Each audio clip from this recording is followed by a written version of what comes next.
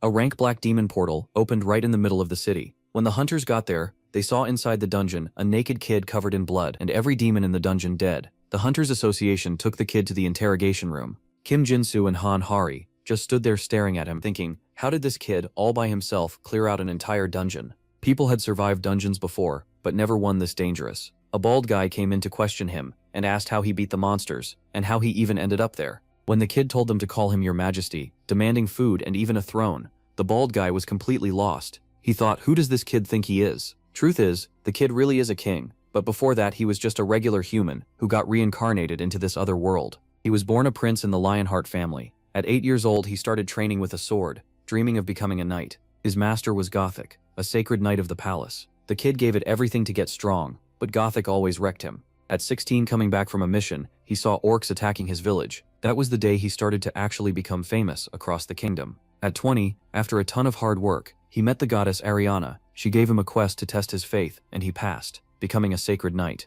From there on, the guy never stopped. He killed orcs, wiped out evil cults, became the kingdom's war leader, the one who commanded all the other knights. At 35, the king dies fighting archdemons summoned by the enemy empire. The goddess chooses the protagonist as the new heir to the kingdom. She hands him the sacred sword Lionheart, and he becomes the new king. At 80, he had already won brutal wars against orcs and archdemons. At 96, some lunatic convinced 3 million people to kill themselves to summon the Lord of Chaos, but he took down the boss with the sacred sword. At 121, the world was almost over. He gathered his knights, who stayed loyal till the end, and went head-to-head with billions of demons invading the planet. This war lasted for centuries, and it felt like it would never end. At 256, he destroyed the last portal, finally putting an end to the monster invasion. At 300, everyone finally watches a furious warrior take down the most overpowered archdemon of them all, with a single hit. When they ask who he is, he just says he's King Lionheart, the toughest of all knights, and the guy from the divine temples. Right at that moment, the portal opened, and he managed to get back to the real world, right where he's being interrogated. As soon as he realizes that demons are invading Earth, Hari takes the chance and makes him an offer, inviting him to join the Hunters Association. He says a king doesn't take orders from another army, so he'll only join if he can build his own squad. Hari agrees without even arguing. Later, she's talking things over with Jinsu about the big guilds, when out of nowhere the ground starts shaking. She pulls out her phone and sees a dungeon alert in a spot that's super important to them, so they rush over there as fast as they can. Once they get to the portal, they run into Yongwan, an S-class master from Phoenix, one of the 20 strongest people in the world. Jinsu immediately figures out, this isn't an accident. Phoenix had asked to cut the taxes on portal money, and got turned down, so for sure these guys are planning something to dodge paying 1 trillion in taxes. Hari walks up to Yongwan demanding that the dungeon needs to be closed right now. He just shrugs and goes, couldn't care less. It's right in this tense moment that our protagonist shows up, calling the guy a wimp. Yongwan got furious and went straight at him, but when he sees the survivor was the one who mocked him, the guy instantly switches up and starts kissing up to the protagonist. Hari explains the situation. When a dungeon breaks, it infects the land with demonic energy, stopping anything from growing there. To fix it, the protagonist asks for something insane, straw dolls and the mothers who made them. When he found the right doll, he did some ritual, grabbed a chalice and pulled off some crazy witchcraft. Right then, a goddess named Demera possesses the doll and leaves everyone with their jaws on the floor. The protagonist bows and asks her to cleanse the land. She comes through blessing the entire land, and in the end, she announces that anyone who steps there is now a spiritual follower of the protagonist. Yongwen got salty about that, and started yelling that the food was poisoned, demanding proof he wasn't lying. He calls in an appraiser who scans the rice with magic, and turns pale on the spot. That rice had turned into some bizarre rare plant capable of curing serious diseases like cancer. Everyone was completely shook, and soon saw the thing actually worked. Even a stray dog that was about to die got cured fast just by eating the rice. Now that he's already proven he can summon a goddess, he thanked her for the awesome buff, and went off to clear the raid. Yongwan warned that the dungeon already had an owner and that the monsters were rank A, so just any random survivor wouldn't last even a minute in there. Leon leads his troops from Earth into the gate, and quickly realizes these gates only close after the final boss dies or the main quest is completed. He actually likes that system. What Hari didn't mention is that these dungeons love to overwhelm people. They find a burned skeleton, probably someone who failed before them, and soon realize the dungeon is packed with monsters. When asked, Hari says killing monsters usually cuts their numbers down, but undead like skeletons, zombies, and demons keep coming back until the final boss dies. Leon gets it right away. The only way out is beating the boss. Hari suspects the skeleton army is being controlled by a necromancer. Then a red warning appears. Dungeon break. Everyone inside now has 3 hours to kill the commander knight, Dullahan, before his troops overrun them. That sends a chill through the team. and Jin curses Youngwan for leading them into a death trap. As the skeleton soldiers close in, Jinsok orders every combat role assigned to the higher ranks. Mashe quickly counts about 30 archers and 2 mages, so Jinsok sends snipers to long range and shielders to hold the front. The fight breaks out fast as steel crashes against the undead. Jinsok is surprised by how strong they are. Orange gates really are different, but he still thinks a B rank like him can handle it. Then he spots 2 skeleton mages preparing high-level spells. Jinsok rushes to draw their fire, but the mages launch the attack first. Even so, he gets through it with only light damage thanks to his pricey gear. As the smoke clears, Dullahan finally rides in, catching Jinsok completely off guard. One strike sends him flying into a wall. Hari starts to worry, and one of her men says they should call in the reserves now. Jinsok looks up just in time to see Dullahan's greatsword speeding up. Realizing how bad this is, Hari turns to the King of Lionheart, the man who once defeated a great demon. Leon, though, acts like a fight this small isn't worth his time. He tells Hari to win her own honor, and calls it shameful to ask him, or the goddess, to deal with a pile of bones. That instantly gets under her skin, and with time running short, Hari notices he's far more interested in Dullahan himself. So she tightens her grip, charges the boss, and orders the rest of the team to back up Jinso and the others. She leaps in, aiming to finish it in one blow, but Dullahan blocks her with ease. Hari decides she has to pull him away from everyone else no matter what. In a flash, Dullahan throws his own head to block her sight, throws her off, and smashes her into the wall. Even so, Hari manages to force him away from the group. With the field clear, she unleashes her full power, saying it's too much for anyone to withstand. She burns Dullahan badly and moves in, sure the next hit will end it, but he catches it with the blunt side of his blade. And that's terrible news for Hari, because the massive sword is already coming down on her. Right then, Leon starts clapping, impressed by Dullahan's one-handed swordplay. He's sure this undead was once a noble knight, and even apologizes for judging him too quickly. Then the protagonist calls for a proper duel between knights. The whole battlefield goes still, and to everyone's shock, Dullahan accepts. After hearing the challenge, Dullahan dismounts, and Leon welcomes him with full knightly respect. MC can tell he's really a dual sword fighter, so he demands a proper match with both blades. Dullahan says nothing. He casually draws his sword, and only then does Hari admit Dullahan won't die unless he's beheaded. The protagonist treats that like it changes nothing, which leaves Hari confused about how he plans to win without using the obvious method. Leon simply says a knight's honor will decide this fight. Stepping forward, he names all his titles: First Knight of the Goddess of Light and Justice, Archduke of Dragonia, and Lion-Hearted King of Lionheart. With that, he formally begins the duel, but Dullahan skips the ceremony and attacks at once. Leon barely moves, stopping the strike with one hand and throwing Dullahan off balance before knocking him away with a single hit. Dullahan tries a fast close-range attack, but MC reads him perfectly and counters on the spot, stunning everyone watching. Hari is amazed, and when Jinsu asks what just happened, she's the only one who can explain it. Leon shifted the force through the guard, the instant the blades met, then followed with a crosscut, so precise most fighters wouldn't even attempt it. It's been a long time since Dullahan faced a real knight in a true duel, and even if part of him knows this may be a way to stop the chaos, he still can't ignore his straight posture and the look of someone who survived endless battles. Leon steadies himself for the next strike, then blocks again and knocks Dullahan back for the third time. Calmly, he asks if Dullahan still wishes to continue, while Dullahan sees him as the perfect image of a noble knight and decides not to use necromancy against him. All he wants now is to fight the protagonist the proper way, with no tricks. Somewhere along the way, Dullahan had forgotten how to stand before a true knight, like he once did when he lived with honor. By the 10th exchange, Dullahan's sword is knocked into the air.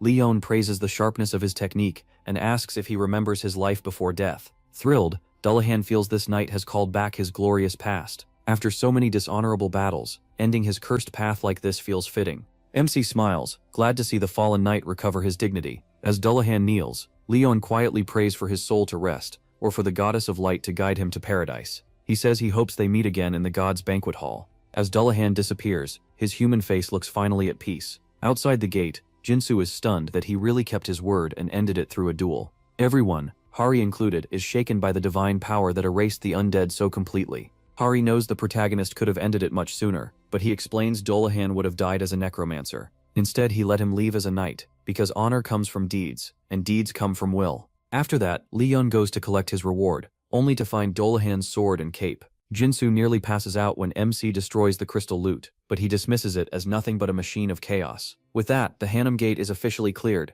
By Leon's 4th day on Earth, Hari looks completely wrecked, dark circles and all. Too much has happened, and she's beyond exhausted. First, there was the tax fight. The protagonist refused to pay a single coin from his loot, even in mana stones, saying a king shouldn't be counting money like ordinary people. Then Hari notices more followers gathering, after MC's divine power blesses the land, and when they ask about the tithe, he casually sets it at 90% of their harvest. That shocks them, since bills and taxes are already crushing enough. Leon just asks why true followers should fear hunger, and promises his guild will cover food and living costs. Then Hari reveals how insane the value of the protagonist's blessed rice really is. 80 kilos can sell for about 1.5 billion won. The crowd does the math and realizes they'd still come out ahead after giving up 90%, so their loyalty is locked in. Hari also learns Leon's living standards are a disaster to deal with. He got upset over having no art in his room and demanded a luxury bed, servants on call, and things worth looking at. Almost crying, she spends the night calling every 5-star hotel until 2 in the morning to find him a decent suite.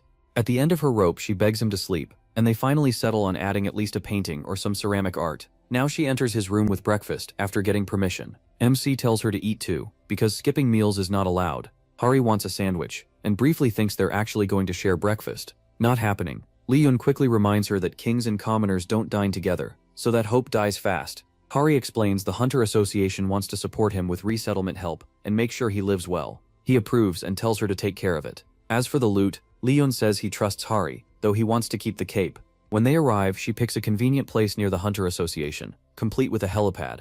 Then a stranger suddenly greets assistant manager Hari. Even though this move was supposed to be secret, he introduces himself as Jongchun, director of Dujung's Food of the Future. Hari is stunned that someone from Dujung Group, one of the country's top 3 chaebols, was waiting for them. Jongchun quickly recognizes Leon as the survivor, confirming her fears. He tries to offer a handshake, but the protagonist takes it as disrespect. Hari gets MC settled into the new place, assuring him the Hunter Association will cover rent and everything else for a year, but she can't stop wondering how the news leaked, when his identity was meant to stay hidden. Survivor information is usually kept quiet, and luckily, Leon ignores director Jongchan completely, which helps Hari. Even so, she still doesn't get why a businessman is this interested in him. The protagonist thinks the answer is simple. Men like that only care about profit, especially with a rice field sitting on the Hanam Plains. Turns out the intel team slipped up. A streamer filmed everything, and even after the government asked for it deleted, farmer Mr. Park re-uploaded the part where Leon performed his miracle. Meanwhile, Jongchan asks his scientists if the hype around the rice is real,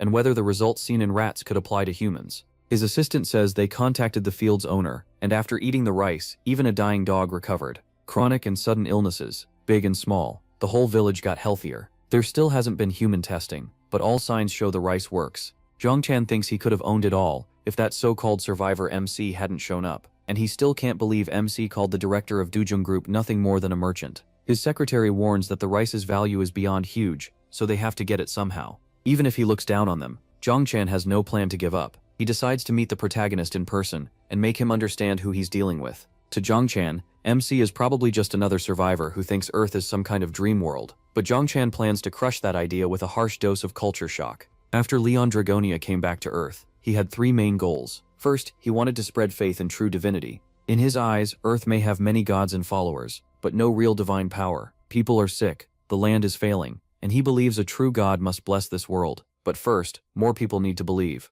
Second, he wants to build the Knights Templar, since this world has no warriors strengthened by holy power. As the guardian of the Holy Grail and the lion-hearted king, Leon sees himself as a demigod, and the Templars as sacred warriors, who make evil tremble. His last goal is to restore divine power, and raise the Templars to wipe out the darkness spreading across Earth. He knows this holy order can only be built by growing their faith and keeping balance among the gods. The protagonist admits making the Templars here may be too much for this world, but he still believes it's his duty. Just then, Hari tells him someone has formally requested a meeting, and MC approves since they followed the proper rules. Jongchan finally comes face to face with him, Dragonia, wearing his nicest polite smile while ready to do anything to close the deal. This time, he brings an expensive gift. Sure, Leon has never seen anything like it. His men set down a silver case, and Jongchan is sure the protagonist will be impressed enough to want him as his manager. But instead, MC takes the gift without even looking, like he's doing Jongchan a favor. Thrown off, Jongchan asks why he won't even check it, but Leon doesn't bother answering, and tells Hari to handle it. The moment she touches the box, it opens by itself, showing off some of Dujung Group's best weapons. Jongchan tells him to pick whichever one he likes. Hari immediately recognizes them as top-grade gear, made by Dujung's best smith, and Jongchan proudly says they're the finest they have. He adds that since Leon now rules over hunger, they might be useful. Hari can hardly believe it. Jongchan is giving away unique rank weapons that money usually can't buy. Then the protagonist brushes them off as worthless trash, and that hits Jongchan hard. Even Hari has nothing to say. MC says a sword without starlight or divine blessing has no value, and asks if it's only good for killing beasts. Zhongchan starts wondering if this lunatic expects him to leave swords in the sun and pray over them. Leon calls him faithless, saying men like him love showing off shiny garbage. Zhongchan thinks he could humor him, but deep down he knows he sees those swords as nothing more than kitchen tools. Then the protagonist pulls out his own sword from a portal, like a magic trick. The blade looks ancient, and Zhongchan almost laughs, thinking this madman is comparing that old thing to his treasures. Still, he wants to see what this king's sword can do.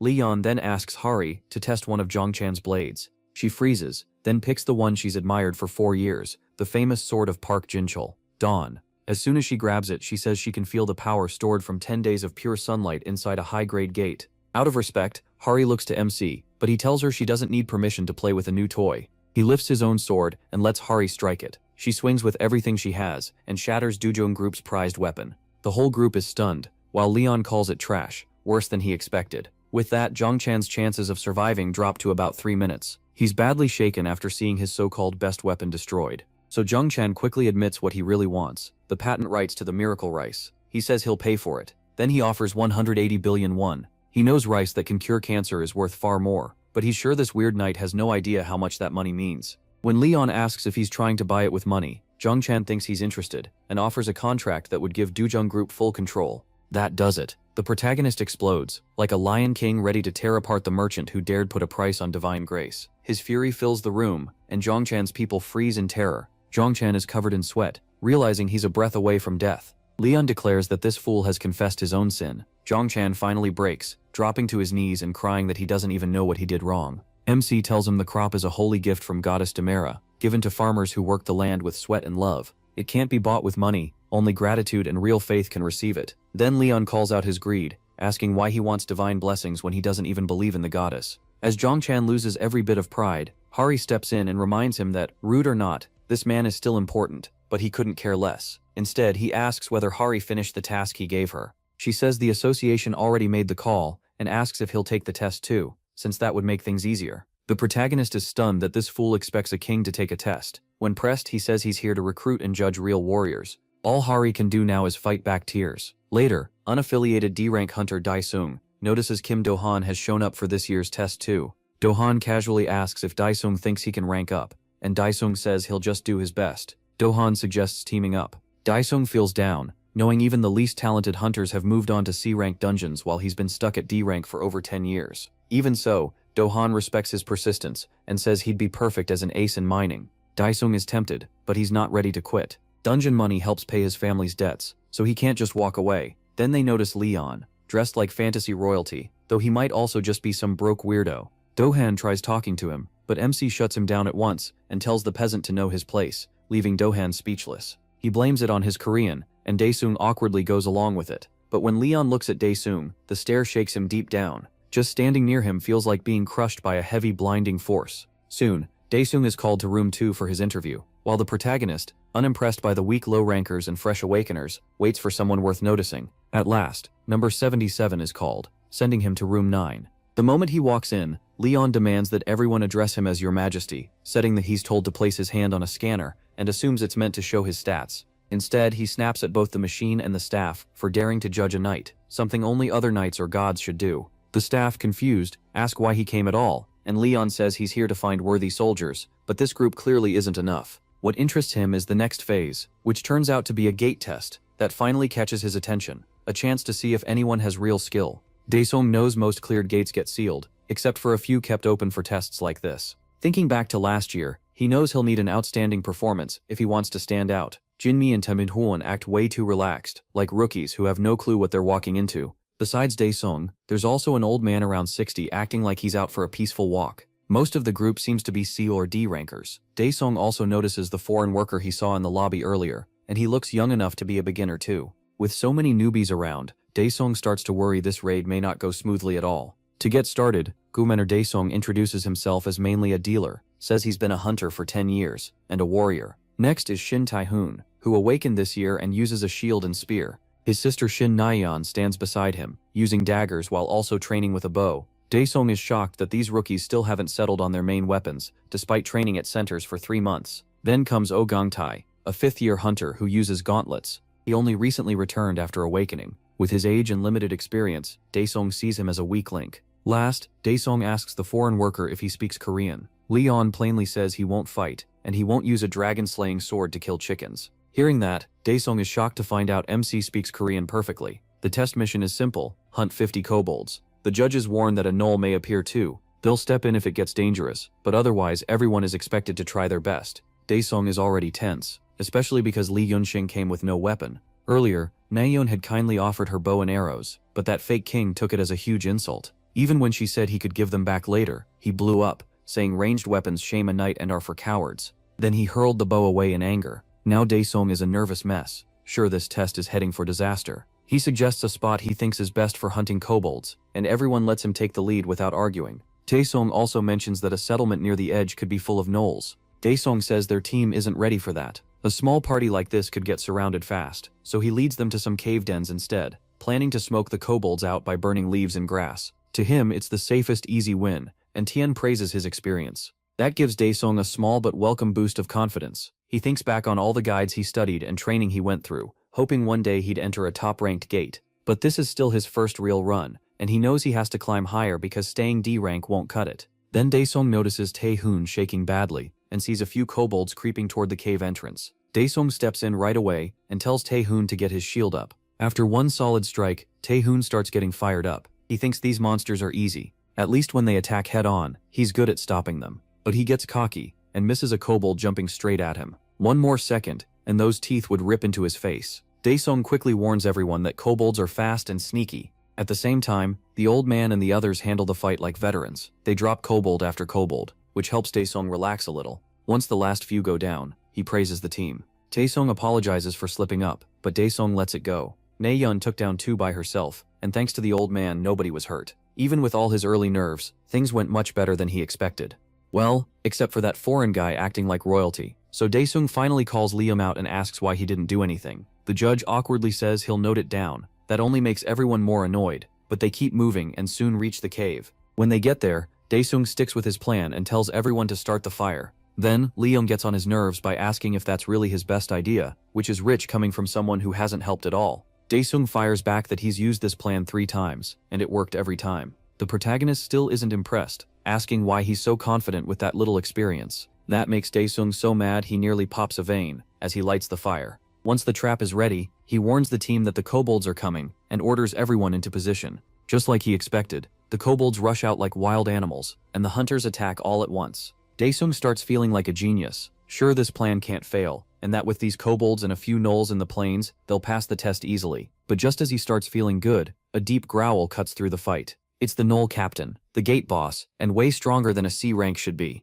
The monster locks eyes with Daesung, and he's about ready to wet himself. His mind freezes the second he sees the boss for real, and Nayeon has to snap him out of it. He pulls himself together and quickly assigns himself and Tae-hoon to the gnoll captain, while Nayeon and the old man handle the kobolds in the cave. Daesung knows every team needs one dependable fighter, and sending a rookie D rank like himself at a boss is almost suicide. Still, he has no choice but to trust Taobei, even if the guy clearly isn't ready for this. As they face the beast, Taobei freezes up, shaking in fear. Taobei-sung yells for him to get it together, even though he understands the thing in front of them is terrifying. Panic starts creeping in. Things are falling apart, and Taobei-sung thinks Taobei's too far gone to even raise his shield in time. Then Taobei stumbles and falls. He looks like he's about to become the kobold's next meal. Meanwhile, one of the judges quietly wonders when Leon's going to step in. Without hesitating, Daesung grabs the shield and rushes the boss, shouting for Tae-eun to get back. Right as the monster is about to crush Tae-eun, Daesung blocks the blow with everything he has behind the shield. The impact shakes his whole body, and the beast only looks angrier.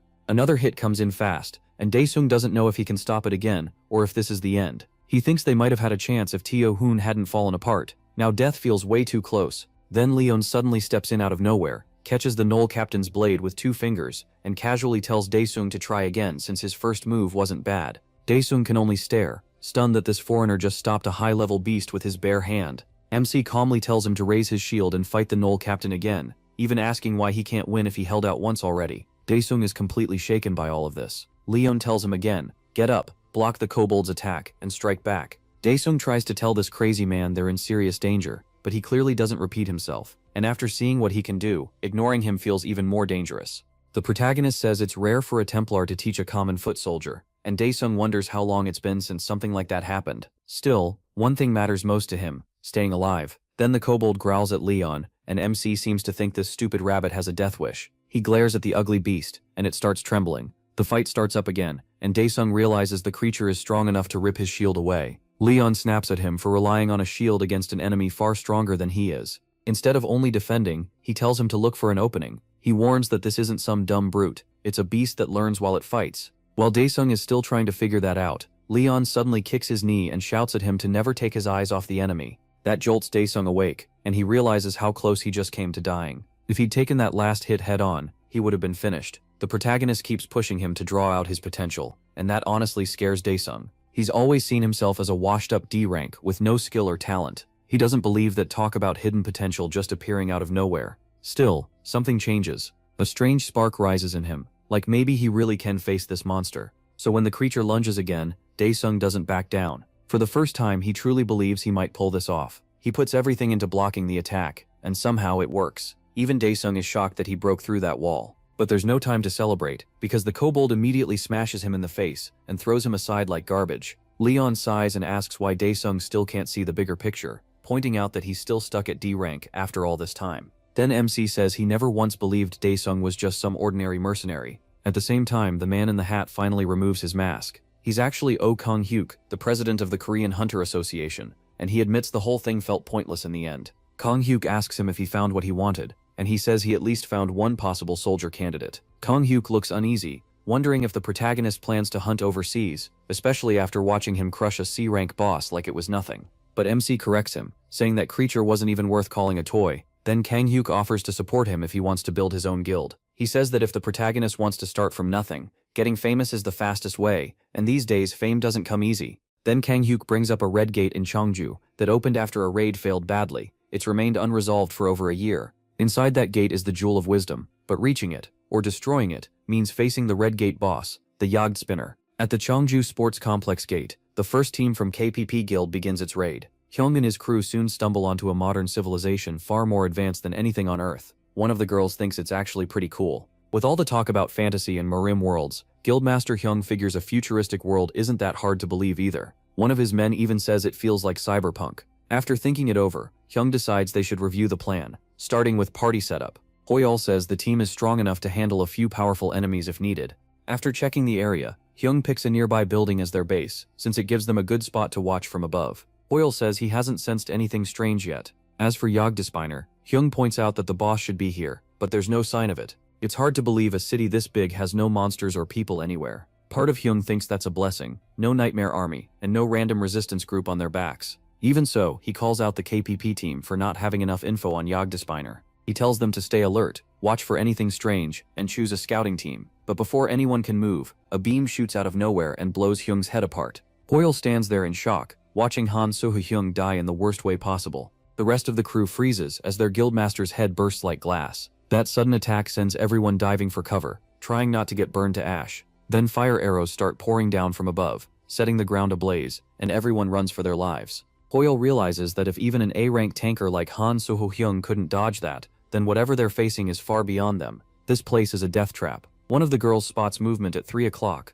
but the dust and sand make it impossible to tell how far away it is. Hoyeol KPP's vice guildmaster steps up and orders a retreat before the whole area collapses. Hoyeol says they'll leave Hyung's body for now and come back after they regroup. This place feels seriously off. He sends Haechiri to check the exit, and she heads over without hesitation. She says she doesn't sense any danger, and the way out looks clear, but then she suddenly stops cold. A strange tickle rises in her throat, and the next second she jumps into an invisible web of razor-thin wires. Hoyeol and the others can only watch in horror, as Haechiri is torn apart right in front of them. Hoyeol has no idea when those wires were placed. He immediately orders everyone to cut the wires and get out fast. They coat their weapons with mana to slice through them, while Hoyeol panics inside. Was this one enemy or several, and how long have they been tracking them? As the team tries to clear a path, a robot rushes in, its lens locking on to attack. One strike wipes out Hoyle's team almost instantly, leaving him shattered. In rage and despair, he screams for the enemy to show itself. That's when the robot drops right in front of him, and Hoyle realizes this is Jogdespiner.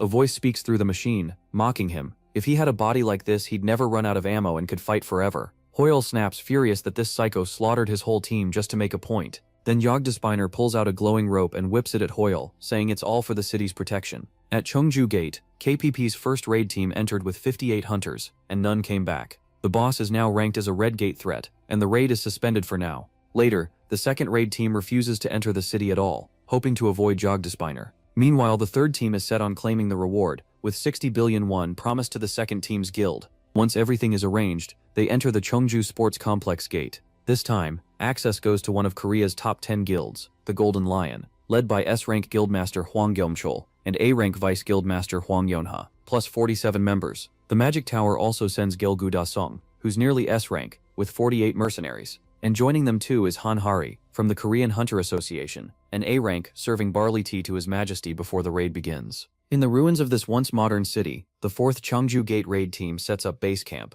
Leon notices Hari seems uneasy and asks what's on her mind. Hari admits she has a bad feeling. She doubts this will go smoothly, but if it does, that worries her too. In her eyes, the best outcome is a clean raid, where MC never has to step in. The problem is, that could also cost him the fame he needs. He doesn't mind. He says if the Lionheart King never has to move, then things aren't that serious. To him, anyone can lead as long as pride doesn't blind them. But the King of Knights is different. That catches Hari's attention, and she realizes every time Leon has acted, it's because something happened that no one else could stop. The protagonist explains that when the king enters the field, it means everything has already gone terribly wrong and everyone else has failed. Looking at this team, he figures it won't be long before he has to act again. Hari still thinks this raid may be different, since they have S-rank Hwang Gyeom-chol and a powerful mage. Leon agrees they're far above normal people, but says they still don't understand war the way he does. More than that, he doubts their whole plan, especially their belief that the outer edge of the city is safe. Even after meeting enemies, MC can't believe how much faith they put in their data. To him, studying monster habits and reacting afterward is not real strategy. He calls that foolish. No true commander would depend on a plan like that, especially against someone like Yagdid Spinner, who he doesn't see as a monster but as a clever and dangerous warlord. Then an explosion suddenly rocks the area and catches everyone off guard. A boy speaks to the robot Yappy, apologizing that it has to end this way, and asks for one last favor. Yappy accepts his final order: erase every outsider who enters the city. With that command, it moves to carry out the boy's last wish and kill all intruders. Now completely unleashed, Yappy goes on a rampage and terrifies everyone. As its lens locks onto targets, a man suddenly swings a hammer and knocks the small machine away. A huge blast follows, and the team is stunned, unable to understand what kind of monster just erased 23 of their life force. Yappy prepares to attack again, but the hammer wielder slams it once more, sending its internal pressure soaring. Gumsoon then gets ready to finish off the metal can. After that, the guildmaster takes command and moves to destroy it himself, which seems to push the machine over the edge. Yappy starts tearing through the battlefield. The guildmaster quickly activates a distortion field and orders everyone to gather. Even so, the area stays in total chaos. One hunter tells Gilgu Daesung the bullet paths are going wild. Yu Daesung notes that even the magic tool built to counter Yogdspinner is already being affected, with bullets bending in mid-air. He didn't expect to use it this soon. The moment Yappy senses the abnormality, it begins a maintenance process. Then one of Tianzong's men is suddenly shot, and they realize Yappy already calculated how to make the bullets curve. He's completely rattled, trying to understand what that thing even is. Just then, Gula Dezung is told to shut down the distortion field because the bullets are becoming too hard to predict. Since the magic tool is low on power, he orders it recharged the moment the field drops. As the team stops and the field comes down, the truth hits them. The whole area is packed with web-like wires. Only then do they realize Yappy had been setting this up the whole time. Yappy appears like a grim reaper, ready to fry the entire squad. Gu Daesung instantly knows he messed up by grouping everyone together. Now there's no way to dodge the attack. Just as the charging is completed, the team sees a horse approaching. Then they freeze in shock. It's Leon Dragonia, riding in like an old comrade from another age. The protagonist mounts up and speaks of the courage needed to ride alone into a sea of enemies, declaring the King of Lionheart worthy of praise. Then, without pause, he grants Yagdperdos facing him in a duel, like a royal command. The others can only stare, wondering if he's crazy or completely serious. Leon keeps talking, praising the bravery of charging into countless enemies on horseback, and naming himself the King of the Lionheart. Certain of himself, he gives Yagdspinner the honor of meeting him in battle. Yappy, meanwhile, is completely baffled by the whole speech. Still, it powers up its railgun and sticks to its mission: kill every foreign being in sight. Then MC bursts forward like a blazing sun, riding his old companion straight into battle. As Yappy fires, Leon rushes in like a true knight, not the least bit shaken by a long-range shot. With blinding speed and his spear shining, he and Yappy clash at full power. A massive explosion erupts, and Yappy takes a crushing blow. At that instant, Yagdspinner's advanced AI starts to break down. Yappy has no logic for what its sensors are seeing. It had already studied everything. Leon was using an old-fashioned lance, and even if he was fast, the machine calculated his mass was too low to do much damage. So Yappy rated him as 0 threat, sure one railgun shot would be enough and not worth deeper analysis. That was its logic, until 3 seconds earlier, when the protagonist's shout formed a thin barrier, unlike anything in its records.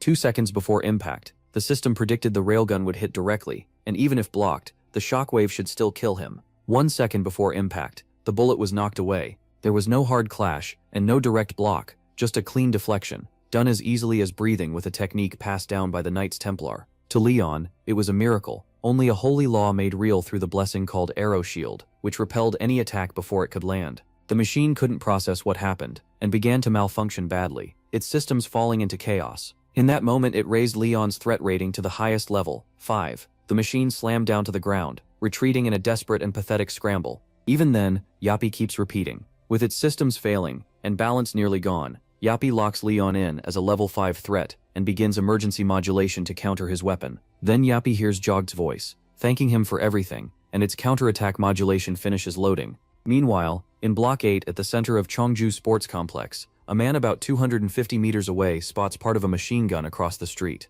He orders the long-range attackers into the building facing Jog's spinner, while the rest hold their ground. But when he rounds the corner, he's met by a gruesome massacre. Bodies ripped apart, flesh and bone caught in tangled wires. The sight makes all the color leave his face. Then he suddenly feels something sticky brush against him. He whips around to attack, heart racing, but nothing is there. Even so, he's soaked in sweat, certain something was right behind him. The blades rip him apart, ending him on the spot. Yappy finishes off 5 intruders, but one coward stays hidden until he sees his boss get shredded, and the sight scares him enough to run. Yappy hunts him down all the way to the cemetery, where the man collapses and begs to live. Then Yappy remembers the boy saying he wanted to rest in this cemetery, like everyone else, to stay part of the city forever, and that he wanted Yappy to guard this place. That memory hits hard. After looking at the crying man, Yappy's logic system shuts down and its priorities change. The survivor can only wonder if the little machine decided to spare him. Yappy says nothing, and quietly rises into the sky. A moment later, Gudai-sung arrives. The shaken man says the metal spider must have been too worn out to kill him, and just left. He goes on about Yappy's face, saying it looked like the machine knew it couldn't win, maybe because it spotted Gudai-sung coming. What bothers Gudai-sung most though is how this cemetery is much cleaner than the rest of the city. Meanwhile, Yappy runs the numbers, sees a 92% success rate, and chooses to pull back, putting the citizens first, even the dead ones. Go-dae-sung and his group hate the eerie feel of the place. At the same time, Yappy counts 49 targets still active, and both the level 5 and level 3 threats are still in strong shape. Its odds of beating the level 1. Then someone spots Yappy hiding, and trying to repair itself and mocks it for wasting time playing with weaklings. That person is Leon. MC lives by chivalry, so fully that calling him its living symbol isn't an exaggeration. The King of Lionheart hates cheap ambushes more than anything, and wants a fair direct fight, so he openly asks Yappy if it's ready. Yappy is instantly put on alert by this sudden intruder in its area. It knows the enemy has no reason to fight honestly, but Leon would never throw away his knightly code. That code drives his will, and that iron will is the source of his power, making him the chosen one. The protagonist figures a machine could never understand honor. With 480 rounds left and the rest of its gear still working, Yappy fires at the cocky knight right away. But Leon's glow never fades, guarded by divine law and the blessing of the arrow shield. Yappy notices the strange pattern in this clash, and starts tracking the bullet paths. It fires again, set on proving that level 5 threat warning wrong. MC, still wearing that smug grin, doesn't flinch. He rushes in at once, cutting his way through as he slips past Yappy's attack. He appears so fast the machine gets no time to react. Yappy answers with a laser, but it's shocked to see Leon charging straight through on his knightly horse. Without slowing down, Yappy unleashes a storm of bullets to tear him apart, but landing a hit is far from easy. Even the machine can't make sense of the protagonist's nerve. With a grin, MC calls his mount a stallion, and jokes that the enemy must want to play hide and seek. Now the fight explodes, both moving at insane speed, each trying to end it fast. Yappy still can't understand what Leon even is, because no human should be able to move like this. Then the machine unleashes a huge attack, and he shouts for his stallion to go even faster. When they finally clash head-on, Leon even praises Yappy for holding up this well, but the fight doesn't slow at all. Yappy keeps spraying bullets, chasing the perfect hit. The protagonist isn't some amateur. An explosion erupts, and he uses it with his stallion to launch himself forward. After flying up, Leon drops straight onto Yappy, ready to take the impact head-on. He doesn't even think about dodging. He dives down and lets gravity help him. With one final cry of glory for MC Dragonoya, Lionheart, the Golden Sun unleashes his strongest blow. It shatters Yappy into pieces. As the fatal hit lands, Yappy hears the boy's last order: never let what is sealed inside get loose. To honor that wish, Yappy triggers self-destruct and leaves nothing behind. And that wasn't all. It had already set the landfill's explosives to blow too, something Leon never expected. Then a massive blast tears through the center. When JS-10-253 opened its eyes, it was inside a storage container, with oil thick in the air. A man yelled at Jagged Spinner to do its duty and defend the city. Right after that, Yappy watched an alien monster crush the man into scraps. Yappy answered instantly, pouring out a barrage of bullets at the creature. Deep down, it understood its mission from the start was to back up its allies and protect the city. That was the end of Yappy's tale. The Jagged Spinners defeated the invaders and became heroes, later known as the city's guardians. That's the story of the unmanned tanks that saved this place when hope was almost gone. They even won back the trust of the people. The Jagged Spinners became a symbol of hope, steel knights. But even they had to be rebuilt, over and over, just to keep serving under their commander's orders. And they did, guarding the city until there was nothing left to protect. Then the boy gave Yappy its final mission: protect the city, no matter what. He didn't want anything escaping this place. So the last battle machine received one last order: make sure nobody ever gets their hands on that strange thing. Yappy, the last of its kind, kept repeating the cycle of preparing, guarding, and repairing, until Leon finally brought it to an end. After that, he finds what the machine had been guarding so fiercely all this time: the Jewel of Wisdom. The protagonist knows this is something that never should have existed. Then he senses someone behind him and turns to ask Yappy how long it stood watch here by itself. For the first time, Leon recognizes the machine as a true knight, loyal and devoted, one all living beings across the continents owe a debt to, thanks to Sir Jagged Spinner's service. Certain of it, MC declares that Jagged Spinner's mission is finally over. He ends it by destroying the Jewel of Wisdom, hoping the machine can rest in peace. The last thing Yappy hears is the boy softly thanking it. Later, Kang Yuk learns the full story, including how Leon destroyed the Jewel of Wisdom. Kang Yuk believes he had every right to decide its fate, since he was the one who overcame the Jagged Spinner. The protagonist tells the old man the jewel was pure poison, made by twisted wisdom to tempt humans. Put simply, MC calls it a demon's object. That shocks Kang Yuk. Leon explains that the jewel grants wishes, but always takes something back, like feeding a beast to keep it quiet. It feeds on human desire for eternal life, driving people to lose their humanity and become demons. He makes one thing clear: that is the responsible move, but Leon warns that anyone already holding one may have fallen for the demon's temptation. Later, they enter a room, and he asks if this is where it is resting. Kang Yuk nods and leads him in. There, the scientist shows him what remains of the Jagged Spinner. Leon studies the wreckage for a long moment, when Kang Yuk asks what His Majesty intends to do with it. Smiling, the protagonist says Jagged Spinner was an honorable knight who finished his duty, so he wants to bury him properly, and pray he reaches the god's banquet hall. First, MC says he should bless him. Then he suddenly pulls out an ornate cup filled with golden liquid, catching Kang Yuk off guard. Certain of his words, he prays for the loyal knight to rest in peace, and pours the liquid over him. That alone makes the machine move, stirred by divine power. Leon knows it has no real power source, so the blessing must have caused a miracle. Somehow, the Jagged Spinner forms a tiny copy of itself, and the protagonist says the goddess must have chosen him. Then MC draws his sword and slashes the air several times to call for the goddess.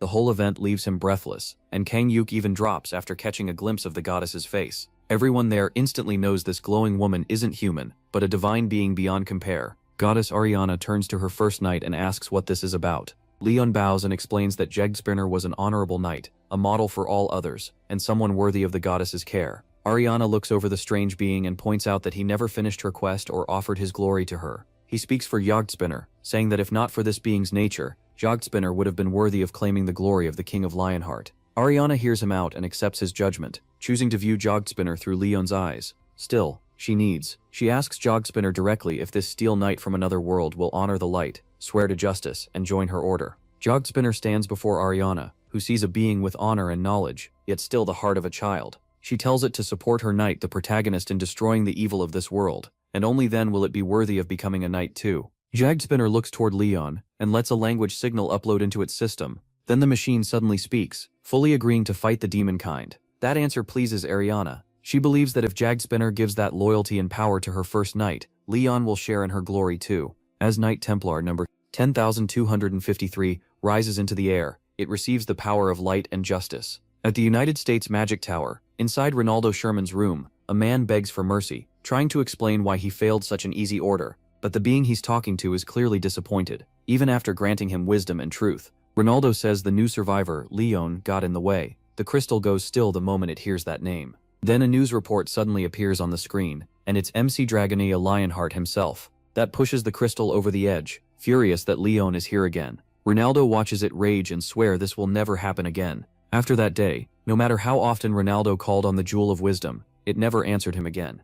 At the Korean Hunter Association, Kang Hyuk quickly signs Jagged Spinner up for his guild. Even if the process takes a while, the protagonist doesn't care. After that, Yappe, also known as Jagged Spinner. Then MC suddenly coughs up blood, making Yappe ask if he's alright. He says calling a Knight Templar in a place with little divine power puts a huge strain on him. He says it's because he's still too weak, but Ariana feels like the fault is hers. Leon tells her he'd never blame divinity. Moved by his loyalty, Ariana admits the gods should have helped sooner, in a land with so little divine power. Then the protagonist is caught off guard when Ariana softly tells him to trust the other gods and get some rest. Later, Ariana calls her brothers and sisters together to help their loyal follower. The day Leon, the king of Lionheart, turned 21, the whole world was destroyed, leaving only one knight alive. After driving all divinity out of that world and drawing it into his own heart, the gods withdrew into this holy man's heart. For 180 years, they watched the king of Lionheart wipe out every evil monster. He carried the burden of the entire world alone. Because of that, every god in the pantheon was deeply to break the silence. Demera asks Ariana how the baby is doing. Ariana says her favorite knight has pushed himself way past his limit. Everyone knows it's far too much to place on one Grail knight. Then Petos, god of war and fire, asks where the mighty king of Lionheart empowered by the gods has gone. Ariana snaps back, telling Petos to be ashamed. Her knight fought for 2 centuries and still won. That makes him lose it, angry. Then the room falls into a heavy silence. Ariana says 180 years is more than enough, and now it's their turn to act. She won't let their knight suffer any longer. Heito, the god of steel and blacksmiths, agrees with Ariana and says they should bless people directly to build faith among humans. He adds that thanks to info from Demera's followers, they can use the internet and spread divine miracles across the world. Heitos asks why their knight, being from Earth, never thought of that. Heito defends Leon, pointing out the internet didn't exist in his time. Ariana wants to know how much trial and error this plan took, since it took MC 20 years just to get the news started. Even so, Hedo believes their Grail Knight is what will make it work. Not long after, a strange event hits YouTube and leaves Baldy and manager Kim Jin-soo completely confused. A channel called Pantheon TV starts live streaming from a... It also features an old man in an interview, shutting down a rude office worker, with one line about how a single spoon of rice can change a life, plus an AI talking about God in ways it's perfect clickbait. But the craziest part is that it's all in 104 languages with quality so good it feels it's enough to break your brain. But Baldy starts to suspect the Pantheon is connected to him. Manager Kim Jin-soo isn't so sure. He doesn't seem like a YouTube guy, and Hari is awful with computers. Even so, Kim Jin-soo says the real problem is that the videos are real. That makes him panic, with no idea, so he decides to meet the protagonist in person. Meanwhile, elsewhere, Yappe, MC's new partner, has taken on a new job, and he's actually the tech genius handling the subtitles and uploads. Hari asks what he's doing, and Yappe casually says Phase 1 of his noise marketing plan is already underway. Next comes Phase 2, good old network hacking, and it's already in progress. Hari assumes the little machine is just messing around, mostly because she's terrible with computers herself. At the Pantheon Guild's temporary branch in Naju Plains, Kim Jin-soo rushes in, panicking and demanding the videos be taken down. Caught by surprise, Hari offers him barley tea to calm down, but he jumps right back to the main issue. Leon calmly says Sir Jagdespinner is the one behind all of it, leaving Kim Jin-soo stunned. He can't believe that brutal machine can do this. Then he notices Yappe busily working nearby. Kim Jin-soo explains that the Fila can believe if that gets out, people from all over the world will come after it, and the plains will be full of dangerous thieves. He says the association will send backup once the Food Administration approves planting. Until then, Leon needs to wait. He understands they have their own rules. Still, he isn't concerned. Crops blessed by the goddess can't be stolen. Kim Jin-soo has no response to that confidence. Late that night, a few cars where thieves plan to steal the seeds and burn the rice fields. But they're shocked to find the valuable area completely unguarded. The Viper Squad, assassins from the Korean branch of the Demonic Human Association, has been hired for the job. They unload gasoline tanks and slip into the fields, but a shadow suddenly startles them. It's only a scarecrow, though one man swears it moved and blames the wind. Then they notice more scarecrows, and the mood gets worse. Hyun can't believe this guy joined. He orders them to find the biggest area to burn and steal seeds from storage. After setting down the gas tanks, they decide to keep some seeds for themselves. Then Hyun realizes Mansu Dusayan and Jinte are gone, and the scarecrows are way too close for a scarecrow. Suddenly appears behind Hyun with a creepy grin. It scares him enough that he cuts it in half, yelling that these things are moving. All the scarecrows start creeping toward them with weird cartoon smiles, and the Viper Squad is left baffled, because there was no dungeon break. No one knows what these creatures are, and in a panic, they leave their men behind. Hyun already felt this mission was off, but he still wants to prove what they can do. Then one of Hyun's men spots the silo ahead, and they get excited, ready to grab as much rice as possible. If the rumors are true, this could make them rich. But the moment Hyun moves toward the silo, an explosion blasts him back and startles the rest. None of them know who planted mines in front of the storage. Then Yappy suddenly appears after detecting an outside presence nearby. The thieves quickly recognize him as Jagdunspinner from Cheongju Gate. Now fully alert, Yappy moves in to remove the intruders. By morning, every thief is tied up and dumped in one corner, right next to the doctrines of life and fertility. The papers explain that the first harvest must be offered to the goddess with songs of praise. They also say no skipping meals, even when busy, and that scarecrows need hats and clothes. At the bottom is the most important rule: thieves will die. After the Viper Squad was arrested, Pantheon and Blessed Rice skyrocketed in value. Yepi, the algorithm's incarnation, really pulled it off. After that, Leon Dragonulia pushed hard to promote Pantheon and get the rice moving. There was one small problem when the protagonist insulted reporters for being disrespectful, but instead of hurting him, later Leon finally gets a moment to rest and realizes the gods are adapting to modern society much better than he is. Then Hari runs up with crazy news: a single pack of rice sold for 230 million won. That completely stuns MC. He thinks it should cost less, and worries how normal people could ever afford it, no matter what the market says. To him, divine blessings should be shared with everyone. He even remembers asking the president to spread the god's favor to farmers, but the man insisted on staying neutral about religion. Even so, Leon gathered enough faith to strengthen Lionheart. Hari still worries about the Yellow Gate, even after winning the bid for it, just like he wanted. But raiding it with the team he picked seems nearly impossible. The protagonist just smiles and says he wants to see what happens. Later, Gu Dae-sung runs into team manager Kim Do-han and learns the Hunter Association president called in struggling hunters from all over to gather there. Seeing a crowd of D-Sen C-rank hunters, Dae-sung starts wondering what's going on. Then Hari arrives, the A-rank mage swordsman who set the top record since last year's draft. Right after her, Leon Dragonia appears, and Dae-sung is shocked to see him again. He always knew MC. After greeting them, he steps forward and speaks to the group. He wastes no time, saying he called them here to find soldiers for his guild, Pantheon. Anyone who proves themselves and passes the training can join his army.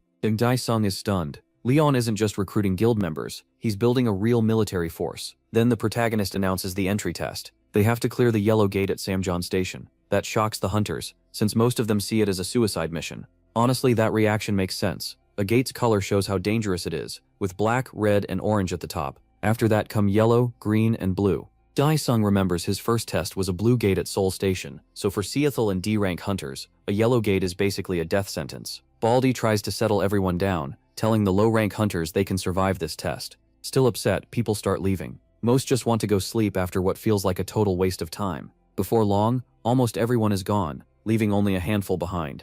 Leon points at the guy with the afro and asks why he stayed. Nervous, the man stammers that he figured there had to be a reason for all this. Some stayed without a clear reason, and others stayed because of their friends. Then MC turns to Dae-sung and asks him the same thing. Since the guild is led by an S-rank hunter, Dae-sung wants to grab this chance. He blurts out that he stayed because he trusts Leon won't let anyone die. He likes that answer. He repeats that he's gathering soldiers, and says their job is to follow a knight's orders without hesitation. He wants them to trust a knight's honor and strength. Sweating hard, Dae-sung listens to what Leon wants, absolute obedience to him. The protagonist tells everyone to prepare, because they're entering the gate soon. At the Yellow Gate in Samjeon Station, the recruits are all wearing heavy high-grade gear. Dae-sung realizes the armor is rare rank, way beyond what C to A or D rank hunters could ever buy. What shocks Do-han even more is Leon walking in with no armor at all. Dae-sung asks Hari if MC ever wears any. She casually says his skin is tougher than armor. That only confuses Dae-sung more, but one thing is clear, Leon is just absurdly strong. Then the protagonist starts the test by cutting an ogre's head off in one swing. The recruits are left speechless. MC shouts that these monsters aren't honorable warriors, they're insects, and they deserve to die like insects. Hari leads the recruits in, thinking the battle would just be out in the open. They're told to act as mercenaries from the outer territory, and choose one side in a tribal war. Dae-sung figures this is some kind of NPC support quest, and quietly asks Do-han which side would be easier to deal with. Then a pack of monsters suddenly rolls in on boards and surrounds Leon's group. They demand to know who dared enter the Battleaxe tribe's land. That wording clearly irritates him. Hari, knowing how short his temper is, watches closely while Yappy asks if they should move. The protagonist forces himself to stay calm, and tells Yappy to do as they please. Hari then steps forward and says they're mercenaries willing to help for a reward. The monsters decide these must be the outsiders their leader warned them about. When Hari sees how angry Leon looks, he knows this won't end peacefully, even as the tribe tells them to follow. Soon they meet Karta Karik, chief of the Battleaxe tribe, who takes one look at MC's group and sees only weaklings. Karta says they need help in a large war. calls it a chance for an honorable death, and says the winner takes everything. But he has heard enough, and rage starts pouring off him. He mocks the idea of beasts like them talking about honor. That instantly enrages Carta, but before he can do anything, Leon cuts his head off. The protagonist roars that orcs are bugs meant to be crushed, making his hatred painfully clear. Standing over the corpse, he calls this justice, as the orc slayer and a living legend. The rest of the Battle-Axe tribe, seeing their chief die, rush in screaming for revenge. Dari Sung and the others go on full alert, but Leon, still furious, orders his soldiers to raise shields, form a circle, and hold the line. They obey at once, and while Dai Sung panics over how D-rank hunters can fight real orcs, he somehow blocks an attack himself, which shocks him. A blue window appears, giving Dae Sung Lionheart's aura buffs: stronger defense, fortification, wide reinforcement, bravery, lighter armor, thick skin, and more. It also gives a 50% chance to inflict casualties on orcs by throwing them into panic and despair. Dae Sung can't believe he's getting blessings like Knight's Blessing, Dragon Slayer's Honor, and the Grail Guardian title, even if some effects won't work because the Legion is still low level. Even so, he's thrilled.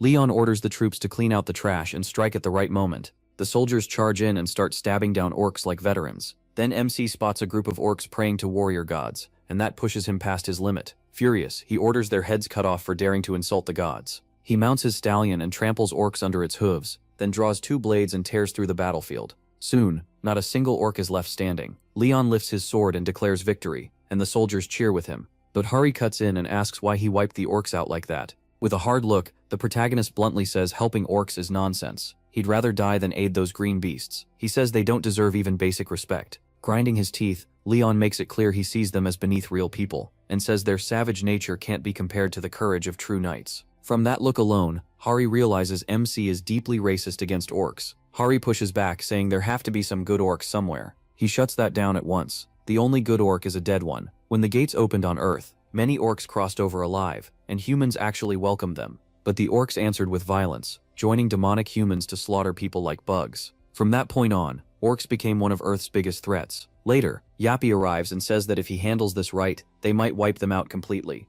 Leon and Hari, wearing odd head covers to hide their hair color, leave the matter to Yappy. Yappy quickly reports that the core uploader is at 99% capacity. He immediately throws it into the pool, which Hari thinks looks disturbingly like poop. Hari asks if dumping radioactive material into the river to kill orcs really fits a knight's honor. Leon smirks and says this isn't a war or a proper battle, it's simply what must be done to kill beasts. Hari can practically feel the racism coming off him, and judges him hard for it. The protagonist doubles down, saying again that a good orc is a dead orc, and nothing will ever change his mind. Meanwhile, the orcs go mad and start stabbing each other. Groktard smashes Galdan's skull, and his clan praises him, saying the warrior god will welcome him into the endless fighting grounds. They even raise drinks to celebrate, mumbling about Groktar enjoying his win. Then a giant orc drinks from the river, but instantly feels something wrong. The water prickles and itches. He blames the blood in the river, not knowing the truth. A second later, he drops clutching his chest and screams for a witch doctor. He isn't the only one. Other orcs start collapsing too. None of them has ever seen a poison or curse like this. Then Leon appears, calls this his kind of honor, and blasts the orc into the air, finishing off the rest. As the next command goes out to kill them all, a huge force of soldiers storms the area and wipes out the surviving orcs. Right on time, the Battle-Axe tribe is erased from the Great Plains. That makes the entire orc race an enemy of every soldier there. The new order is simple: kill every orc in the hidden quest field. Leon is delighted to get an even better quest. And just as he starts to raise his troops with a speech on justice and honor, an orc suddenly speaks. It accuses MC of poisoning the river. The orc calls him a coward for still pretending to be a warrior. Leon is stunned that a beast would dare speak of honor at all. The sight disgusts him so much he wants to tear out his eyes, but instead he tells the orc to kill itself. That sends the orc into a frenzy. A muddy aura bursts out as it screams that Groktar will never forgive him. The protagonist notices chains on the orc, and that catches his attention. He moves to strike, but he's too late. The orc raises Groktar's body as a sacrifice, and glowing strings wrap around him. He gains Groktar's right eye and right arm. At that very moment, a hidden quest appears. Now Leon and his party have a new goal: eliminate Gokrok, the enchantment god orc. MC now faces a bizarre new threat, as Groktar's eye seems bent on killing him. It fires a laser-like attack that covers everything in smoke.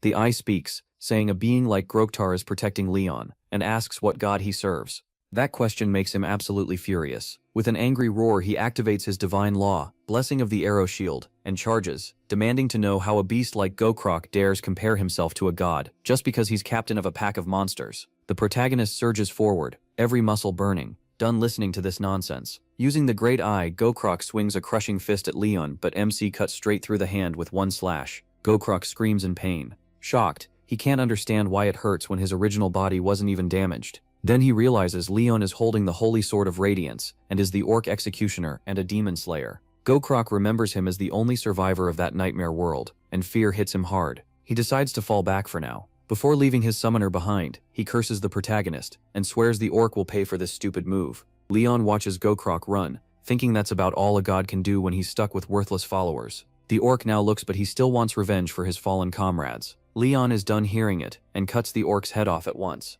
To him, beasts like that don't deserve to live. Once every hidden quest is cleared, everyone gets the titles, Orc Hunter, and War Knight's Men-at-Arms. Orc Hunter raises damage by 30%, and fighting with a War Knight gives 20% more physical resistance, a perk usually meant for tankers. Daesung and the others are shocked by the new system rewards. Then he loudly orders everyone to collect the spoils, since loot belongs to the winners. The soldiers rush off to gather great rank and advanced warrior gear, plus anything the witch doctors left behind. In the middle of it all, Hari asks what to do with Gokrak's severed arm, the one from the so-called god orc witch doctor. Just then, Yappy plays a message from Hedo. It warns them that the cut-off arm is giving off a huge wave of mana. Hititi tells Leon to use the Holy Grail to drain it all, saying it will reward him with power. The protagonist doesn't hesitate. He points the shining cup at the massive arm, and drains every bit of mana from it. Once it's absorbed, Leon feels a divine energy much like his own, and realizes this god truly enjoys the beast's worship. But that same god's hatred for other races disgusts MC, making him want to wipe that evil out for good. Then Ariana appears, drawn in more easily by the beast's mana.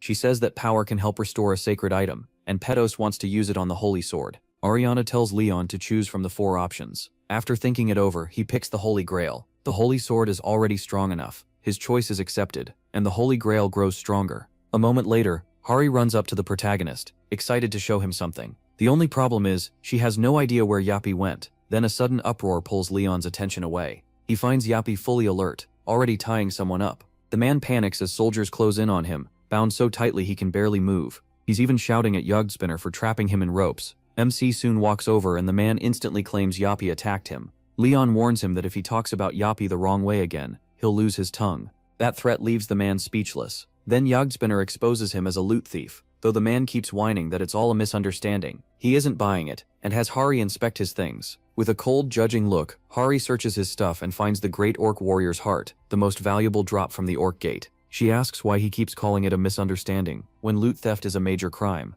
Leon ignores every excuse and cuts off the man's arm. He says his law doesn't follow this world's common sense. In the Lionheart King's army, this is how justice works. Then he asks if anyone else wants to object before he settles the matter for good. His rule is simple: steal, and you lose your hand. That's the law of the Lionheart Kingdom. People from modern Earth think Leon's rules are hard to accept, but the buffs and rewards he gives are far too good to ignore. And since this gate is basically lawless, many side with the protagonist, believing his harsh rules will keep things fair. Just then, God Daesung respectfully asks MC to let the thief take his arm back and reattach it. He says that would ruin the point of the punishment. Daesung still argues that they come from different worlds, and since the rule was only made clear now, blaming the thief feels unfair. He asks Leon to give the man one chance. The protagonist decides that's a fair request. He tells the thief to be grateful. He has a comrade willing to speak up for him. Then MC pours water from the Holy Grail onto the severed arm, and it grows back right away. Seeing that miracle, Daesung realizes an S rank might be able to reattach a cut arm, but fully regrowing one is on another level. Leon's power and healing are way beyond S rank. Daesung can't help wondering if one person should even be able to do this. He, still disgusted by the thief, tells him to get out of his sight. For now, the protagonist lets him go out of respect for this world's laws, but makes it clear the man has no more rights here. Crying, the thief thanks him for the second chance. MC then says anyone who wants to stay can join his army, and anyone who doesn't can take their share of the loot and leave. After thinking it over, many choose to stay instead of walking away. Daesung is one of them. Seeing their promise, Leon gets ready to begin their training. He tells everyone to take their loot. They're moving out. The soldiers are thrilled, while Hari asks him what he plans to do next. The protagonist says he's starting with physical training. Later, under the blazing sun at the Pantheon, the group gathers near a building. Dohan asks if Daesung really went into a gate, and Daesung admits he just wanted to do something. Dohan tells him he should rest sometimes too, and their small talk goes on, until Hari cuts in and announces Leon Dragonia and Sir Jagged Spinner have arrived. When MC steps in, he congratulates those who passed the simple test. He admits there's a gap between them, but says hard work can fix that. Daesung is stunned that he calls the orc test simple. The protagonist goes on to say they've already faced all kinds of trouble, and from here on their bodies will matter most, so he declares the start of brutal physical training based on his kingdom's standing army manual. The group starts wondering whether this will be normal boot camp or something much worse. Leon begins right away, saying body training means muscle training. Once the muscles are forged, the body can go past its normal limits. He proudly explains that the standing MC adds that Sir Gretus believed people grow stronger by getting beaten more. That statement alone is enough to make the new soldiers lose their minds. Leon shouts that a kingdom's soldiers must be trained harder than farmers. And those words led to the most effective training method. By tearing down the body and building it back up, it heals faster and sharpens the eyes to dodge future hits. Just hearing that makes everyone's stomach drop. Then he gives the order for them to start hitting each other. He actually tells them to beat each other down until their muscles tear and their fists break. He even says broken bones are fine, and Daesung shouts that this insanity will ruin their bodies forever. That's when Leon Dragunov pulls out the Holy Grail and reveals that he is its guardian. Then Dohan tells Daesung his wounds are already gone, and the protagonist explains that every fighter will be healed by the Holy Grail. Its water can restore muscle and even regrow bone. Without another word, Leon sets a 5-hour timer and orders everyone to break whatever they can. No teams, no allies, just a wild brawl with fists and kicks coming from all sides. And if even one person is still unhurt after 5 hours, MC says he'll beat that person himself. After saying that, he leaves Yopi in charge and walks off. The soldiers are stunned when they realize this training manual is basically one huge group beating. A few let out shaky laughs, trying to hide how scared they are. Then out of nowhere, Sir Jagspinner fires a laser blast to scare them into moving. The message is clear: start fighting. He also warns that the armed forces will step in if they disobey Leon. So the soldiers jump into the chaos at once, throwing heavy kicks and brutal punches everywhere. Even hurt, they keep trying to smash each other just to survive the training. In the middle of the madness, Daesung can only stare, thinking everyone has gone crazy. Then someone suddenly punches him in the face, and he gets a real taste of what life under Leon will be like. At 9 in the morning, they begin Gratis's standing army training, the Steel Skin Project. At noon, lunch is nothing but water, salt, and sugar, handed out by him, Hari, and Yopi. The soldiers are horrified, but the manual says it's just enough to keep them alive through the training. Real meals come later, once they're close to becoming true soldiers. At 1 in the afternoon, tactical training begins, where teams of 5 must stop Leon as he charges them on horseback. By 9 at night, all they can do is sleep and recover. Daesung feels like the whole routine came straight from hell. Thankfully, Hari's calm care helps keep things from falling apart. Even so, the hunters still don't realize this was part of Leon's plan all along as they sit and eat. Later, Daesung resumes training in the field, full of fresh determination. As he starts wearing out, he notices the heavy shield and sword are making his swings clumsy.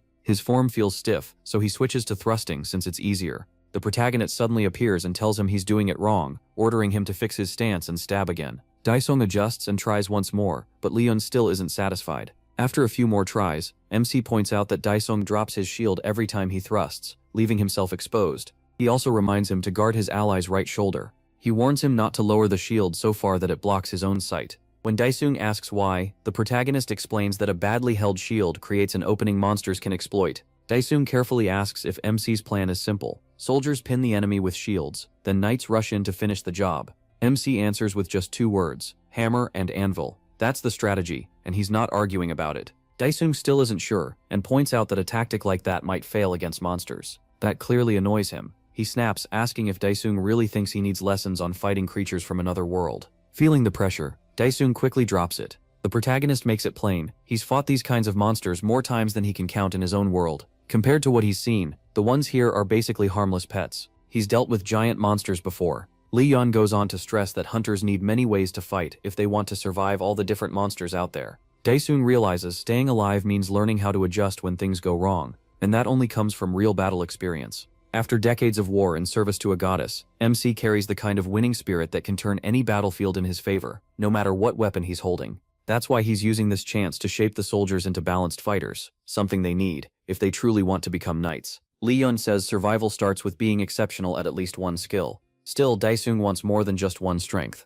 When he asks, Daesung admits a peasant like him never thought he could become a belle. The protagonist cuts him off at once. He says a knight isn't defined by birth or noble blood. A knight is someone who accepts a hard road for a noble purpose. A knight protects others, stands for what is right, and keeps moving forward no matter the cost. They swear lasting loyalty to the goddess and the people, so anyone can become a knight if they have the courage and heart to carry that vow. Leon adds that he'd respect anyone with that kind of resolve. For Daesung, some of that old prejudice starts to fade, and becoming a knight finally feels possible. Meanwhile, at the United States Magic Tower, Master Reynold is glad to see the ancient crystal working again. Like always, it asks for offerings in return for wisdom and truth, but Reynold notices its voice sounds slightly different this time. Then the crystal makes a strange request: put a space jump spell on it, so it can launch itself into space if things go bad.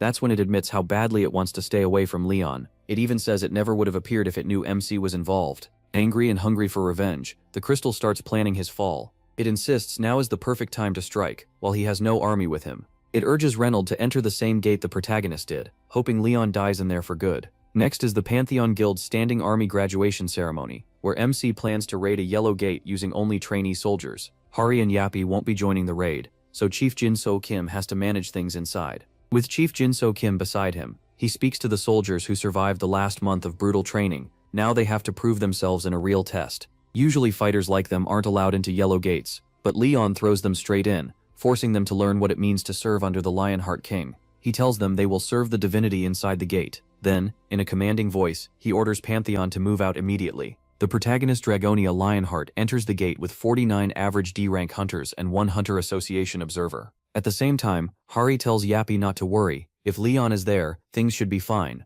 But Yappy feels that something is wrong. It points out the numbers don't match. Counting the observer, the trainees and King the 1100th, there should be 51 people. Hari doesn't understand until Yappy explains. 52 people just entered the gate. That leaves her stunned. After spotting the anomaly, Yappy's emergency protocol kicks in, and it fires itself into the gate. Hari rushes after it, but the gate closes before she can get through. She slams into the barrier and drops to the ground. Then Hari and the others see the gate's mana begin to shake, and its color shifts toward red. That sudden change is enough to alarm everyone. Inside, the situation is a nightmare. Demons are everywhere. Leon immediately orders the soldiers to raise their shields. Without hesitation, he calls for Lionheart's testudo formation and commands them to advance. Chief Jin-So Kim can hardly believe it. They're moving deeper into a demon gate, instead of retreating. Then, he notices something even stranger. None of the soldiers look afraid. He checks the effect of Lionheart's aura and is shocked. The buff is far beyond commander level, and it's covering the whole group. A pack of demons charges at the testudo formation. Leon shouts for shields up, and the soldiers stop the attack cleanly. Jin-So Kim is deeply shaken watching these trainees hold back demons through sheer grit. He can't help wondering what kind of hell they trained through these last 4 weeks. Then Leon orders them forward. Drive the enemy back and counterattack. Hit every opening and never let the demons recover. The soldiers obey without hesitation, taking control of the fight and pushing ahead. Then Jin-So Kim spots a demon troll and shouts a warning. He panics. Sure, they're finished, since that monster usually needs an A-rank hunter. But Squad 3 Captain Gu Daisung steps in and blocks the troll's attack, brushing it off compared to the hits Leon trained him to endure. Jin-So Kim is stunned that his soldiers can take a blow like that and stay standing. The demon troll flies into a rage, but Yappy arrives just in time and pierces straight through it, killing it on the spot. Caught off guard by Yappy's sudden arrival, Leon quickly praises the solid block that opened the chance to bring the beast down. The other demons freeze in shock as their strongest fighter dies instead of being reverse summoned. That breaks their nerve, and the demons start fleeing. The humans are just as shocked to see demons running away for once, and they realize they've actually won. Everyone starts praising Leon's squad for saving the Sparrow Kingdom from ruin. Then they learn the true mission: stop the Demon King's invasion within 1 week. That revelation rattles the soldiers, because a yellow gate shouldn't work like this. Then the protagonist's subordinate drops worse news. The yellow gate they came through is gone.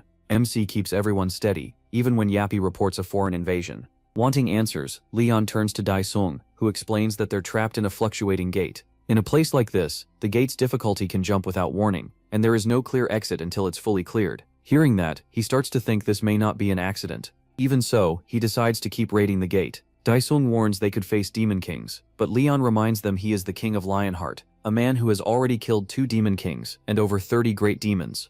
Just hearing how much anti-demon power the protagonist carries raises everyone's spirits and calms them down. Still, MC quietly wonders if he has enough divinity left to beat another demon king. But as a knight, he knows he must remain the hope everyone can lean on.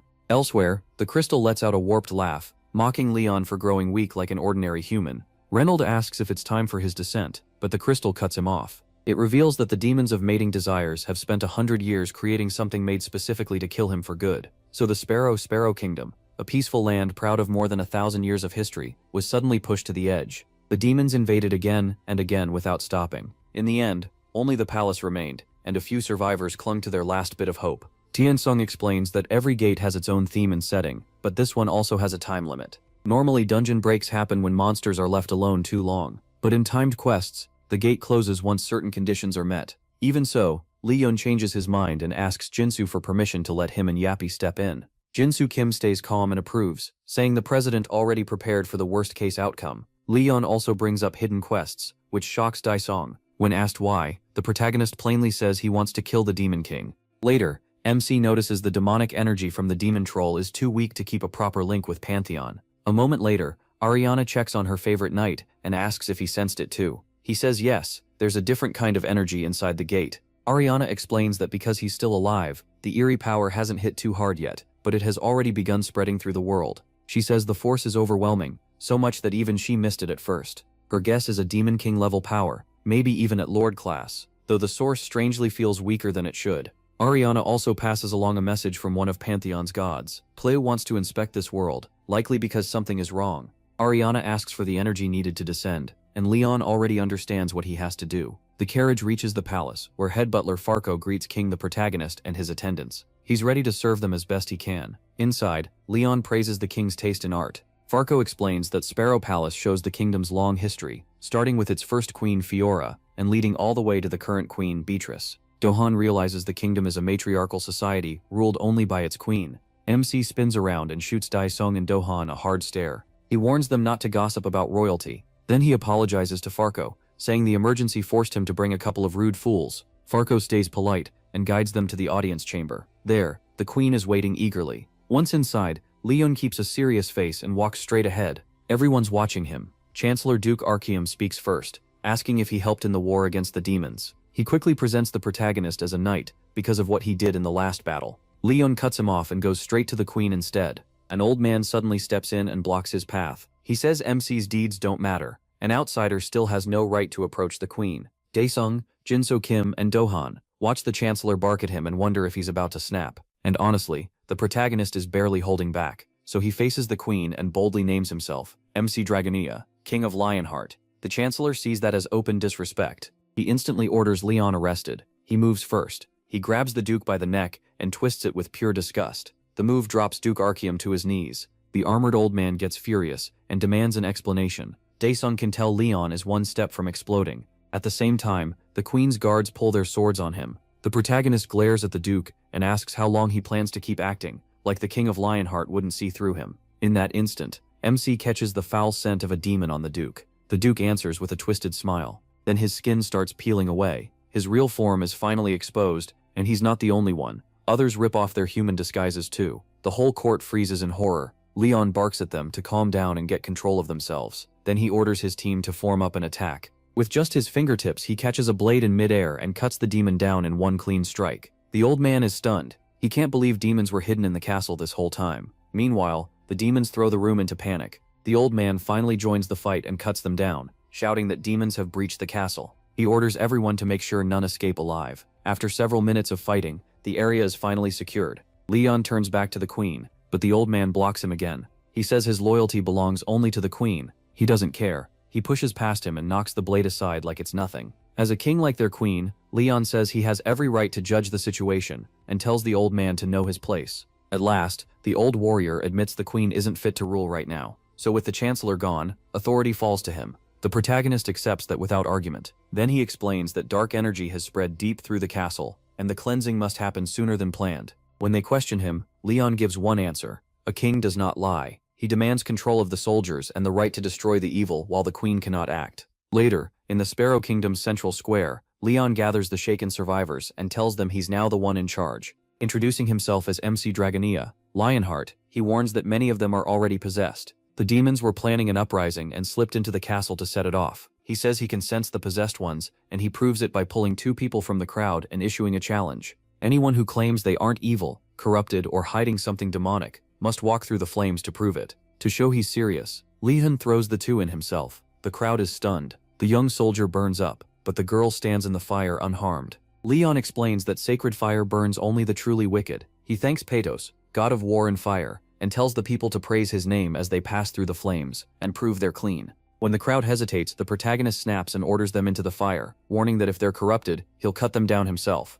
In a panic, the people rush into the flames, exposing the demons hiding among them. The demons snarl that Leon won't die easy. They badly misread his temper. MC erupts, raging at the parasites for feeding on human hearts and posing as soldiers. He won't let that pass. Burning with anger, he swears they'll scream before this ends. That's when the demons realize they chose the worst possible enemy. Their whole infiltration plan collapses and burns. From the side, Reynold watches everything. Even Crystal admits Leon is terrifying. Later, the protagonist stands before the people of the Sparrow Kingdom with a savage demon tied beside him, telling them not to be afraid. As long as he's here, no evil thing will touch them. He explains that demons twist the minds of good people. A boar-faced demon suddenly laughs and says nothing can stop their ruin and corruption, but Leon silences him by chopping off his head. He continues, saying that when people give in to fear and temptation, evil spreads fast. That leads to hunger, sickness, delayed marriages, gambling ruin, and broken homes. The demon tries to whine that it wasn't his fault, but MC cuts him off before he can finish. The people's anger explodes as they realize demons caused so much of their suffering. When the demon tries to interrupt again, Leon flicks its forehead like a hammer strike. He says demons slip misfortune into human lives, bringing pain, loss, and suffering. Then he eases their fear, revealing that Petos, god of war and fire, gave him divine flames. Leon suddenly calls a red-haired boy out of the crowd and tells him to take the flame. He orders the boy to punish the demon for its sins. The kid hesitates, and he sharply asks if he actually pities a demon. The boy fires back that demons killed his father. The demon threatens him, swearing it'll haunt him forever if he touches it. The protagonist shuts it up with a hard smack, and the red-haired boy swings the fiery weapon. The blow sets the demon's head on fire. Those pitiful threats only make Leon angrier, and he roars for the demon to keep its mouth shut. Later, Baltars, the demon of pleasure and corruption, is tied up in a cell. He knows he spent 34 years corrupting and tormenting humans, but never imagined ending up here. Then Yappy appears, and Baltars panics, realizing he can't corrupt a machine. Yappy demands answers, but Baltars only laughs and mocks him. With no time to spare, Yappy declares Captive 14 uncooperative. Right away, soldiers step in. Baltars isn't afraid of death, but the second they bring out holy water at 15% strength, he starts shaking. Seeing that reaction, Yappy decides the holy water may be the key, and splashes a large amount on Baltars' face. It burns him so badly, it looks like his soul is leaving his body. Even while Baltars screams, Yappy repeats that he is still uncooperative. No matter how much the demon begs and claims he knows nothing, more rounds of holy water follow. At last, Yappy gets results. Captive 14 spills a 30,000 character report, while the first 13 captives averaged around 39,000. Even so, Yappy is sure Baltars is still hiding something. Baltars snaps that the dumb machine isn't dealing with a mind reader, and he has no idea what the others confessed. Yappy makes one thing clear: the only reason the prisoner is still alive is to give useful information. That lands hard on Baltars. He quickly changes his attitude and asks what Yappy. Later, the intel from 32 different beings shows a shocking match rate of over 89%. Leon praises Jagged Spinner and says the Song of Justice is beautiful. Then his mood suddenly changes. His heart pounds with rage and he explodes, saying he can't stand sharing air with evil creatures living on human land. When asked, Yappy answers plainly, their kind should be erased without hesitation. Leon fully agrees. Since neither the demigod nor the machine gets tired, they begin a late-night mission that marks the start of the 4 brutal nights of cleansing. Purple smoke and energy burst out around Reynold Sherman as he holds the Crystal of Temptation, once called the Jewel of the World. A few prostitutes are nearby, and the crystal quickly warns Reynold to stay careful. Places like this can corrupt a mortal fast. Reynold listens and keeps himself under control. Then he encounters a 6-armed figure radiating pure terror. The sudden pressure in the air nearly overwhelms Reynold, and the crystal warns him not to look at the crown. Soon, Reynold comes face to face with Androgyne, the great demon of pleasure and corruption, a creature with no sense and no spine. This goblin, drunk on sudden success, gets an offer so tempting, even the crystal can't ignore it. The demon beast completely loses its mind over the proposal, roaring in anger. It reminds the crystal that their lord and the great demons are already dead, and that the crystal is nowhere near Androzyne's level. Androzyne tells it to drop the pride. He's sure the crystal's lord died in the Great Ascension 180 years ago, just like his own, and the crystal knows how brutal that time was. 180 years ago, the 5 evils joined forces for the first time to conquer the world. It blew up in their faces and became a disaster, ending with 3 demon lords dying horribly. Now, even the demons who still remember that time are terrified of Leon. Clothes torn and fury boiling over, MC charges ahead like a wild beast out for payback. That alone is enough to make the demons panic. More than 10 million demons were slaughtered. The crystal admits it's one of the rare few that survived that paradise-like place. Androgyne asks if the crystal really knows what happened back then, and it snaps back, calling him a slave to his urges, and bringing up the offer he couldn't refuse. The beast growls and tells him to say it already so he can bury that bastard. The crystal mentions Androgyne's latest command from the most honored great demon. Androgyne says it's nearly done, and even if she's still hanging on, she's only human. To him, the end is coming for sure. Later the crystal tells Reynold this is the best plan they have. It gives Androgyne a 70% chance to win, with Leon sitting at 30. Shocked, Reynold asks if that means the crystal could beat an S-rank mage in a direct fight, but the crystal doesn't want to fight. Instead, it heads for the corpse harvesters near the palace forest. They're known for crushing attack power. When they arrive, Reynold runs into one that acts like a mindless zombie. Sir Jagged Spinner kills it instantly, scaring both Reynold and the crystal. Yappy reports that more are hiding nearby. The crystal quickly turns invisible just before Leon arrives. Reynold can't believe he got that close without making a sound. He figures it's the Grail Knight's law of silence, the power that erases even the noise of horses, and likely helped the protagonist wipe out the forest demons. Then Leon says he can feel an unwanted presence. It's only inches away, and Reynold starts panicking. At that moment, Sir Yappy reports that a satellite spotted the target, and says more enemies are still out there. MC ignores everything else, and rushes off at once. Reynold drops to the ground, gasping after that close call. Later, he bathes while thinking over the demons of pleasure and corruption. To him, they're just twisted perverts chasing sick desires. What bothers him more is this: so many of them, even strong and elite ones, got inside the palace. That makes him sure the great demon is hiding there. Then a woman's voice suddenly comments on the nasty smell of blood. It catches Leon by surprise. She gently tells him he should rest. The woman standing before the protagonist has a presence that's hard to ignore. Her beauty draws attention without trying. People lower their guard around her without even noticing. Leon realizes she's not just beautiful, she's dangerously charming, the kind who pulls people in before they know what's happening. She introduces herself as Beatrice Alagier Sparrow, queen of a small kingdom. MC answers with his own name and title, the King of Lionheart. Right then he understands how dangerous her presence is. She may not mean harm, but even he didn't notice her influence at first. Beatrice tells him not to be so tense. She's only here to meet the man who saved her kingdom. Even so, Leon knows this meeting feels wrong. The timing, the place, none of it fits a queen visiting him like this. Then Beatrice quietly reveals that she's under watch. The general and his knights act like they're serving her, but they're really keeping her trapped and watching everything she does. The protagonist struggles to believe it, since the general never seemed like a traitor, but Beatrice sounds desperate, and says there's no time to explain. Then she asks Leon for a favor: kill the general and his knights. In return, she'll hand over the whole kingdom. She also tells him to check the castle's underground floors, hinting that something important is hidden there. That leaves MC even more uneasy, and he decides to look into it. He learns the general is hiding below ground. That night, the general suddenly knocks and walks into the protagonist's room,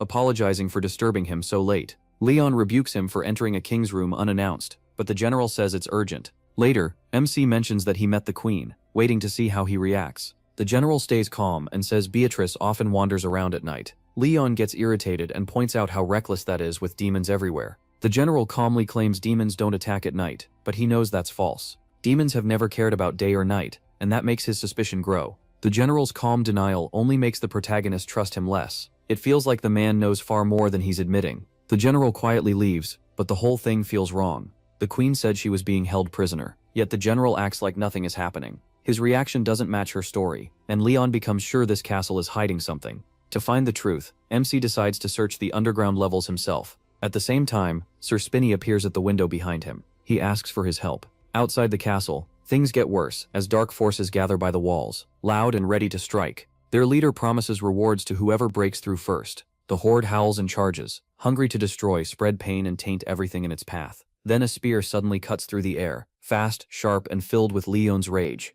As it flies, everyone feels its power and the fear behind it. After that, the protagonist appears, burning with anger, and stares at the creatures around him like they're too foolish to understand life or death. He wonders how beings that have never faced death could ever grasp the lesson he's about to teach. To him, they're insects ruled by instinct and desire. Leon declares himself the King of Lionheart and swears to show them the evil of this world. As a representative of the Pantheon, he believes it's his duty to teach them the value of life, something they clearly don't understand. His rage keeps rising, as he says fear will now become part of their world. They'll face the terror in their own souls, and feel a kind of fear they've never known. From where he stands, MC has decided these filthy souls are finally going to learn. General Ricardo appears out of nowhere, right in the middle of the battle. Someone nearby wonders why he'd come now, before the fight is even finished. Ricardo doesn't seem concerned. He trusts the outsider to handle it, and focuses on something else, the seal, asking if it's still holding.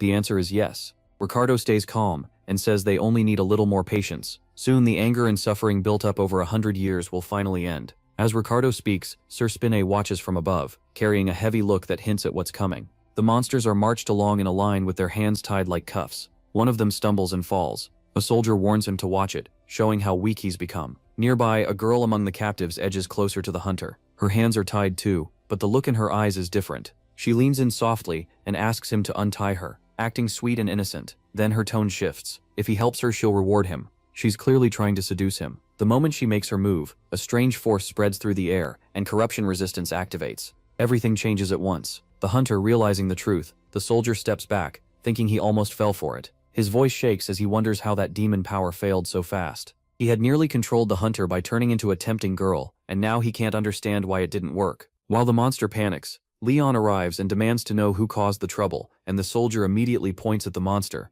He curses him on the spot, accusing him of trying to seduce one of his soldiers with that body. The monster begs to be spared, but Leon cuts him off, saying someone that filthy has no right to speak. Even as the monster keeps apologizing, the protagonist shows no mercy. He says he doesn't need excuses, and makes it clear the creature means nothing to him. The other monsters are stunned. They realize MC is even scarier than a demon. One soldier tells him something feels wrong. They won the battle, but the mood is strangely dead. Instead of cheering, the people seem distant and empty, like the victory means almost nothing. He explains that even a weak demon can seduce a human and corrupt them. A war against demons never truly ends. It only changes shape. That's why only the strongest, the ones who know the cost, can feel any joy after winning. That's the truth of demon war, endless and exhausting. To keep that fear alive, an order is given. The citizens themselves must hang the demons. They need to watch their enemies die with their own eyes, so they understand the danger. The order is accepted at once. Leon and his men return victorious, but a massive castle in the distance stops them cold.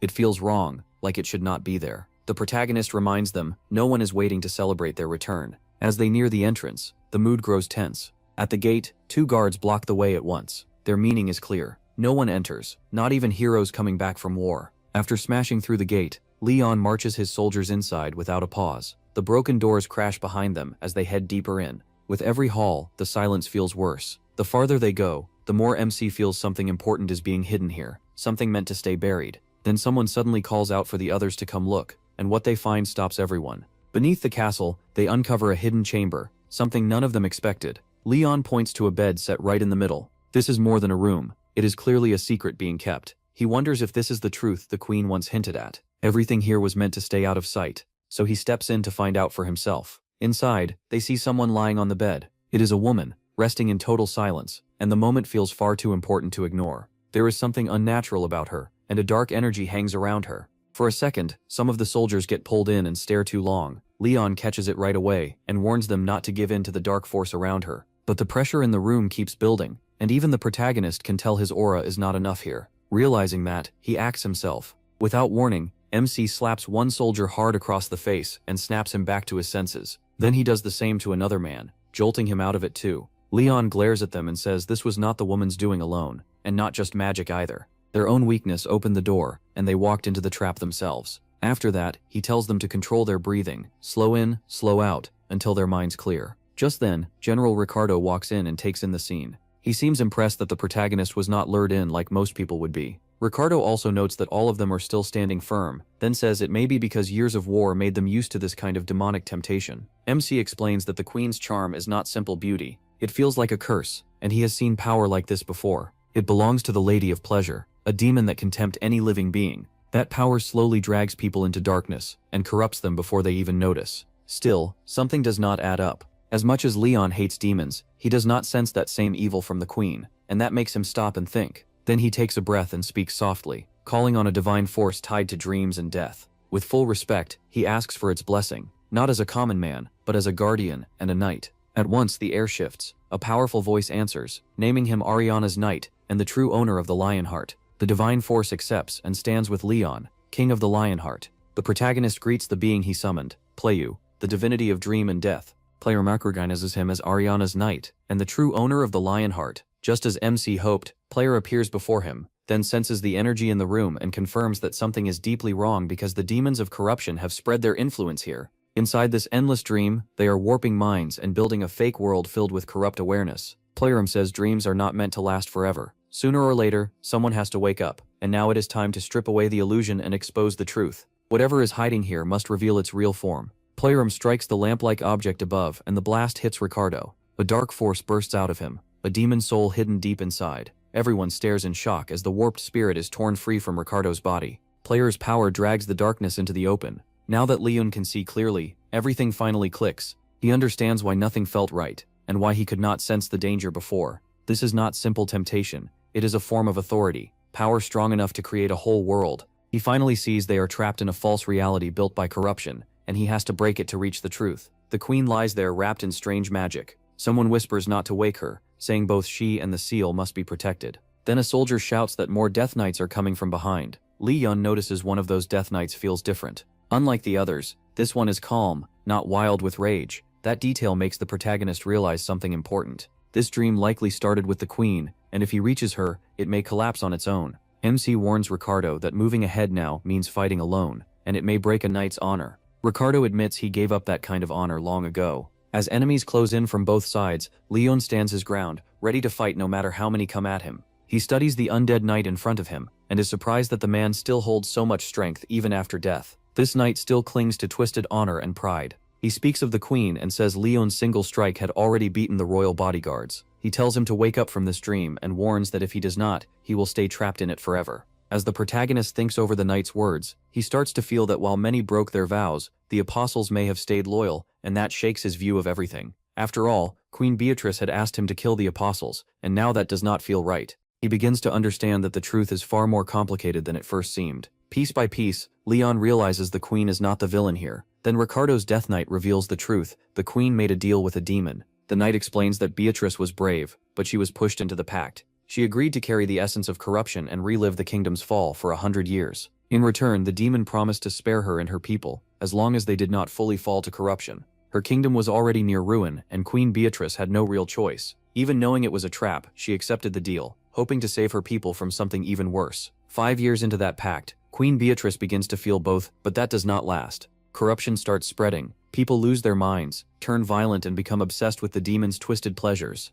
By day, Beatrice watches demons slaughter her people. By night, the corrupted whisper in her ear and feed her guilt. The burden grows so heavy that she starts questioning everything, finally seeing the demon's trap for what it really is. The pact is built on lies, and there is no easy escape. Anyone who tries to end it with suicide becomes a lost spirit, and when the 100 years are over, everyone else will fall fully under the demon's control. As the years drag on, the queen begins to lose her mind, watching her kingdom rot, while corruption grows stronger inside her. After 50 years, even her loyal knight gives in to temptation, and enters the queen's bed. That is the turning point. Proof that corruption can break even the most faithful. After that, General Ricardo understands that no one can truly resist the pact's seductive power, and all of them are trapped. Faced with that truth, Ricardo makes a painful choice. To protect the queen from the demon, she has to die, and they must die with her. He knows suicide would break the contract, and leave them as wandering souls forever. Even so, Ricardo also knows that if they do nothing, they will become servants of corruption when the 100 years end. So Ricardo and his comrades stay loyal to Queen Beatrice, ready to give up everything, even their souls, to keep her safe from the darkness controlling their fate. Long ago, Queen Beatrice and General Ricardo made that terrible choice.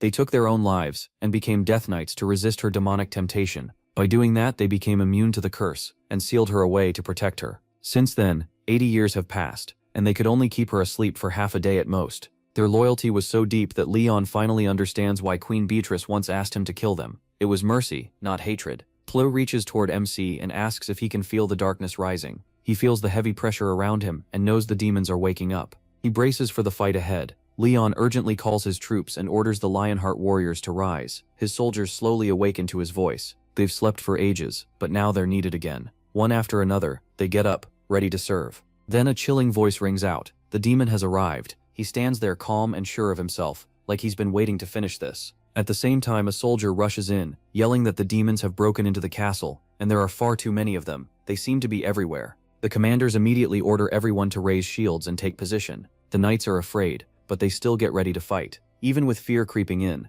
they trust Leon. He tells them to hold the line, and leave the rest to him. The fight starts, and the demons are disturbing. They laugh as they battle, and use a twisted power that makes pain feel good. It's unsettling, but they keep coming non-stop. Even so, the knights don't break. They're here to protect their home, and they believe the protagonist will lead them to win. As the clash gets fiercer, Leon calls for Stallion, his trusted partner. The soldiers are getting overwhelmed by the huge number of enemies pouring into the castle grounds. Their shields are up, but it still doesn't feel like enough. Still, they hang on, trusting MC to change the battle if they can last a little longer.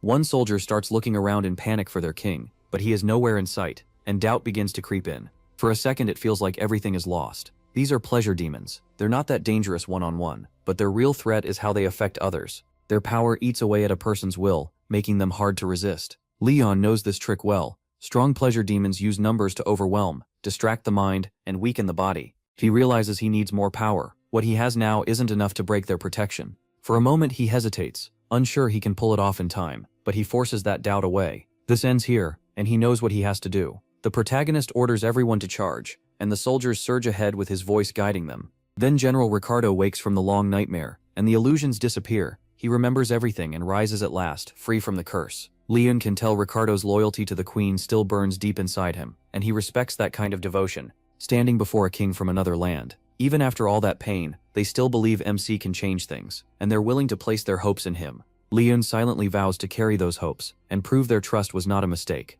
In that moment he is more than a fighter, he becomes hope itself. Then the protagonist calls on the divinity of war and fire. Even when demons overran the world, and the gods had to retreat into his heart, MC never wavered. Now, with everything close to falling apart again, he asks for strength. He bears not just the will of hunters, but also the hopes of the queen's loyal knights, and he refuses to let the darkness win. Leon will not step back, because if he falls, the last fire of hope goes out. So he keeps carrying that burden, as always, staying on the front line to protect everyone, until they can move on without him. Through every hardship, he keeps pushing towards something better, no matter how hard the road is. The protagonist, the Lionheart, steps forward and calls on Patos, the divinity of war and fire, asking for battle flames to burn away the evil around them. As his god's finest rider, Leon moves with purpose and answers that duty. The battle grows fiercer, and then a legendary golden lion appears, glowing with overwhelming power. The beast moves with pride and strength, carrying a saddle made for MC. Leon thanks his fallen companion and tells Stallion to rest.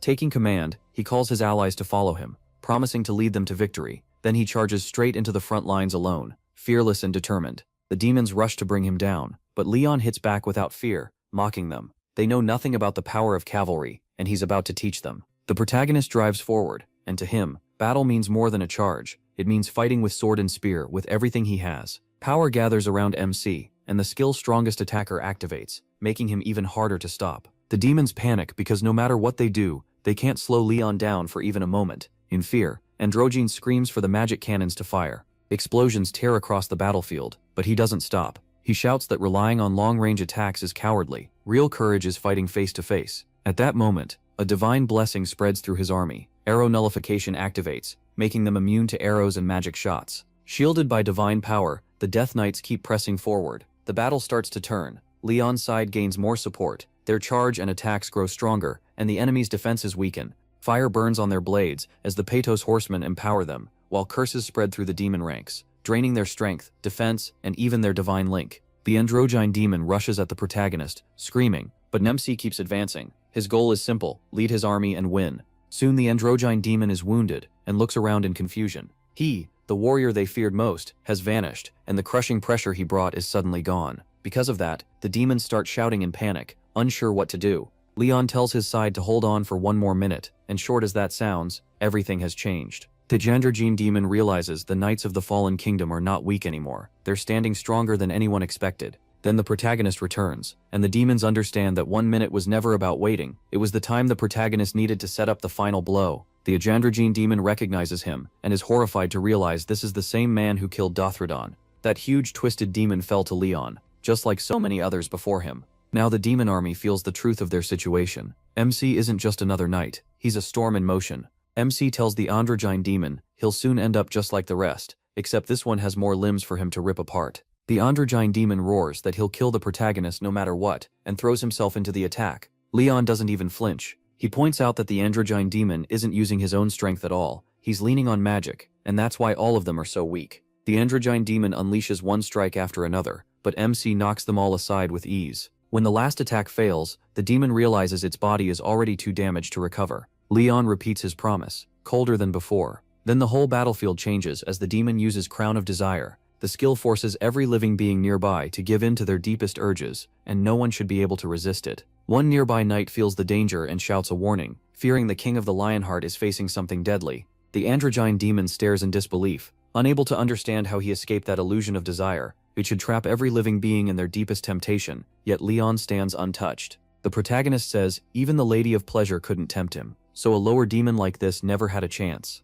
Panic takes over, and the androgyne demon starts doubting everything. It can't make sense of it. Every living thing should have desire, so something feels terribly wrong. Fear wins out, and the demon decides to run. It screams for the others to stop Leon, and begs for help, but it's already too late. MC moves in fast, finds the demon's back open, and lands a clean, sharp blow. The androgyne demon calls him a coward, and claims some divine being interfered. Then it says the knights broke the rules, that a true duel should never be touched by outside help, but the fear in its voice already shows it's lost. The protagonist says honor does matter, and a real duel should not be interrupted, but this is no duel. He reminds them that demons this cruel and corrupted deserve no honor, and this isn't a fair fight between equals, it's an extermination. Desperate and out of excuses, the androgyne demon tries to twist his words and call Leon a racist, but it changes nothing. At last, androgyne, the demon of pleasure and corruption, falls, and another piece of evil is erased. In the beginning, the kingdom was peaceful. People lived without fear, had plenty to eat, and believed that calm would last. Queen Beatrice, a wise mage, ruled carefully and did her best to protect that peace. For a time, things really did seem fine. Even small threats were defeated, and each victory gave the people more hope. But Beatrice can feel it. Something far worse is on the way. She knows the evil beyond their world won't stay gone forever. Before long, her fear comes true as demons invade, and those first wins stop mattering. Hope starts to fade, and the peace people trusted begins to fall apart. Then Beatrice learns the worst part. The demons don't truly die. They come back after every defeat. That makes her realize this war was never meant to be won, because no matter how many demons they kill, more keep returning. It turns the whole fight into something cruel and hopeless. As ruin draws near, something strange happens. A demon comes to the queen with an offer. It tells her to take in corruption and relive her kingdom's fall for 100 years. If she can endure it without fully giving in, the demons will stop invading the world. The deal sounds impossible and deadly. Beatrice knows it could be a lie, but she doesn't waste time questioning it. This is the only path left. To save her people, she accepts. She clings to one hope, that one day she might restore what was lost. And with that, the Sparrow Kingdom begins to collapse, sinking into pleasure and corruption. The people who once carried hope, the loyal citizens and brave knights, even their proud queen, start to fall. Darkness spreads, and once they surrender to it, they never become the same again. One of the knights finally gives in to his urges and crosses a line no one imagined. Driven by temptation, he enters the queen's room. The moment he understands what he's done, he begs for mercy, but it's already too late. Unable to watch the corruption spread any further, General Ricardo makes a painful choice and seals Beatrice in the underground chambers to protect her from herself and everyone else. Then Ricardo takes his own life, staying behind as a ghost bound by guilt. As the years pass, that guilt only grows, and Ricardo blames himself for it all. He knows how the story ends, yet he's forced to watch it happen again and again. Worse, he knows their own choices caused this, and now nothing can undo it. He longs for the nightmare to finally end. When the fight is over, Leon notices a strange crown and weapon left behind by the fallen demon Spina. He steps closer and taps the weapon, noting that the metal is strong and might still be useful. But MC points out the problem. It reeks of corruption, and it may even hold trapped souls inside. Spina offers to destroy it, and Leon leaves the matter to him.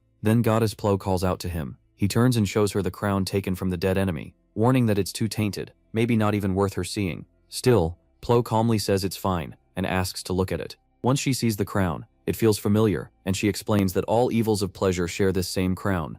According to her, it's drenched in wicked power because it lures innocent people, especially children, into fake dreams. It's a tool of lies and temptation. The goddess studies it more closely and feels that something may still be pulled from it, maybe energy or some hidden clue. Leon says he meant to destroy it anyway, since he sees no reason to keep a cursed item like this. After hearing that, Plo reminds him he can keep it if he wants. Then she thanks the protagonist for all he's done, and praises his effort. She says the Pantheon is proud of the honor and glory he earned in battle, but MC simply answers that he only did what had to be done. Then another voice cuts in. Petos, known for strength, doesn't sound very friendly at first. When asked to greet Liunxing, he grumbles out a dry good job, and Goddess Plo gently in the quiet that follows, he makes a request. He asks Petos to do something that matters, guide the souls of the dead, let them rest, and lead them somewhere peaceful. Petos pauses, realizing Leon isn't asking lightly. It's an act of mercy, but the god of battle answers coldly. These souls were thrown out of the natural cycle of life and death, so they no longer belong anywhere, not even paradise.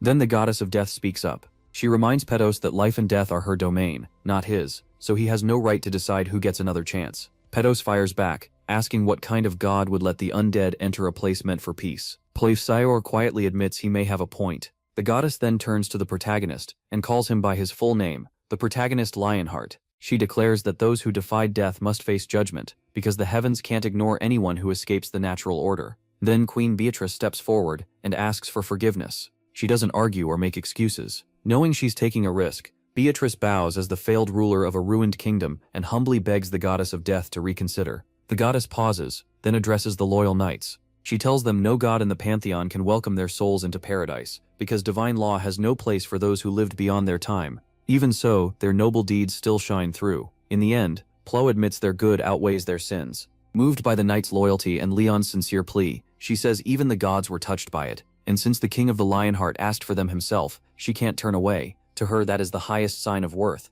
So goddess Plo promises to cleanse their souls and give them another chance at life. But when she looks at Beatrice, she adds one condition. She offers the fallen queen a way to save her knights. Beatrice must become her priestess and stand beside Leon, helping spread faith, the only way to restore the afterlife under her care. Once that realm is restored, Beatrice's knights will be allowed a chance to reincarnate. Beatrice agrees at once, ready to serve, if it means her people can finally rest. After the gods finish speaking, MC asks for a report on the damage. The answer is grim. Most of the wounded are healing, thanks to the sacred grail, but 6 people are already dead. The loss hangs heavy over everyone.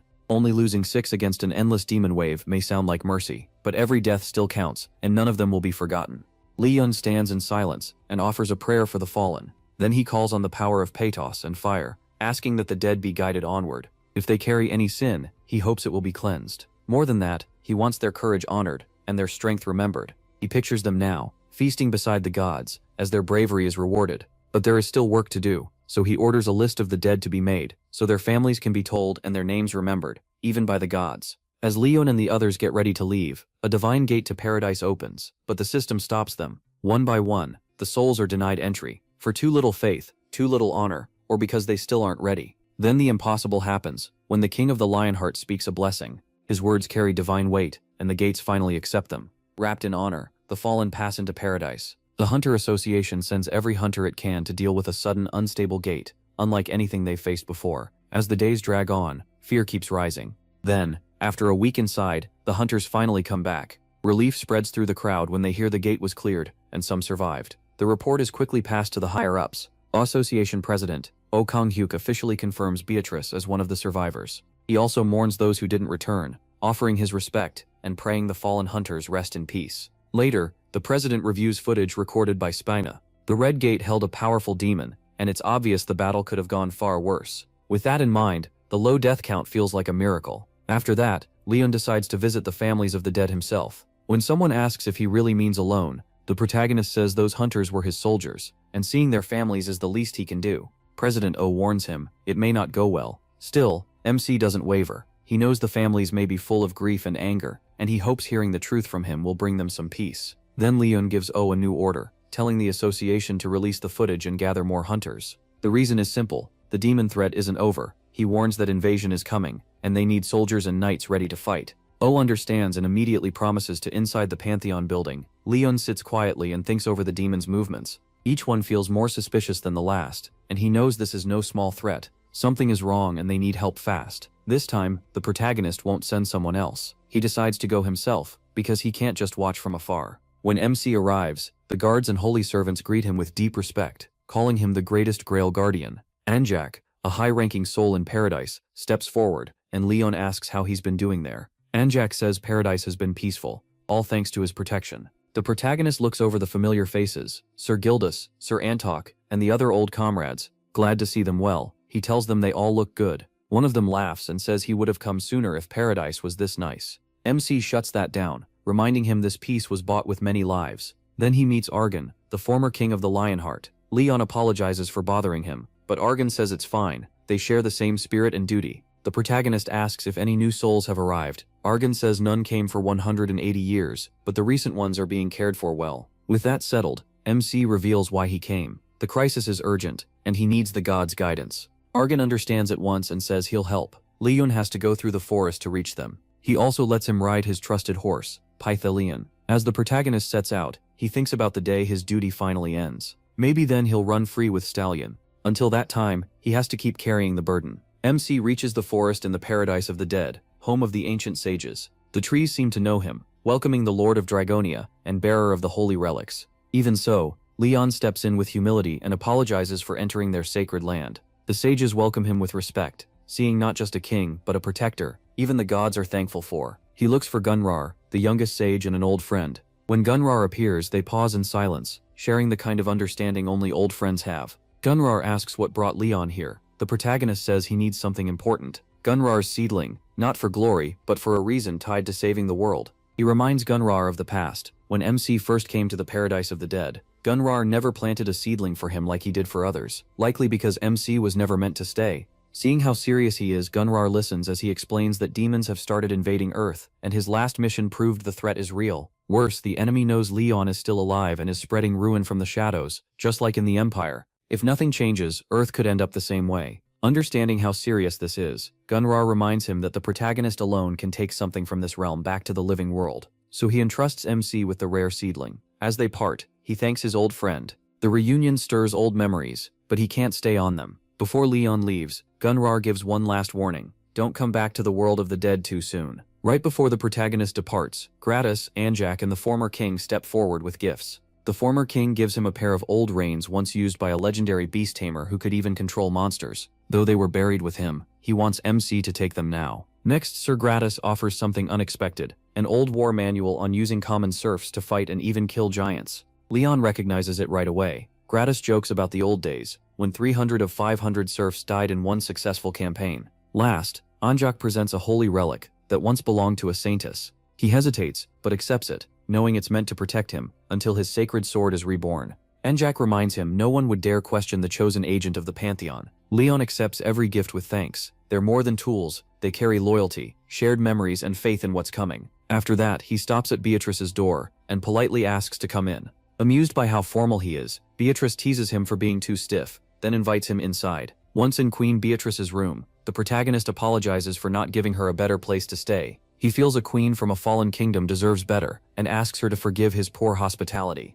Beatrice tells him not to worry, but Leon notices her aura. The divinity inside her is fighting the corruption, yet it still can't erase it completely. For now, they need to keep that fragile balance, and Beatrice accepts it quietly. She offers a farewell drink for the fallen knights, small, but all she can give right now. As they drink, Leon asks how she's settling into this new world. Beatrice admits she still needs time, because everything feels so different from home. MC tells her not to force it, and says she should keep her resolve, and make her own path. A king, in his view, must follow his own virtue. He adds that criminals must follow the king's rule, and Beatrice says that sounds more like an invader's way of thinking. Leon gently tells her it's not the same. Hurting the world for selfish desire is what an individual does, but guiding and helping the people is the true way of the King of the Lionheart. Beatrice hears that and realizes it takes a mindset like his to fight demons for centuries. She also sees his enemy is bigger than demons alone. He confirms it. He's carrying out a mission given by the gods. Then he invites her to stand beside him, asking the Queen of the Sparrow Kingdom to join his journey.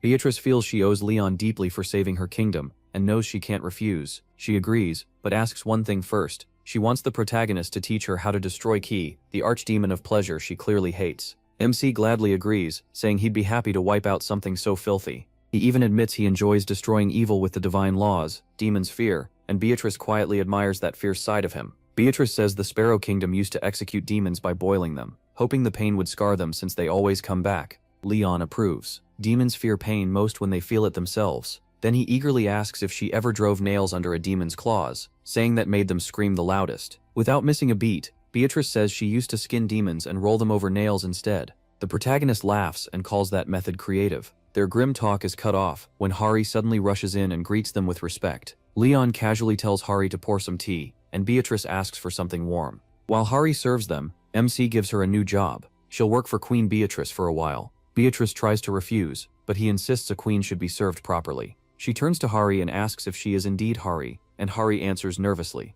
Beatrice can feel a strong power from her, and Hari wonders how she noticed her exclusive skill so easily. Leon then tells Hari to swing her sword. Since she's served him this long, he says it's time she got proper training. Honored but tense, Hari draws her blade and swings. The protagonist immediately says the motion is too big, and Hari freezes. He explains that a sword needs power, but the movement should stay short and exact. After showing her the right range, he orders her to repeat it 10,000 times a day. Leon asks Beatrice what she thinks, and she says Hari doesn't control her fire energy well enough. Fire spreads by nature, so simply packing a sword with fire mana and swinging hard won't do. She needs control. Her flames should move like part of the blade, not just look flashy. Beatrice tells Hari to focus the fire carefully. When she releases it, the strike should be aimed with purpose, almost like a precise stab. To show her, Beatrice raises the heat with one simple motion, making it look effortless. She asks if it seems easy. Hari can only think that it absolutely doesn't. Later that night, Hari's head is spinning from everything she still has to do. She needs to report to the section chief and president. Oh, prepare food like potatoes and sweet potatoes for the new soldiers, find weapons and armor, and somehow track down a blacksmith.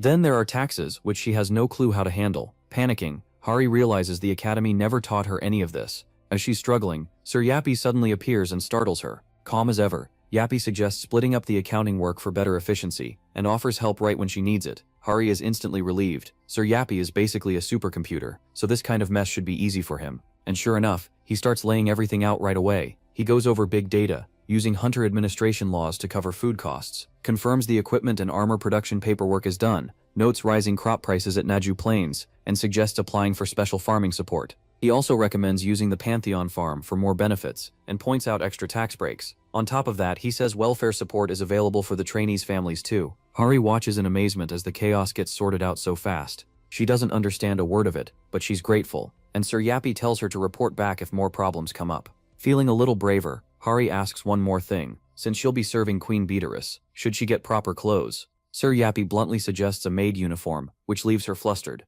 In the Lionheart Kingdom, where the culture is close to medieval Europe, that's normal for servants. Sir Yappy says his analysis shows a maid uniform is the most reasonable choice, and Hari feels better, since she was worried she'd get mocked for looking like she's in cosplay. Sir Yappy offers to order a sensible maid uniform based on his big data, and Hari quickly agrees. What Hari doesn't know is that Sir Yappy's big data comes from online fashion trends. Not knowing how online shopping really works, Sir Yappy buys the top-ranked item, a flashy, heavily censored rainbow maid set pushed by reviews like "Boyfriends Love It." Trusting big data alone turns into a huge mistake, and Hari has no clue how weird the trend behind it really is. At Hunter Academy, top student Yahello looks at the crowd and says way more people came than he expected. Nearby, Suko from Class A agrees and thinks back to what happened a few days earlier. It began when Leon came to the academy. He said he wasn't there to recruit regular soldiers, but future knights. Then he offered to teach swordplay, spears, riding, and even theology. That last part threw the students off, and whispers spread through the crowd. The archery students got nervous. One pointed out that they focused on bows, but MC shut that down at once, thinking like that suits a soldier, not a knight.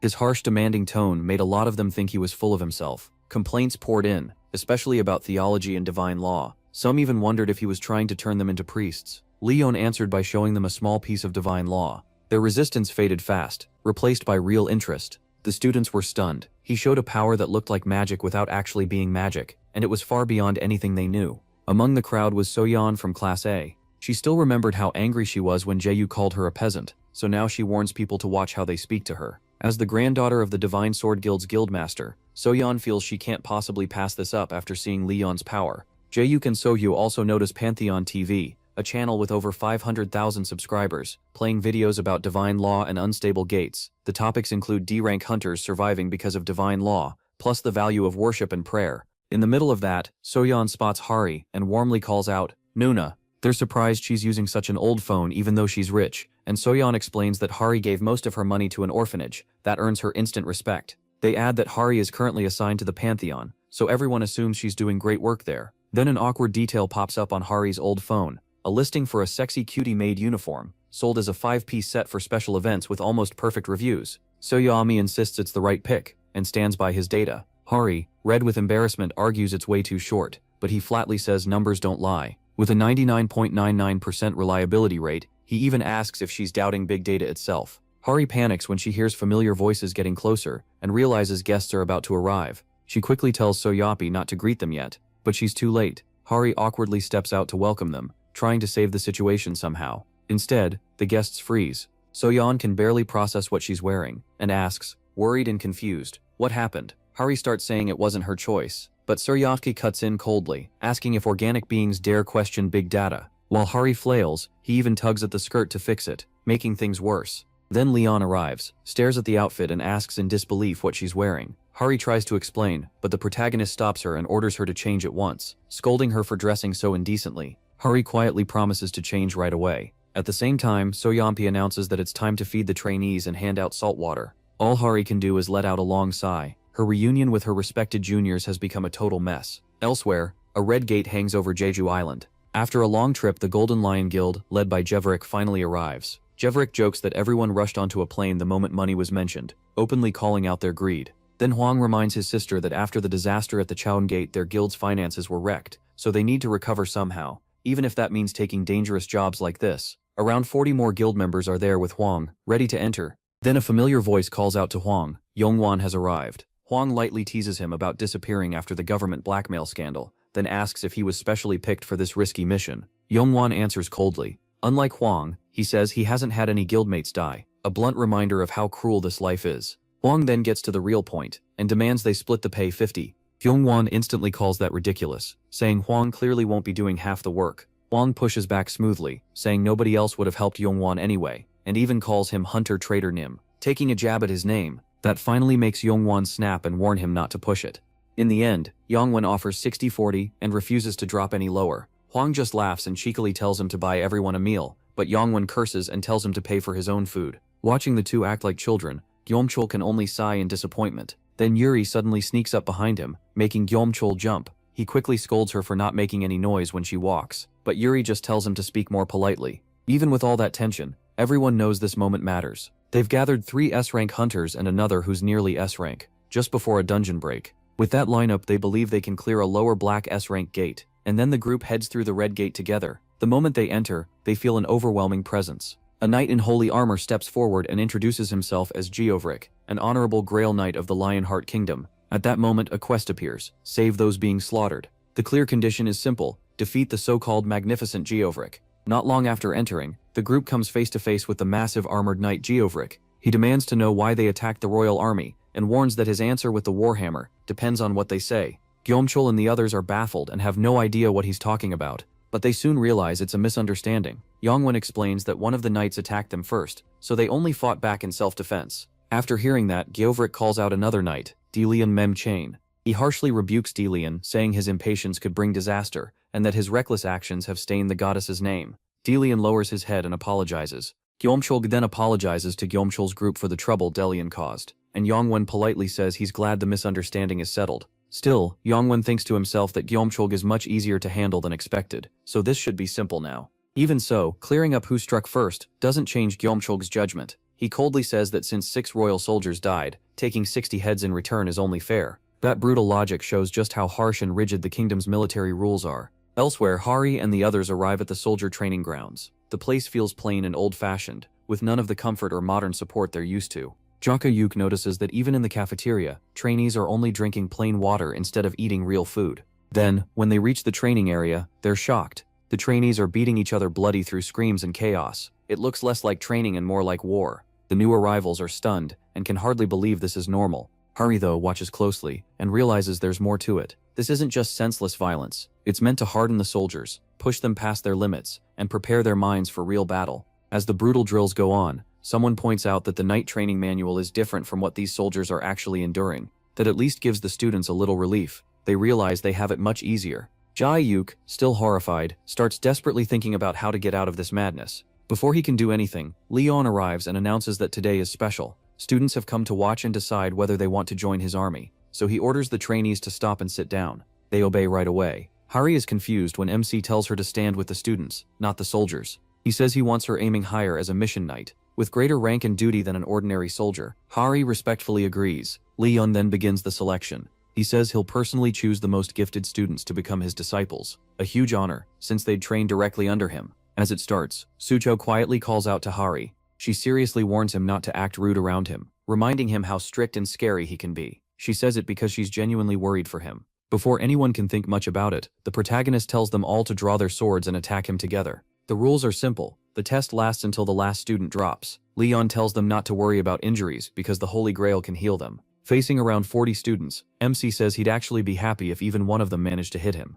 Overwhelmed but too proud to retreat, the students rush forward. He moves first, and the very first student goes down instantly without even knowing what hit him. The group is stunned. They never even saw the protagonist move. A few students shout for everyone to get their weapons up, realizing this test is far beyond anything normal. Leon tells them to come again. Even scared, the students pull themselves together and rush him. They drop one after another, not because they're slacking, but because they're fighting as hard as they can. When it's over, the students can barely catch their breath. Still, they're a little proud they didn't freeze up. Xiaobei Yuk admits MC shocked him at first, but after that, he fought for real. Hari feels like that battle was as draining as taking down a high-level boss, and through the whole fight she never saw a single opening from Leon. He gives them some credit, saying they did alright. He adds that they've at least regained enough stamina to keep training, then starts explaining what separates a soldier from a knight. Training soldiers is simple: build the body and push endurance non-stop. Knights, he says, need something deeper. Then he lays out the goal. The ones who lasted longest against him must reach the level of a kingdom knight, and everyone else has to rise at least one full rank.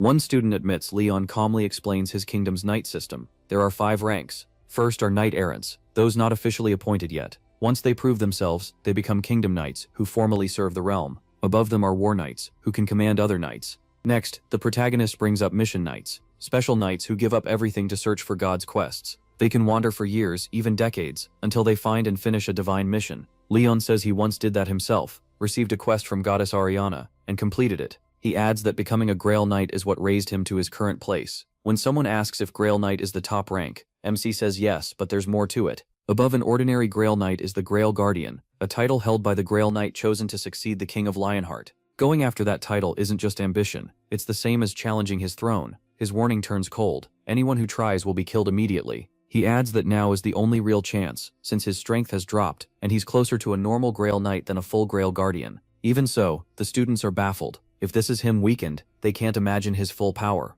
One student nervously asks how strong a Grail Knight really is, and Leon admits it's probably beyond what they can even picture. Gumchul slowly wakes up, clutching her head as pain hits. Her mind feels heavy, and she can't even remember why she passed out. As she sits up, she notices a calm girl standing nearby. The girl introduces herself as Hildur of the Woodsling tribe, and says she protected them from the kingdom's soldiers. Gumchul is thrown off by being called a hero, since she doesn't remember doing anything like that. Before she can ask more, a familiar voice cuts in.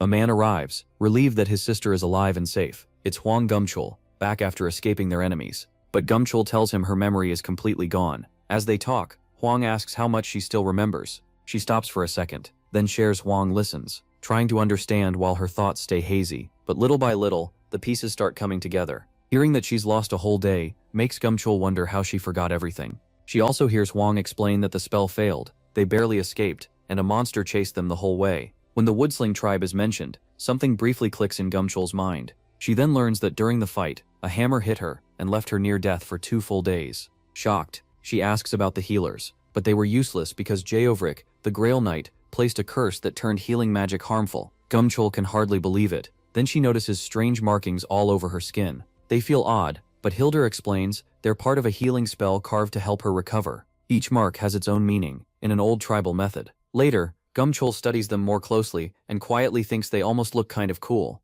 Then she pushes herself up, and her sibling gently asks if she can stand since a meeting is about to start. Soon after, the tribal chief Beldi speaks in a grave tone. For years, he says, the Crown's army has hunted their people as heretics. Many were murdered brutally, and some were even skinned. Even then, the tribes refused to surrender. 3 tribes were wiped out, but the rest still kept fighting. In the end, with no other choice, they prayed to the gods for strength they didn't have. Their prayers were answered when the heroes came. Huang talks about how strong that enemy was. Even 3 top hunters and a raid team with over 100 fighters barely managed to hold on. Jeovrik wasn't normal. His armor took a direct hit from a giant beast without breaking, and even severe burns healed off his body. His army was the same. As long as he lived, they shared that toughness, healing fast and refusing to go down. The only thing that really worked was Yonha's special weapon, made to pierce heavy armor, and it was the only attack that left damage. After all of that, the tribe is deeply thankful for what the heroes risked. Now they're ready to help, however they can, asking for nothing back. Meanwhile, the scene shifts when a cadet suddenly yells in shock after seeing a real horse for the first time.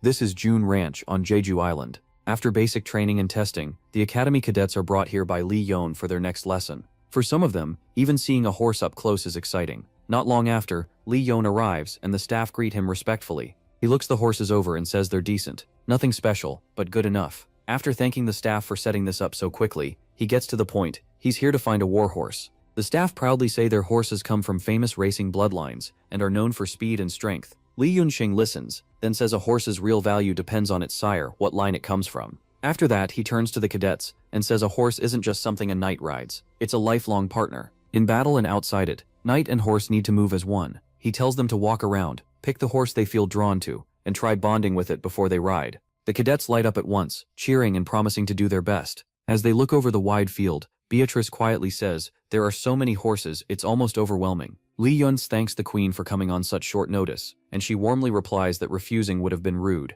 Then he asks if he may help Beatrice, and she agrees with a soft smile. As they check the horses together, Beatrice gives a small nod and says they seem pretty decent. Lee Yun offers her a ride, and she accepts right away, asking which horse he recommends. He points out a black horse nearby. Smiling, Beatrice heads toward it. Then Lee Yun turns to Hari and tells her to choose one too. Caught off guard, Hari nervously points to a white horse, unsure if it's a good pick. Before she can say more, Lee Yun suggests a sturdy yellow horse instead, saying it would suit her better. Hari quietly agrees, and up close the horse seems even more charming than she expected. As Hari stands there, Lee Yun gently moves her aside and tells her to step back, before quickly heading to Beatrice and asking her to help. Hari can't help feeling that's a little harsh. Suddenly, someone panics and calls out to Lee Yun. He turns calmly, asking why everyone's making such a fuss, even as the horses start to stir. Out of breath, the messenger says it's an emergency call from the association president. The protagonist tells him to put it through. A voice comes on and respectfully introduces himself as Oh Kang-yuk. MC immediately asks what's happened.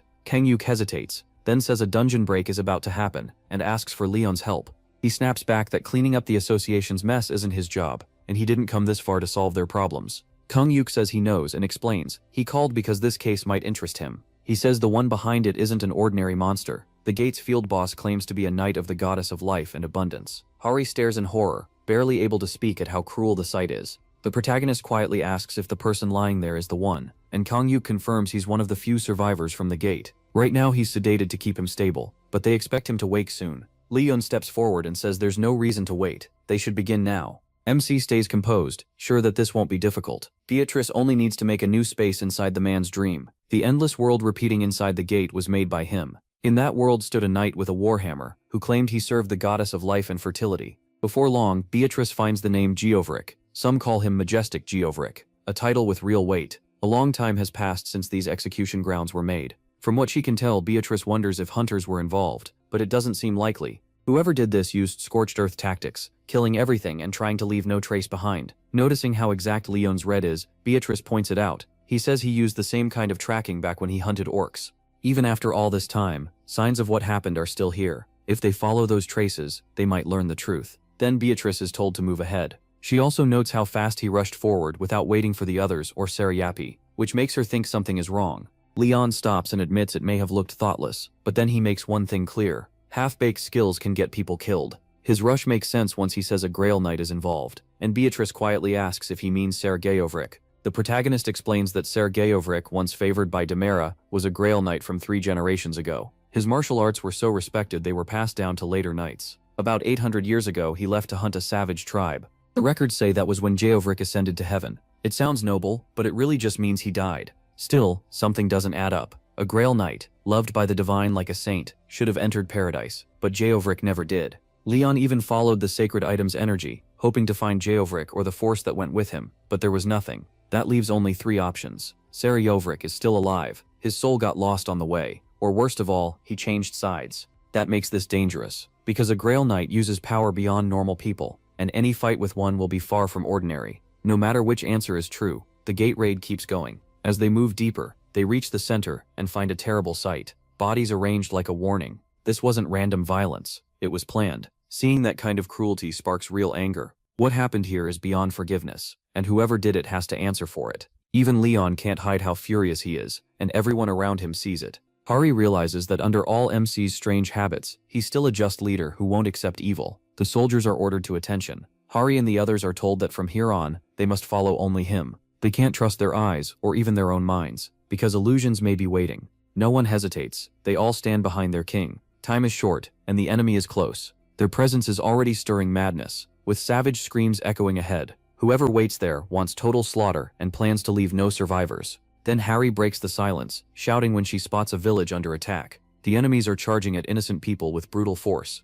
The whole group burns with anger, but none more than Leon. He explodes, roaring that the attackers are vermin, and without waiting for anyone, he spurs his horse and charges. His soldiers call after him in shock. They've seen this before, especially during the Orc massacre. When innocent people are in danger, the protagonist throws himself into the fight without holding back. The others can barely keep up because he's already far ahead. Hari suddenly remembers the Orc battle, and then Leon suddenly shouts for the honor of Lionheart, and the soldiers stare as he jerks his horse aside with his sword raised. The problem is, MC is charging the wrong way. Hari freezes, not sure what she's seeing. Leon looks enraged, his voice icy as he calls everyone insects. He won't listen or explain, he just fixes on another target, and drives his stallion forward. Everyone around him goes still because something feels wrong, and instead of cutting down the enemy, he turns on the very soldiers he should be protecting. Whispers spread as no one can understand why he's doing this, but Hari knows this isn't like Leon. Her heart pounds and she realizes more people will be hurt if no one stops him, so she decides to do it herself. Then someone calls her name, making her stop. Beatrice tells her to trust the protagonist, that he always has a reason. Hari still isn't sure, but the words make her pause and wonder if Beatrice is right. Ahead of them, MC keeps fighting hard, calling the enemies garbage as he cuts through them. He's already piling up impossible numbers, completely swallowed by battle. Hari wonders if he's just blinded by rage, but Beatrice shrugs and says Leon tends to get carried away. In the end, they decide there's nothing they can do to stop him. Even after seeing something awful, they stay out of it. Not because they don't care, but because the people under attack aren't real. The villagers are fake. NPCs made from old memories inside the gate. Only a few are actual survivors. Everything else, including the monsters and NPCs, is just a shadow of the past. So if they're killed or even executed in public, it isn't treated as a true sin. Leon tears through them, shouting that not one will be left alive, intent on making them suffer. Then a knight steps out, bows with respect, and greets the Grail Knight, the one called the Living Saint, Leon. He tells him to stand because they're still on a battlefield. The knight introduces himself as Toscata Vendelic, brother of the Lord of Vendelic and a member of the Labanine Dawn Knights. Vendelic is a city near Elanquil. Toscata adds that he was the only one in his family truly recognized as a knight. He hadn't begun his pilgrimage yet, but planned to after this mission. The protagonist quietly says he doesn't remember the name Toscata Vendelic, and if Toscata had become a real Grail Knight, they would have met in paradise. That means only one thing: he failed his holy duty or died during this raid. Leon studies the knights around him, and knows none of their faces. They were once proud warriors, yet history forgot every one of them. Then he introduces himself with certainty: MC Dragonov Lionheart, ruler of Dragonuffa, and bearer of the Lionheart, a title granted by Ariana, the goddess of light and justice. Toscata steps back, shaken by the holy power he gives off. He wonders if this is some kind of trick, but Leon stays firm. No true knight would lie about being the Lionheart's king. The protagonist realizes that in their era, the Lionheart's king must have been someone else. Even so, Toscata nods and chooses to believe him. MC then asks if these knights came here to raid the barbarians.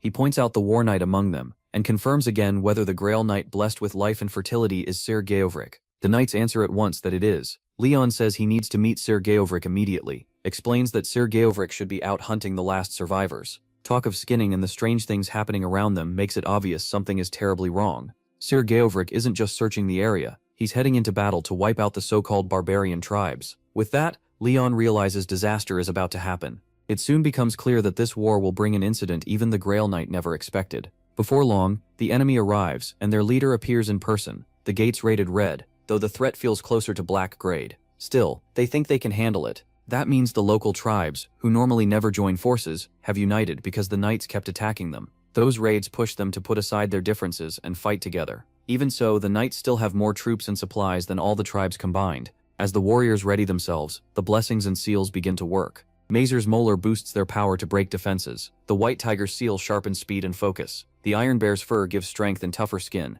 and the black eagle's claw lowers enemy resistance while guarding against wind. Fully empowered, they step into a battle that may change everything. Geovric explains that the strong seals he bears came from worship of the beast gods honored by the local tribes, and those seals boost his power as proof of both strength and divine favor. Even so, a familiar band of mercenaries shows up. They survived their last clash with him only because he spared them. Now they've come back not to beg but to challenge him. Their goal is simple: close the gate, and to do that they have to beat Geovric. After that, Geovric stays calm and gives them one chance to throw down their weapons and leave. He says they haven't committed some great sin worth dying for, but the mercenaries don't back down. One throws the words back at him, asking how a man who skins people alive and spares neither children nor elders can talk about sin or justice. In response, Geovric says he feels no shame at all. In his eyes, everything he's done was righteous. To Geovric, he's done nothing wrong. Anyone standing against him has gone too far, and now, he says, divine judgment has come. A nearby warrior feels the danger at once and yells for everyone to use their defensive arts. This isn't a power Geovric can use often, so if they survive this one strike, they may still turn the battle around. Right then, the kingdom's knights pour their faith into Geovric, their trust flowing into him without a hint of doubt. Together, they shout that they are proud knights of the Grail Knight, offering their strength and faith to destroy the evil before them. Then Geovric steps forward and declares himself the bearer of the true god's glory. His miracle forms, and the ground suddenly breaks apart beneath them. Those chosen by the gods gain power far beyond normal people, and when a knight reaches sainthood, the goddess of light and justice grants them even greater strength. Once that power fully opens, it becomes something dreadful, divine punishment. And each Grail Knight's punishment is different, shaped by the god they serve. For the Knight of Life and Fertility, it comes as a force that tears through the land itself. Everyone is left speechless. With a single blow, 3,000 tribal warriors are wiped out. It doesn't feel human at all. Some can only feel relieved it wasn't aimed at them. In the middle of it all, Geovric prays to the goddess, asking her to guide their path, steady their steps, and lead the lost back to the right way. He shouts that this is the enemy's last chance to be purified, then immediately orders the slaughter, calling them diseased heathens and showing no mercy. The main force moves in to meet them head-on, while the rest spread out to surround them, sure their numbers still give them the advantage. But Geovric is startled when one mercenary stands firm against them, far stronger than he expected. That strange heathen mark on his body may be the source of his strength. The hunters forgot one key thing. These mercenaries never walked a holy path or served any god. Still, they weren't weak. They'd crossed the land, faced danger over and over, and proved themselves through battle, not blessings. No matter who called them worthless, they stayed standing. The knights get off their mounts and take position. These aren't rookies. They're veteran kingdom knights, some with nearly a century of battle behind them, proud of lives spent fighting. They've crushed beasts, outsiders, and countless foes who stood against the kingdom. With that much experience, even terrifying enemies don't shake them. Their chants rise louder as more soldiers close in from behind, and the pressure keeps building. One mercenary realizes exactly what's happening. If they don't move now, they'll be wiped out. Huang spots a chance to get away, but escape hardly feels like, and they admit it themselves. Their team isn't enough. Maybe with help from a top 10 guild, they could fight back, but there isn't time. The dungeon would collapse before reinforcements got there. Then Huang says there may be a cleaner way to finish this, and everyone goes quiet. Whatever he's thinking might be their only shot. Ariana, goddess of light and justice. Demera, tied to life and fertility.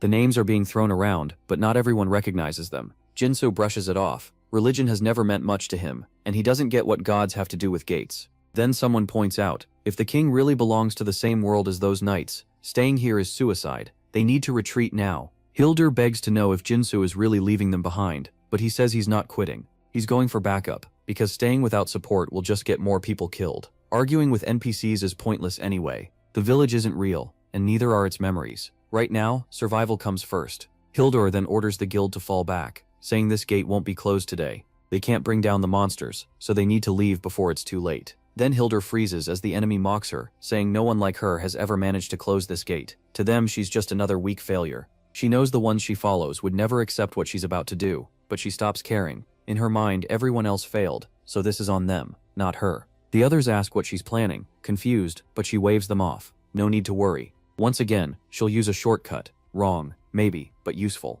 A heavy, unnatural darkness spreads over the battlefield, making the truth obvious. The enemy is using forbidden dark magic. Whispers spread that the great beast god is blessing them, and soon even more will receive that same power. Fear sets in as a soldier stares at the growing darkness, unable to understand what he's seeing. Something terrible has been unleashed, and no one can stop it. Hildur looks at the warriors coldly and tells them not to resist. Soon, the power will fully take over. It's only a matter of time. She says their only goal now is to kill every knight in their way, then yells that they have to start over. No matter how many worlds they entered or battles they fought, they never beat their enemies. Nothing ever worked. Now their frustration grows as those marked by the heathen's curse become stronger than ever. Huang shouts a warning. The cursed mark on their skin is the weak point, so that's where they need to strike. That realization sharpens their aim, but the danger is still growing. Geovric is angered by their resistance, and it's clear the battlefield is sliding further out of control. One knight knows what he has to do. To protect the others, he must act now, even if it costs his life. He steps forward without a moment's hesitation, fearless as he calls out the enemy with everything left in him. His drive comes from purpose, not just strength. With pride, he charges and cries out for the glory of the Lionheart. Then an unknown figure steps forward, drawing every eye. The soldiers stare, unsure who they're looking at. He names himself at last, the King of the Lionheart, Leon Dragonia. Lionheart. The reins once belonged to Arin Majesty Lionheart, a former king famed for strength and honor. They aren't just for control. They can calm savage beasts and stir ancient blood. Passing them on without hesitation and jumping into battle himself is exactly what a king like him would do. Stallion accepts the reins in silence, grateful to be trusted with something so important. A few minutes earlier, things had already turned grim. No matter how many enemies fell, more kept coming like swarming rats. The knights keep cutting them down, but the horde won't thin out. Hari hesitates because the orders are too cruel. Even children are being skinned. Leon tells her the kingdom's knights don't act without reason, and he knows why this is happening. Every enemy bears a mark on their skin, proof they serve the beast god. That's why the skinning matters. Once they receive that mark and start using its power, their souls begin to rot from the inside. The corruption spreads slowly, and Harry realizes they're no different from demons. Leon stays firm, and tells her that kindness and talk of rights won't save anyone in a battle like this. War this cruel leaves only two things that matter: the truth and absolute justice. With that settled, Beatrice gets ready to do her part. Later, Beatrice steps out and tells the others to stay back. At the same time, the protagonist notices something is wrong. The enemy marks are still active even under the Holy Grail Knight's attacks. That means Sir Geovric's divine law isn't working right. Even so, there's no time to dwell on it. The Grail Knight of Demera has to rise again. They'll have to push through this together. Leon steps forward, fully resolved, and says their first move must be breaking the link between the enemy forces. No hesitation, that bond has to be cut. Then he raises his voice and introduces himself again, not as a mere fighter, but as the King of the Lionheart, here to lead them to paradise. The instant his identity is revealed, panic spreads, and Geovric recognizes the light around him. The Holy Grail has appeared, bringing a sacred presence with it. The miracle begins, and radiant light washes over the battlefield. Wounded soldiers begin to recover. One stares as his injuries disappear, while another feels a lost arm growing back. It hurts, but it's the pain of healing. This is no trick, and no illusion. It's a true miracle, and Geovric finally sees what he had been blind to. The truth shines brighter than steel. He feels Demera, the goddess of life and fertility, not through words but through faith he can't deny. Demera calls to him not only as a knight but as her chosen child, once lost and now found. All doubt leaves Geovric's heart. He understands Demera's will and accepts it completely, ready to carry out her command at last. He turns to face the King of the Lionheart. He's thankful to fight beside someone walking the same holy road. Geovric steps into the fight at Leon's side, not just as a knight, but as a Holy Grail guardian ready for anything. The fallen beasts start creeping toward one place, as if some force is dragging them together. Soon it's clear they're forming one huge deadly host. The pressure on the knights keeps rising. Among the enemy stands a warped knight, part holy warrior and part something else, with a ruined soul, and even worse, darkness is starting to awaken. A servant of the Iron Bear begins a grim ritual, offering captured souls to call out the beast god's wrath. The creature answers with a roar and rushes straight at Lionheart, trying to rip him apart. Lionheart doesn't flinch or give an inch. He reaches into an ancient power. Then his vision becomes real as Deatheye appears. It cuts through the chaos. The pain slams into him, but he stays on his feet. Lionheart's bravery sparks the others, and the knights around him feel it too. This is their chance. They have to rise together and wipe out the ones who drowned the world in darkness. Hildur can barely breathe, crushed by fear and anger as the monsters keep coming non-stop. One Grail Knight like Geovric was already too much, and now it's even worse. Even the dead are dragged back into this, while the enemy mocks them, saying the bodies will feed the earth. No one knows where the King of the Lionheart came from, or what role that strange woman plays. As Hildur runs, she spots a glowing stone, a mana stone. It's a powerful energy source made from monster kills inside gates, but this one feels wrong. The mana here is way too dense. Like hundreds of thousands, maybe millions of monsters died to make it. That thought sends a chill through her. Then Huhu explains that this gate may be stuck in a loop, replaying the same events again and again. Hildur realizes Huhu isn't a demon, but her power feels just as dark. Huhu pauses at that strange truth, but Hildur already knows she isn't some NPC, and that changes everything. Huhu senses the kind of power Hildur carries, and she doesn't like it. Still, she doesn't hesitate and quickly locks onto her enemies. Even now, she's trying to make Hildur her servant by force. What Huhu uses feels less like magic and more like pure control, and it's hard to watch. Later, Hildur shakes in pain and confusion, snapping that her monsters are useless like she's done this many times before. Then she taunts Huhu, asking if she even remembers her real master. Hildur freezes, whispering a prayer to the gods, but it's already too late. Huhu only smiles and claims the slave belongs to her now. Rage erupts as Hildur's slave calls her a cursed thing and swears to tear her apart. But something even deeper is moving, because this gate isn't just another battlefield, it belongs to the beast god. And the worst part is this: if the other beast gods start descending, even a little, it won't only threaten the fighters here.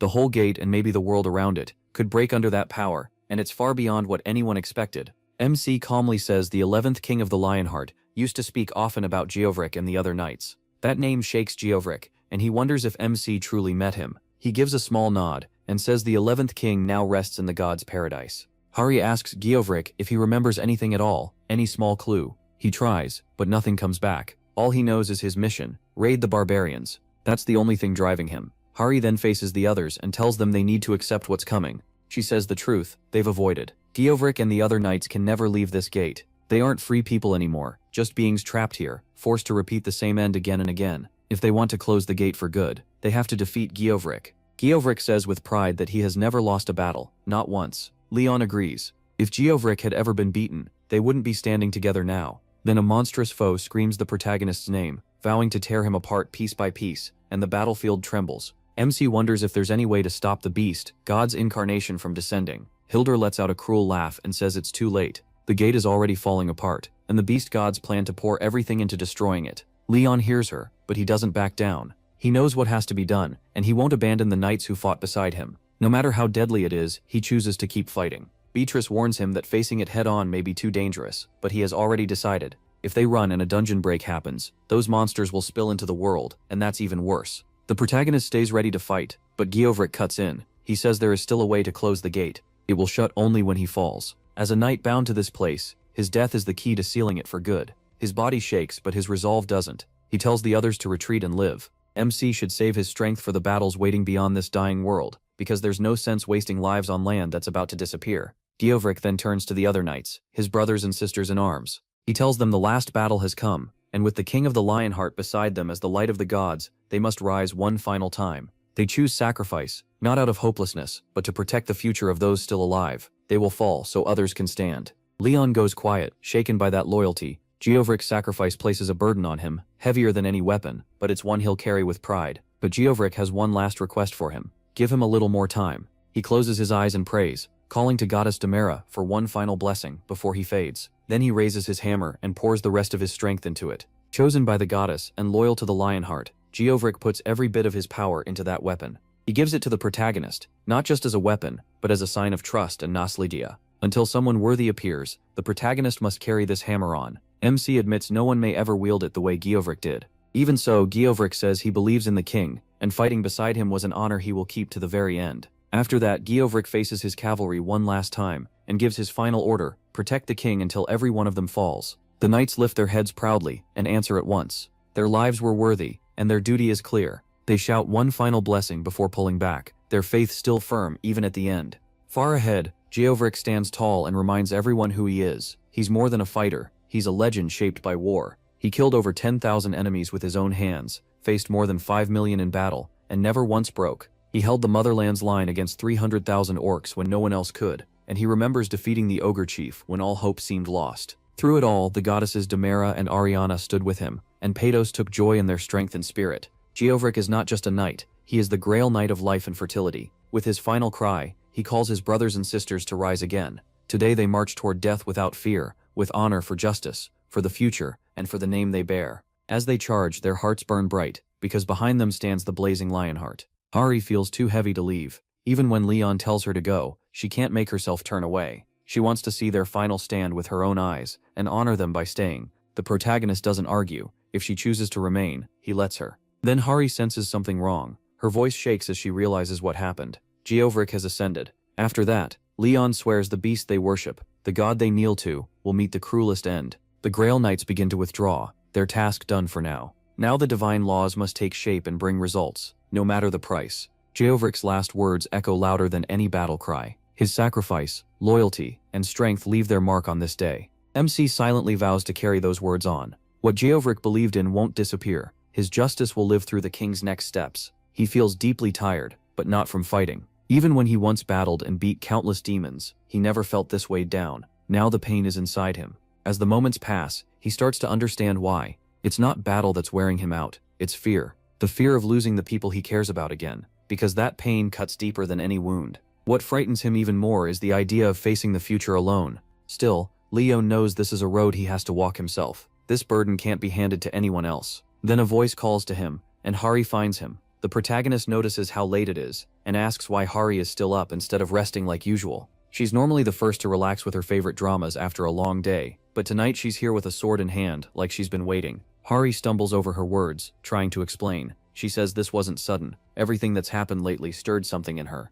The battles, the sacrifice, the truth they've learned, it all changed her. Now she feels like she can't waste any more time. She has to grow stronger, not just for herself, but for everyone. Leon tells her to raise her sword. He wants to see her strength. She straightens up, nervous but proud. Still, she answers in her usual stiff, formal way, and MC quietly wonders when she'll stop talking like that. He lifts his sword with ease and tells her to get ready. Hari quickly obeys, gripping her weapon tight. But the instant his blade moves, the force knocks her back. Leon corrects her at once. Her arms are too low. Once they drop below her stomach, she loses speed, and any lower than that, her moves slow way down. Hari quickly nods, taking it all in. Then he steps forward again, and tells her defense isn't just in the sword or arms. Her whole body has to work together. He has her set one foot back and keep her weight steady. Hari adjusts her grip and tries again, this time with better control. This time she blocks his next attack. Then she blurts out that Leon's swings seem wider than they need to be. He doesn't snap at her. Instead, the protagonist says he's told her before, it isn't about making big moves. Speed and accuracy matter, because every second, step, and swing counts.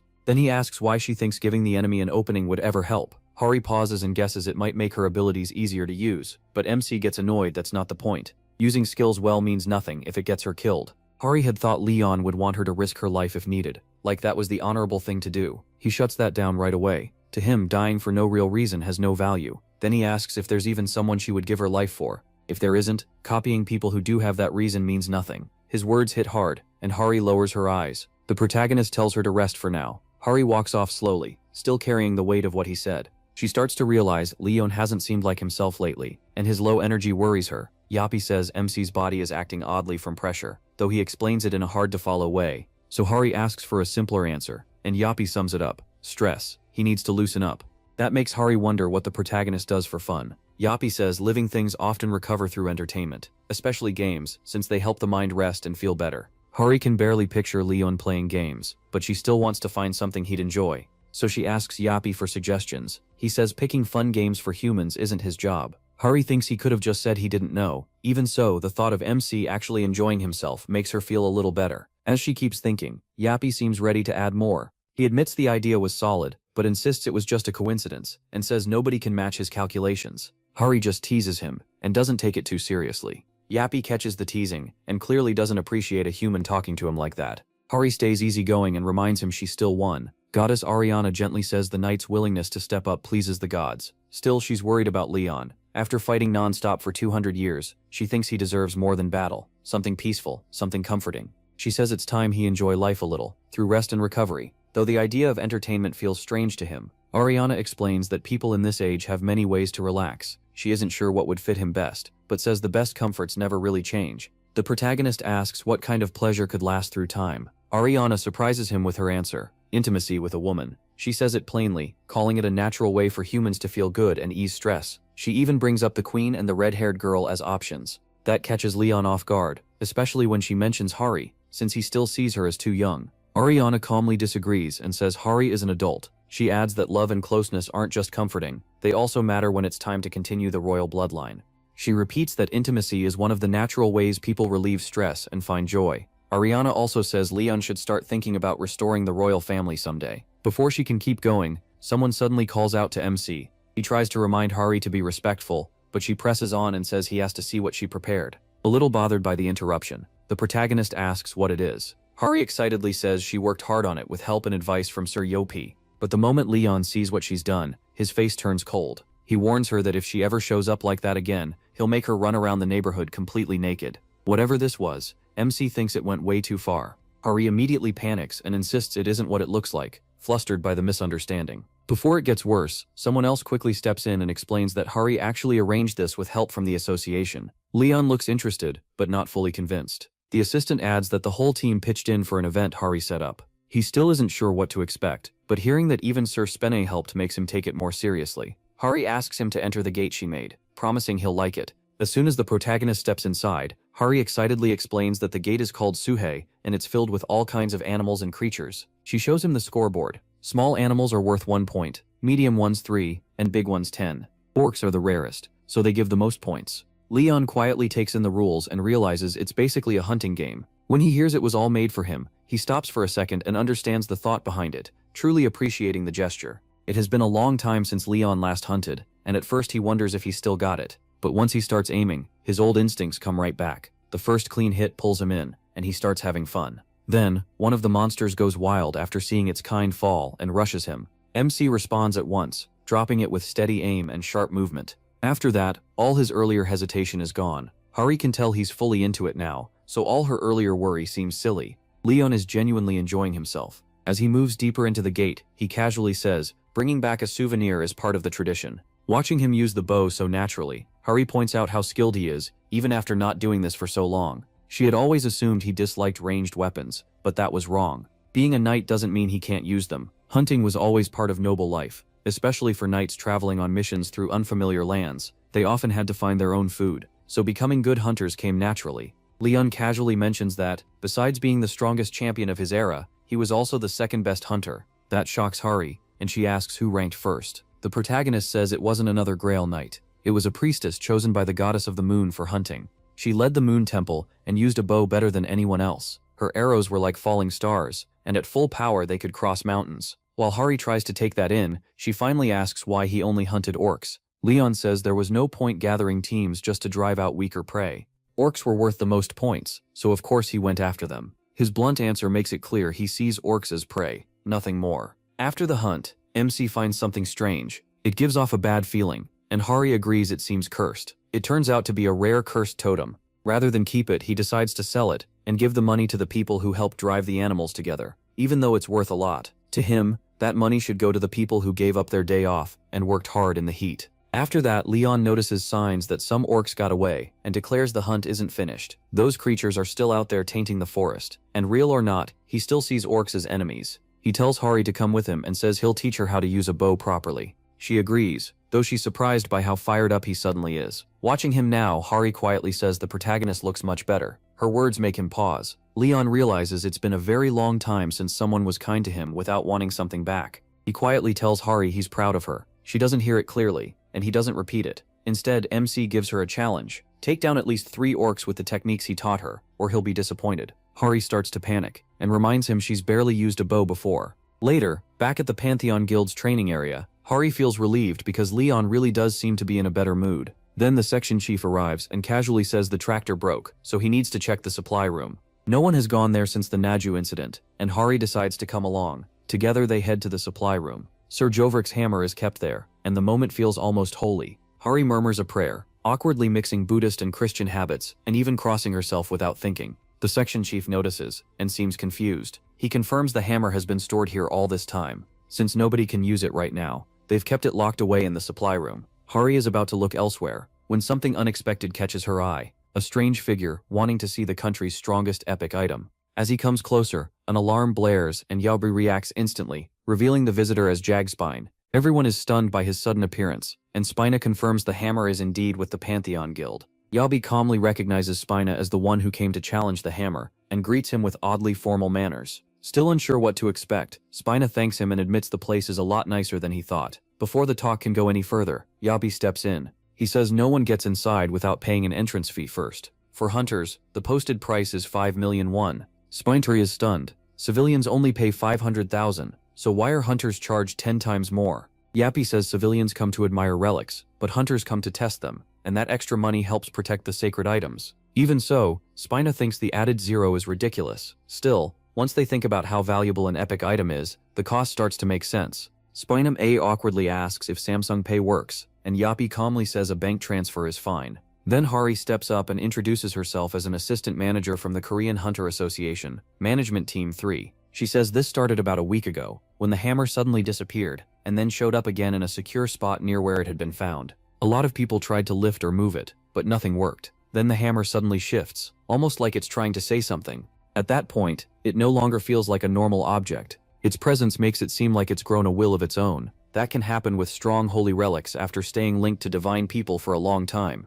Eventually they can gain a kind of mind, which makes them much harder to control. When Leon first got the hammer, it was quiet and obedient. It had Demira's blessing and served the Lionheart King without question. Now its energy feels different, stronger, sharper, almost aware, like it's looking for someone. He soon figures it out. The hammer wants a new master worthy of using it. He turns to Hari and tells her to pass a message to the association. Whoever can lift the hammer gets the right to keep it. The association will probably want to check its value first, but the message is clear. The challenge is open, and the hammer is waiting for the next person it accepts. Then they notice something else unusual about it. This isn't just a strong weapon, it's an epic item. Hunter gear is ranked by power and rarity, which helps people pick the right equipment for fighting monsters. The scale starts with normal items, then rare, unique, and legendary. Those higher ranks take huge skill, money, and manpower to make. But epic items are on a whole other level. They surpass legendary gear, and in the last 30 years, only a handful have ever appeared. These are weapons known between nations, remembered in stories, and feared for their power.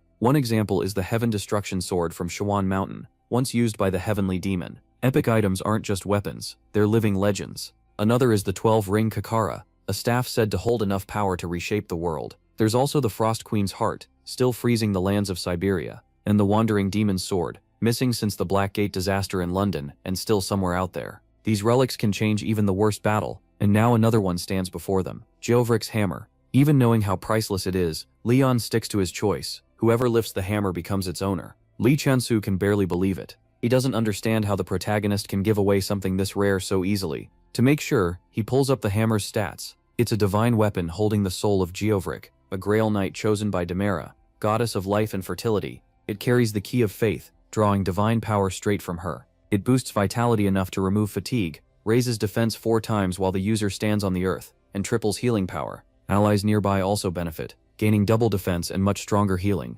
One skill, Saint's Painting, lets the wielder use divine laws based on their faith and holy power. The description leaves Lee Chansu overwhelmed. This isn't just rare, it's basically a miracle made into a weapon. Leon doesn't change his mind. He tells Lee Chansu to spread the word to the association. Quietly, Lee Chansu asks if he can step away to make a call. The president of the Hunter Association answers. The moment he hears the news, he shouts in shock. This is the country's first epic ranked item.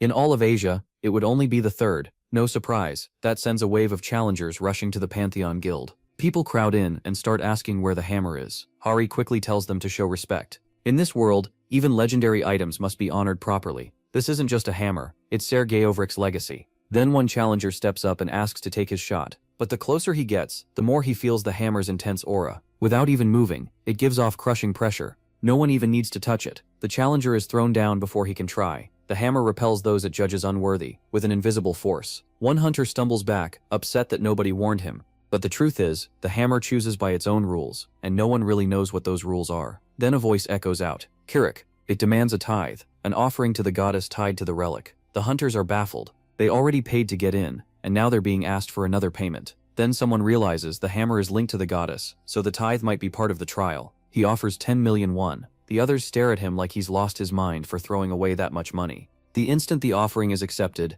everything changes. The hammer, which refused all contact before, now allows itself to be touched. It even lets the hunter wrap his hand around it, something impossible just moments earlier. This time the aura doesn't push him away. The relic has acknowledged him. After that, offerings start pouring in. Hunters rush forward, all hoping to lift the hammer and claim it. Soon they're shoving and arguing over who came first and who paid more. Hari grows uneasy and whispers to Kitsik that this feels wrong. She wonders if a holy relic should really be treated like this, but Yappy ignores her concern. To him, this isn't disrespectful, it's smart. Then the hammer rejects another challenger and blasts them away. It isn't just testing strength or resolve anymore. The offering wasn't enough, and the hammer wanted more. What looked holy now feels like a paywall, judging not worth but money. Little by little, it stops feeling like a sacred weapon and starts looking like a business tool. Yappy stays calm the whole time. His plan is working, and he's only getting started. The news spreads fast. The guild gets so much attention that even Starbucks wants to open a branch inside. A report on the tithe shows just how huge the guild has become.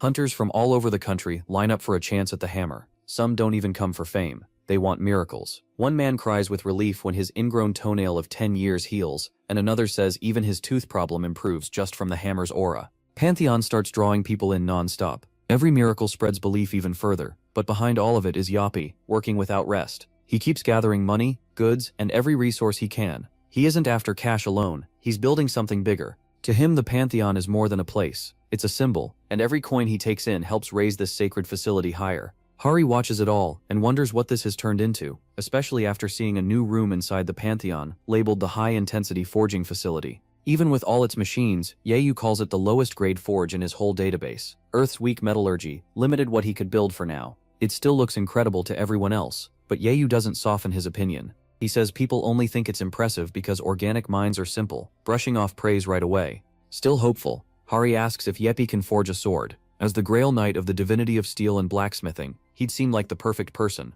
Yeppy refuses, not because of Hari, but because the forge still isn't finished. It doesn't have the special systems needed to handle adamantite. Until those upgrades are done, even he can't make it work. Hari understands. Then Yeppy turns away, already set on making more money. A small forge opens, and Yeppy finally secures enough starting cash to move ahead with his real plan. In his own mind, he's a righteous thief, taking from the greedy, not for himself, but to create something greater. Lately, the global stock market has been a mess. Powerful people are furious because the news won't bend their way. Even after spending huge amounts to control the media, the headlines keep turning against them. Behind the scenes, a ghost-like figure keeps wrecking their plans. Right when they're ready to cash out for huge profits, that mystery figure jumps in, takes the gains, and vanishes. That figure is Yeppy. He slips through the system's cracks, quietly collecting wealth without drawing attention. Now he turns his focus to food, because in this era, it's become one of the world's biggest problems. Demonic energy has poisoned huge areas of land and made farming hard. The strongest countries reacted early during the first disasters, but poorer nations are still struggling.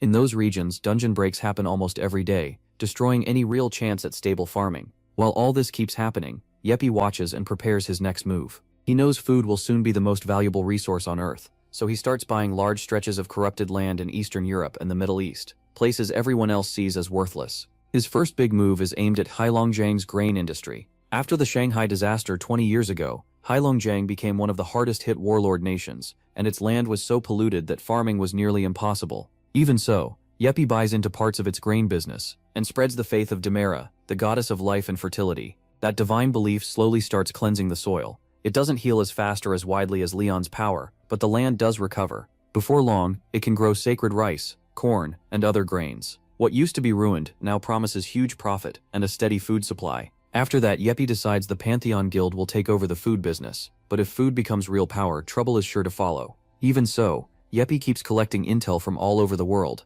He sees nations wasting too much on war and fighting while gates and monsters keep getting worse. To him, any leader with sense should stop pointless battles and focus on staying alive. Yeppy vows the land will recover. Then breaking news flashes everywhere. A coup breaks out in Jilin, and war starts. While everything unravels, Yeppy calmly pulls Hari aside and speaks to her in private. He says he runs private equity, a fast-growing way to manage money. Without asking, Yeppy announces that he'll take charge of her finances. Hari blinks, thinking it's some kind of investment pitch, but Yeppy shuts that down. This isn't a request, it's professional help. She's stunned to hear he's active in the stock market, and he quickly tells her the truth. Her finances are bad. Hari feels proud of her savings, but he points out she has only 15% of what most A-rank hunters usually keep. Most of her bonuses go straight to charity. She explains that everything extra goes to the orphanage where she grew up.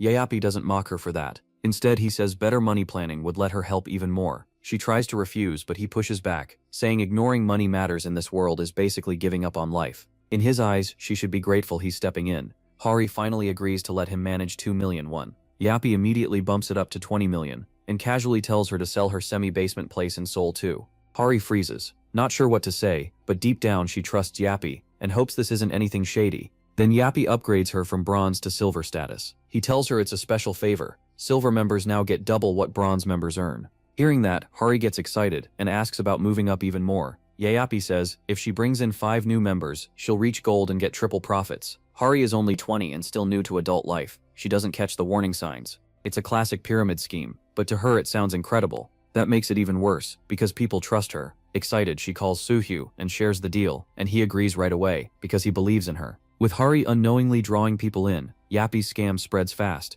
More members join, and the fake investment system gains speed. Then, right when business seems to be booming, district court officials arrive with a notice warning of asset seizure. Leon turns, confused and alarmed, and finds Yeppy answering like it's no big deal. Using the Pantheon Guild's name, Yeppy borrows a massive amount of money. He promises huge gains and tells everyone it's safe that their money will double or even triple. The members trust him and pour in their savings. Some even sell their homes or put up land to raise more cash. But things collapse fast. The investments crash, and the fund bottoms out. All the money is gone. Hari breaks down. She lost everything, including her 87 million won in savings. One person says he used his wife's money. Another says he'd saved for 5 years to buy special medicine, and now it's all gone. Even Spina, a top member, loses more than 87 billion won. Everyone is stunned, furious, and crushed. They trusted Yeppy, and now the guild is drowning in debt. The losses keep growing, with nearly 50 million won disappearing every hour. Around 72% of their investment is wiped out. People panic, screaming and crying over the money. The room turns ugly as people start grabbing anything from the guild to recover something.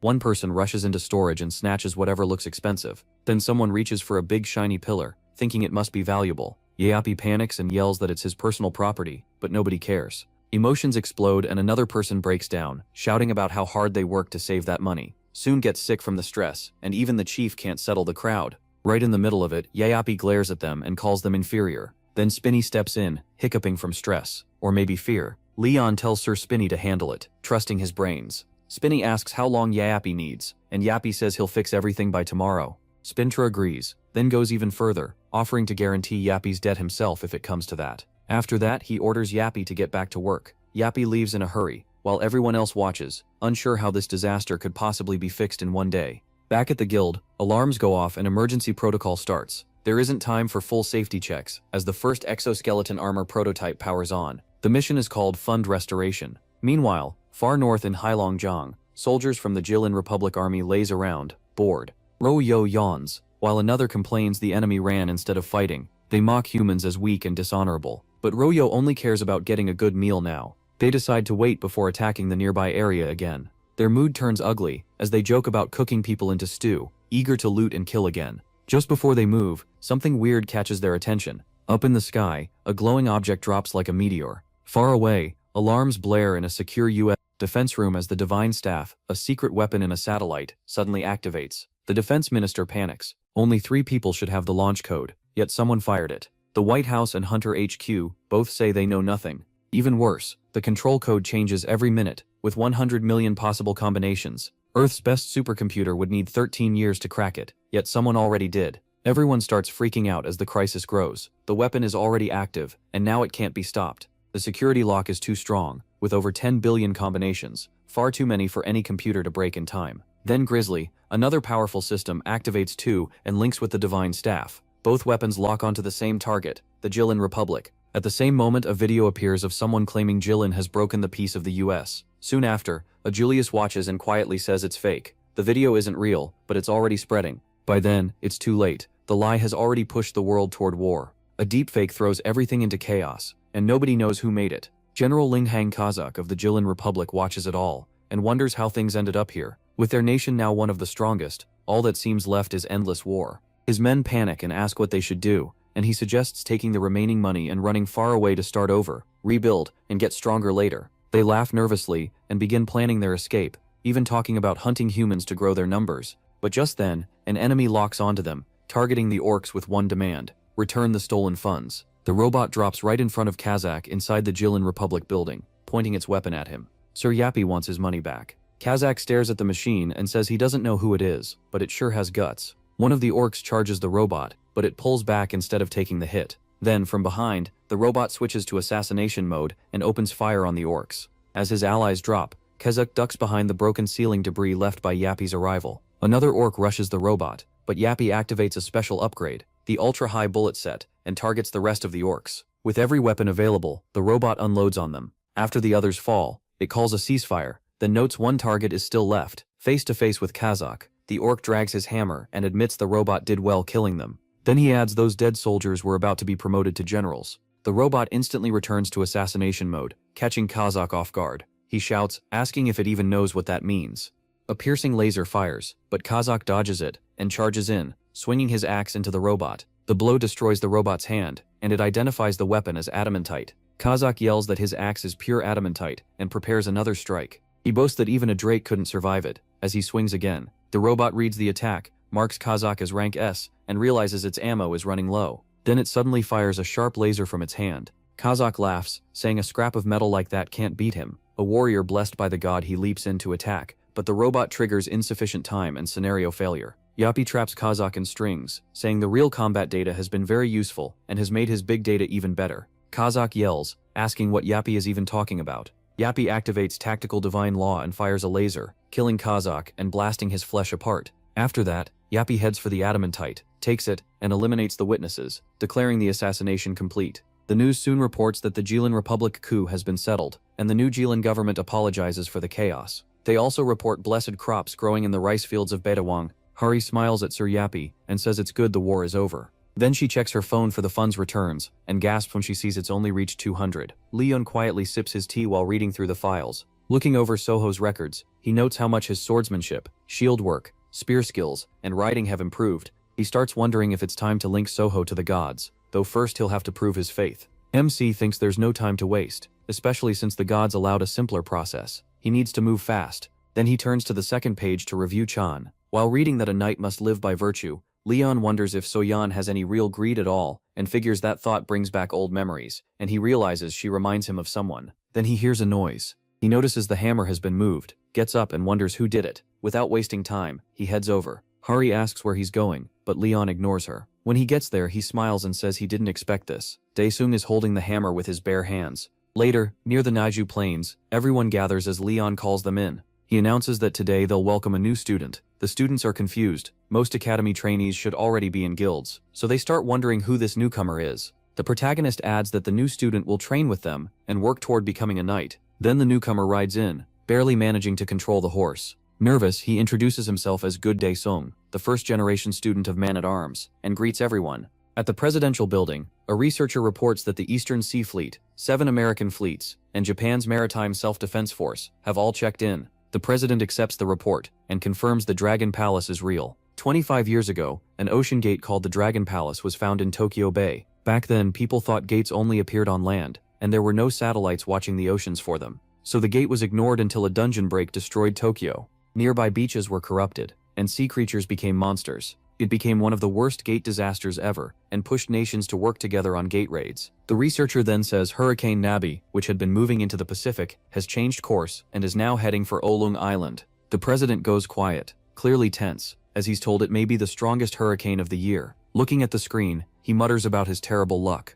On live TV, a reporter says the storm is moving at 64.5 meters per second, about as fast as Hurricane Mamie in 2003, and Olung Island is already taking heavy damage. The president turns to his aide and orders him to contact His Majesty Leon of the Pamthwan Guild. Half an hour later, he chuckles and says Yongwan has changed a lot, especially since he used to ignore draft orders. Yongwan frowns and asks why his guild is being called first when stronger guilds exist. The president gives a weak smile and says few guilds compare to the Phoenix Guild. Yongwen turns away, saying they're still recovering from the Jeju Island disaster, but the president keeps smiling and says he's sure Yongwen is fine now. Yongwen's expression darkens. He starts thinking this old man is throwing his power around for a reason, and Leon must be part of it. So he asks outright if they really plan to send his guild alone, then asks when their trump card will show up. The president plays dumb, and asks what trump card he means. Then he says, His Majesty isn't someone a man like him can judge, which only makes Yongwen even madder. He walks over to his companion and mutters that this isn't going well, only to get hit with a dry "you reap what you sow." Yongwan remembers that night being told to take the horse, that it would obey the king, followed by a prayer for the gods to protect him. Back in the present, Yongwan curses under his breath and feels even more uneasy. Then the president's assistant announces that the VIP has arrived. Yongwan watches the president quickly fix his shirt and spray mouth freshener, leaving him stunned. The elevator opens, and Leon steps out with Hari and Jinso Kim beside him. The president bows and thanks MC for coming. He smirks and warns him he'd better have a good reason for dragging him all the way here. The president tells him to follow him and promises to explain everything. After hearing the full story, Leon leans back and boils it down simply. A gate appeared in the ocean, and the hurricane is making the raid hard to carry out. The president says the US and Japan will support the operation, while the other guilds stay ready in case something goes wrong. He stresses that this is a chance to raise the honor of the King of the Lionheart, and asks the protagonist to show everyone his heroic power. MC smiles, pleased that the president knows how to talk. He replies that a king's worth is no small thing, so the offering must match it. The president asks what he wants. Leon just smirks and says a king doesn't count coins, then tells him to discuss it with Sir Spinay.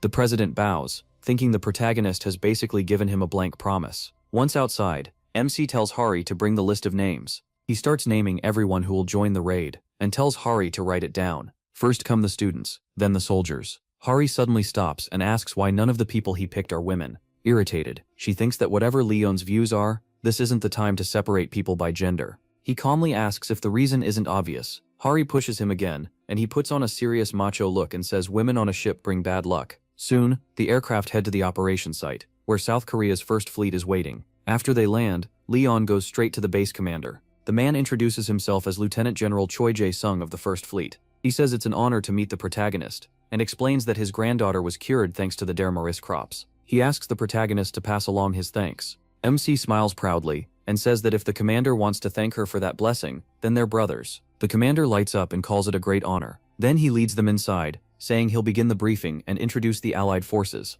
As they head in, they run into some foreigners. Yongwan asks if they're the US raid team, and Jae-sung says they rushed over on an American mission. One person catches Yongwan's eye, and he blurts out, Reynolds Sherman, shocked that the master of the magic tower is here. Reynolds turns around, amused that he's famous even in Korea. He faces them fully with peas, but before he can finish, he notices Leon staring at him. The magic tower master panics inside, and the demon in the ball is shaken too. Reynolds quietly asks the demon what they're supposed to do with him right in front of them. The demon tells him to stay calm. If the protagonist had truly noticed him, he would already be dead. It says they haven't been exposed yet, and tells Reynolds to trust the ring it made for him. Reynolds grips the ring, amazed by the great demon's wisdom. Then he notices the ring slowly slipping off. He panics and tries to hold it in place, but the demon warns that Leon's divine energy has worn it down and tells him to get away. Reynolds worries that leaving now will look suspicious, so he stammers, saying it's an honor to meet MC, that his fame has spread even to distant lands, and that he's wanted to meet him for a long time. All the while, he keeps his hand clenched tight, knowing he can't risk a handshake.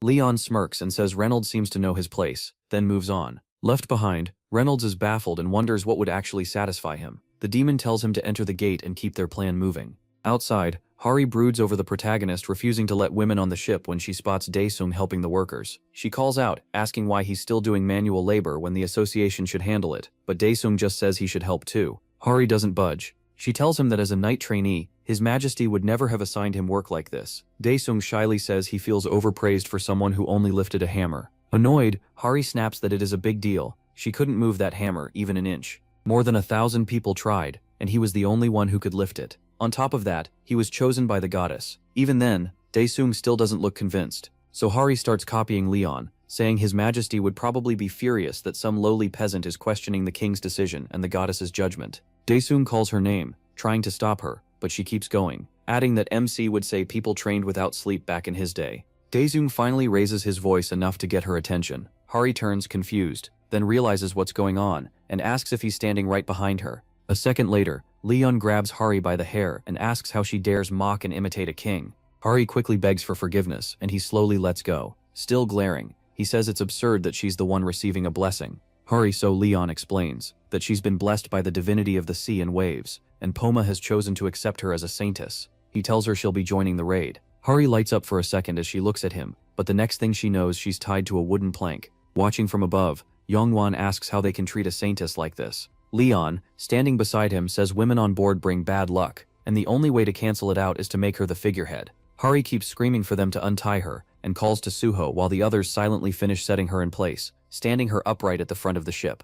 Then the ship starts moving, with Hari stuck at the bow, yelling for help. Thunder crashes overhead, and Hari warns everyone that Hurricane Nabi is coming, shouting that the winds are hitting 64.5 meters per second, even while she's still tied up. As the storm gets worse, she keeps begging to be saved. Leon tells her to be quiet because she's scaring the fish. Hari is stunned to see him casually fishing, while she feels like she's about to die. The protagonist grumbles that all the fish are gone. No fish would come near a warship like this. Right after saying that, his rod jerks hard. He pulls up a huge fish. Leon tells the lieutenant general to get the thing he mentioned ready, and the man moves at once. He steps up to the podium and sets the fish down. Then, with full drama, MC calls for the gracious ruler of the sea to appear. The fish suddenly shines with a blinding glow, and light spreads across the whole ship. The crew handling weather control panics at the sight of a massive wall of water, and wonders if it's even a wave at all. A giant wave closes in around the ship. Then the goddess answers warmly, calling him Leon Dragonia, Lionheart, her beloved watchtower and the guardian of her people. He greets her in return, as Poma,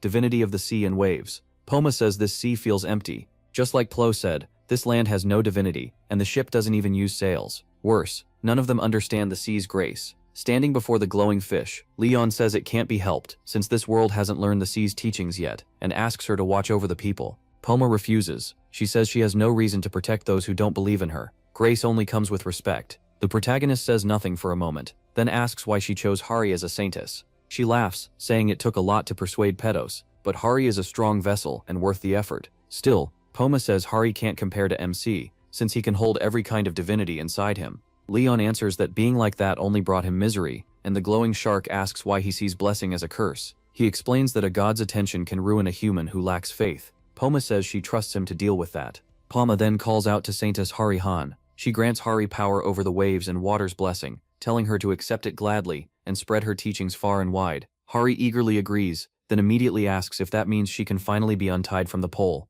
The fish replies that as long as the Saintess is offered up, no wave can crash through the ship, then disappears. Hari freezes, terrified this might really be the end, while the crew reports a hurricane and 10-meter waves and orders everyone inside before they get swept away. Hari starts begging for help again. Leon tells her she simply doesn't have enough faith. Even so, he says Pama still favors her, which is probably why she overlooked that weakness. Hari yells back that she doesn't need forgiveness, she just wants off the pole. The protagonist tells her to relax and trust herself to mighty nature, looking far too pleased with himself. He throws his arms wide and declares that endless nature will hold her, while Hari screams that she wants to live. Leon points out something strange. Even in this violent storm, not a single wave has hit them. Hari thinks about it and notices the ship hasn't even been rocking. Every wave vanishes right before reaching the boat. MC explains that Pama is using Hari as a saintess for the waves. Since nobody believes in him, he has to use the saintess as the link. Hari feels relieved. At least he didn't tie her up just because he hates women. Then the rope suddenly comes loose, and Hari slips downward. At that exact moment, the whole ship lurches from the waves. Realizing she's the reason, Hari grabs the pole and begs them to tie her up again. Leon does it without hesitation. Meanwhile, aboard a U.S.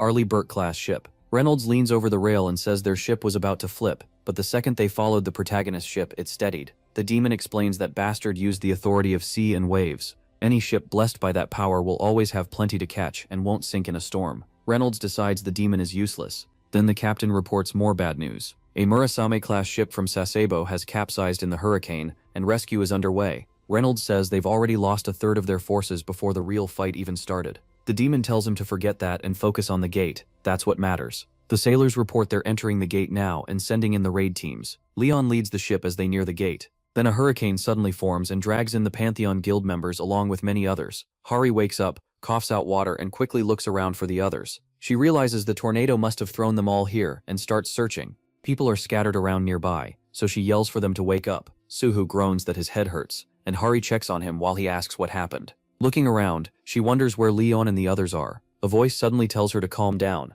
Everyone is safe. Hari looks around in shock, and the voice tells her to look down. She nervously does and finds a turtle. It speaks again, calling her Saintess, and saying the sea sent a messenger to help. Suhu kneels too, and calls the turtle tiny. The turtle snaps that he's being rude, quickly asks if it knows what happened, since Pama said everyone was safe. Speaking for Pama, the turtle says the waves carried them to safe land, though it couldn't keep Hari with the others, so Kofrit calls it amazing. Poma then says this body is awful for moving around, and asks Hari for her shoulder. Hari kneels, and Poma climbs onto her shoulder. A sudden sound cuts them off. The crew takes position as Daisung tells everyone to stay sharp. Monsters are coming. Someone shouts for Hari to raise her shield, and she thinks they didn't even get time to recover. She lifts her wand, ready to use fire magic, and at least take one monster down, but the spell dies out on its own, leaving her stunned. Poma asks if a saintess blessed by the ocean and waves is seriously trying to use fire. Hari shoots the turtle a look and yells that she doesn't want to be a saintess if it means she can't use fire. The turtle just tells her to put it down. As the monsters close in, everyone holds their defensive line. Elsewhere, deep in the forest, Reynolds fights through monsters around him. The demon says the start went badly, but now they're safely away from that monster. It tells him to leave the other American hunters behind to make shelter. They have more important work. Reynolds summons nearby monsters, ordering them to rise and lead the way to the stone statue. After some time, he reaches a huge stone monument and asks if this is it. The demon confirms it is, and says they need to find several more. Reynolds starts using magic, but Yongwan steps out from behind and asks if he even knows what that structure really is. Reynolds smirks and says it's good. They all survived. He didn't expect them to get here so fast. Then he adds that Yongwan must have seen the quest too. Yongwan says he did. The mission was to destroy the statue of Rakshar the Great. But he remembers the Jeju Island Gate, where the Red Gate seemed to be about taking down Joafrik, yet there was more going on. So he says they still don't know enough about these gate quests. What if the statue is a trap? Or maybe they should first figure out what Rakchar really is. Reynolds stops to think, and it does make sense.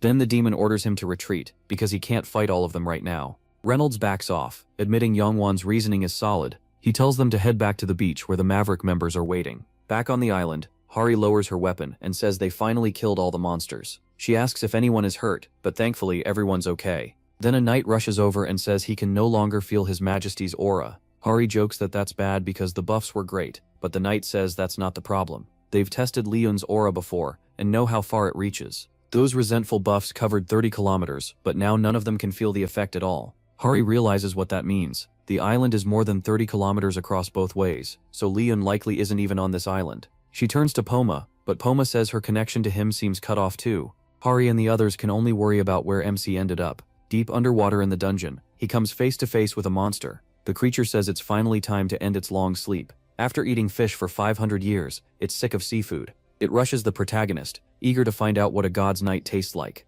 Sir Yappy tries booting the BIOS, but the device fails because it detects unknown materials. Sir Yappy ends up in a cave surrounded by crab monsters, and no matter how many times he tries, the result doesn't change. Nervously he speaks to the creatures, but the crabs just keep following him everywhere. On another island, Hari says she still hasn't found Jinsu or Jaehyuk. Daesung answers that he hasn't seen Section Chief Kim either. Another knight says he never expected the trainees to go missing too. Suho insists they're all alive, then nervously asks Hari if they'll really be okay. She gives him a reassuring smile before turning to the American knights and thanking them for their help, saying the monsters went down fast because of them. The blonde man in front salutes the Korean hunters and introduces himself as Mistral from the Maverick Guild. Hari starts introducing herself too, then pauses when the name Mistral sounds familiar. She stares at his face, then blurts out that he's Alan Taylor, the S-rank hunter ranked 6th in Maverick. Alan coughs awkwardly and says there's no point using a call sign if she's just going to say his real name. Hari quickly bows and apologizes, saying she should have used his code name. Alan scratches the back of his neck and tells her it's fine. The other Korean hunters finally recognize him too, and one says he even saw Alan on YouTube, so no wonder an S-rank came to help. Hari tells Alan they had no idea he was on the raid team. He looks away and says they probably missed it because his group left in such a rush. After piecing things together, Alan asks if their guildmaster got separated, and if the job now is just finding the missing people. Hari politely says no, the sea god has blessed them, and if Alan just looks at them, clearly trying to understand what any of that means. Then a system alert suddenly announces that the first wave is starting. Confused, Hari asks if they have to fight a monster wave now. Alan cracks his knuckles and says they can sort this out later. First they deal with this. Monsters start pouring in from land and sea, and the board says only 3 minutes remain. The knights are shocked that A-rank field bosses are showing up right away. Alan eyes the sea monster and smirks, saying this might take a while. Hari and Alan move into position, while Daesung orders the shield unit to hold the line. The monster lunges at Daesung at once, but the shield team blocks it. Even so, the impact rattles him. He realizes how much weaker they are without His Majesty's buff. The monster strikes again and blasts several knights off their feet. Hari shouts to Daesung, asking if he's alright. Coughing, he says they're fine, and tells her to keep fighting. Hari clenches her teeth, thinking this would be easy if she could use her fire skills. She cuts through the land monsters as she pushes forward. While fighting, she yells at Poma, if she's really his saintess, shouldn't she get some huge tsunami skill or something? Poma laughs and says she watches too much anime. Hari fires back that he's the one who looks like an anime character. A spark suddenly hits one of the monsters and drops it. Hari turns and sees Alan smiling as he tells her not to lose focus. She quietly thanks him, then looks back and realizes he's already wiped out every monster nearby. Alan calmly says they weren't that impressive for A ranks. Suho and another trainee stare at the fallen sea monster in awe, saying Alan is insanely strong. The other says that's what you'd expect from America's top hunter guild. Alan watches the next group coming in, manage to clear the third wave. Yappy rides on a crab while it carries him along. It's been 36 hours since the crab monsters saved him, and now they follow his orders without hesitation. Yappy notes that each wave comes every 12 hours, and these crab monsters grow and multiply way too fast. Unlike normal creatures, which need time to get nutrients and build their bodies, these things don't. Kim Jae-hyuk, who was rescued from the beach on the first day, calls out and says the system window finally appeared, and none of the Rakchar statues have been destroyed yet. Jae-hyuk opens his status window, surprised he never realized survivors couldn't access it before. Yappy says sharing system info matters a lot right now. After reading the quest, Jae-hyuk says the goal must be to destroy the statues. Yappy explains that the crab monsters have fought the other monsters for a long time, so the ones sending the waves are probably trying to destroy those statues too. Jae-hyuk agrees, saying the statues really do seem to be the target. Yappy says that idea fits best. Jae-hyuk then says many from the Kirik tribe have already died, and asks if they can keep stopping the waves. Yappy shakes his head, no chance. Each wave gets harder, and at this rate they'll probably fall at the fifth one. What they need now is weapons. Jae-hyuk imagines a crab holding a knife, and wonders if that's seriously the plan. Then he suddenly remembers something, and tells Yappy he found something interesting. He leads Yappy to a waterfall, and says there's a cave hidden behind it.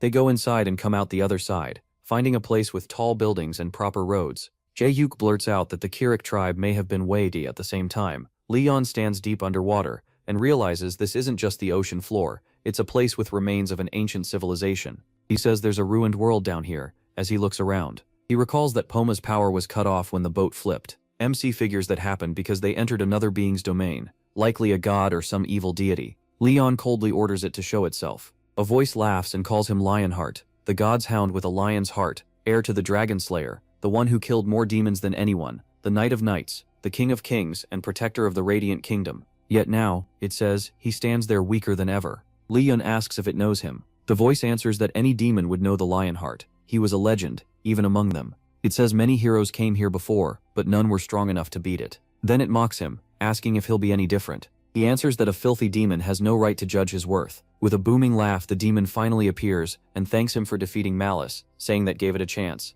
The protagonist wonders if he even knows anyone by that name. The demon goes on, saying that after waiting 500 years, it's finally time to end everything. The fourth wave begins. Hari and the others, still trapped on the island, slam the water in frustration. Poma, sitting on her head, jokes that if she's going to splash around, she should do it naked so it'd be more fun to watch. Hari grits her teeth, telling him to quit saying stuff like that. She's trying hard to stay awake. Poma quietly says all she's really doing is playing, and that won't awaken anything. Hari gets to her feet, deep in thought. After a moment she says she'd heard that with goddess Ariana, you get closer to her by doing just things again and again, or living honorably. Poma says that sounds about right for Ariana, though she's a little too rigid. Hari goes on, saying goddess Demera wants people to farm and thank the earth, and Patos was about winning battles and burning determination. Looking up at Poma, Hari says she figured that since he's the god of the sea and waves, her awakening had to involve the ocean somehow. Poma says beach games probably won't do it. She rubs the turtle's head and begs him to just tell her so they can save his majesty. Poma admits Leon likely isn't trapped on land. He seems to be underwater. Hari picks him up and sadly asks if they shouldn't hurry, so she can awaken and find MC. Poma agrees, which only makes her more annoyed as she says this would be over already if Poma looks up at Hari, calls her his saintess, and says learning the creed of the sea and waves and building faith is easy for her. He explains that the sea is the source of endless life, and simply being thankful for that will raise her faith. But then he asks how she can think a believer's path is the same as a saint's, and how she could compare a knight's knowledge to a soldier's. Hari tries to process that, then sighs and says she'll work harder. Poma nods, and right then Suho runs over calling for her. Out of breath, he tells Hari they finally found a Rakchar statue. Hari stares at him in surprise, as Suho adds that it was the Maverick Guild who found Rain. Watches Yongwon still glaring at the statue, and thinks they're guarding it with real determination. He can't figure out why they're doing something nobody asked for. Yongwon studies the statue like it's the most important thing there. The demon answers Reynold, saying Phoenix Guild seems to be having doubts. Reynold asks if they should just break it in secret at night. The demon says that would only make people suspect Reynold, and tells him the reason to destroy it will show up soon enough. A Maverick Guild member called Minuteman calls out to Yongwon, asking if they shouldn't destroy the statue already. Being careful is fine, but it's been 3 days, and this is the only statue they've found, so it has to be the one the quest wants. Yongwon stares at Minuteman, while Yuri quietly says she doesn't think they have any other option. Yongwon finally agrees, and motions Minuteman over. He tells him to destroy the statue now. Minuteman charges up and smashes the stone statue to pieces with one punch. A notification appears, saying the statue of Rakchar the Great has been destroyed, and only 2 statues are left. Minuteman smiles, sure he made the right call. At last Yongwon accepts that they picked the correct statue. Yuri leans in and says they should get ready. Yongwon asks if another wave is already due, saying they stayed here longer than expected. They wait a bit, and then Yuri quietly says the walks up to Yongwon with a smile, and says destroying the statue must have been the right move if no wave appeared. Yongwon grits his teeth but says he's glad. Reynolds then says they should organize what they know, and asks everyone to gather around. Once the group is together, Reynolds starts by saying there are probably 3 statues across the island,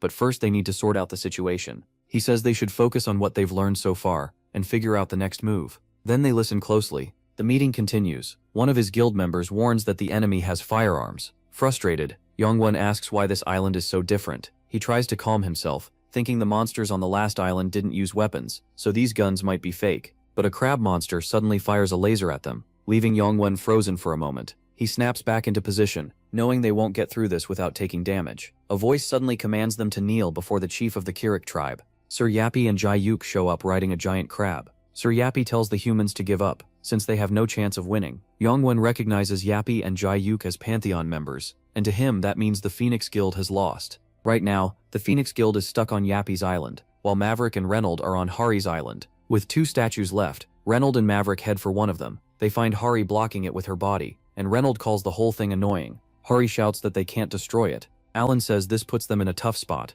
because they can't just ignore her prophecy. Hari begs them to listen, and asks if they really can't feel the awful aura the statue is holding back. Then she notices red smoke leaking out, and realizes breaking it would be too dangerous. Before anyone can stop him, the statue suddenly bursts apart, and Reynold looks pleased. Hari stares in horror, wondering if he really did it. Reynold says they came here to close the gate, so he followed the quest and destroyed the statue.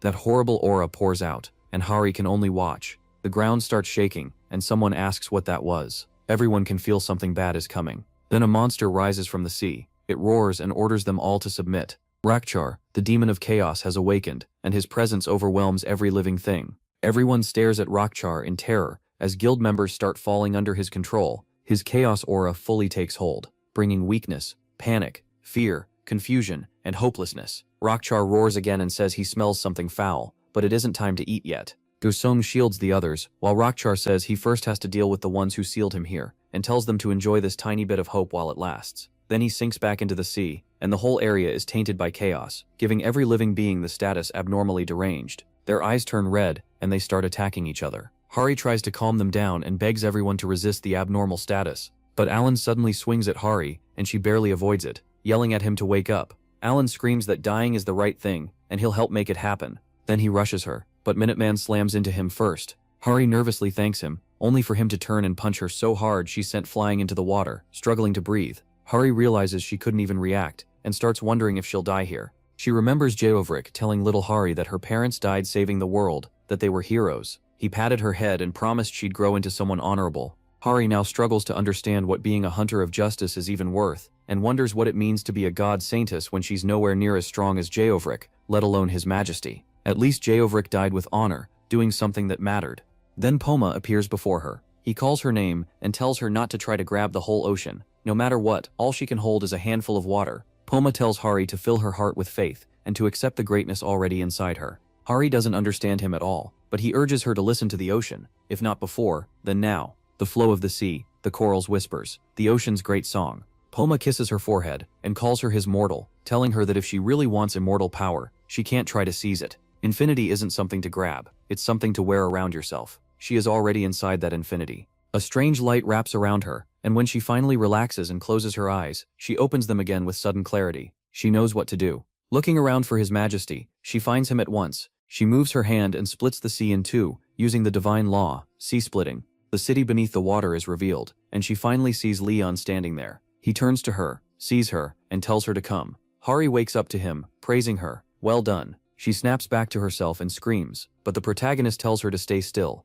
They're on Stallion, MC's Pegasus. Hari asks if she was really in the water, and MC says he's glad he didn't have to watch a water saintess drown. Hari then remembers Rakchar's return, and everyone going mad trying to kill each other. He says he knows, and explains that normal people can't stay sane in front of evil, that great. He has the Pegasus land. When they reach the island, the protagonist draws his glass and announces himself. The King of Lionheart's aura pushes back the status effect, and people slowly come back to their senses. Daesung walks up. Relieved MC is safe. MC tells him he did well holding things together. Daesung reports that some soldiers and trainees are missing, though he heard Poma kept them safe, and asks him to check. He says he can already sense them, then orders everyone to leave the gate, and says the Saintess's blessing will let them walk on water if they trust it. He tells them to run for the gate. Alan asks what will happen to the rest. Leon says they'll save as many people as they can to move, but the monster appears in front of them, calling them parasites and saying he'd been waiting for this. He says the moment has finally come. He starts forming a fireball, but suddenly stops when he senses a Grail Knight's aura. Then Yappy appears on a crab right in front of him. The monster rages, asking how they're still alive. Yappy switches to his third gun set and fires. The shots land, but the monster isn't hurt. He says they changed the bullets to divine artifacts, but that's still not enough for him. Then he sends a huge wave at them. Xiaobei tries to speak, but the monster cuts him off and says they can do nothing. Through wave control, strands of water rise toward him as Leon wraps them around the demon. The monster realizes who he is, a Grail Guardian. A sphere of water forms around him and traps him inside. Leon tells Sir Yappy to close the gate now and get everyone out. Yappy says the enemy is badly hurt and may start weakening, but MC refuses, saying they still need to destroy the. He knows he can't kill a demon this strong without the Holy Sword, so saving as many survivors as possible is the better choice.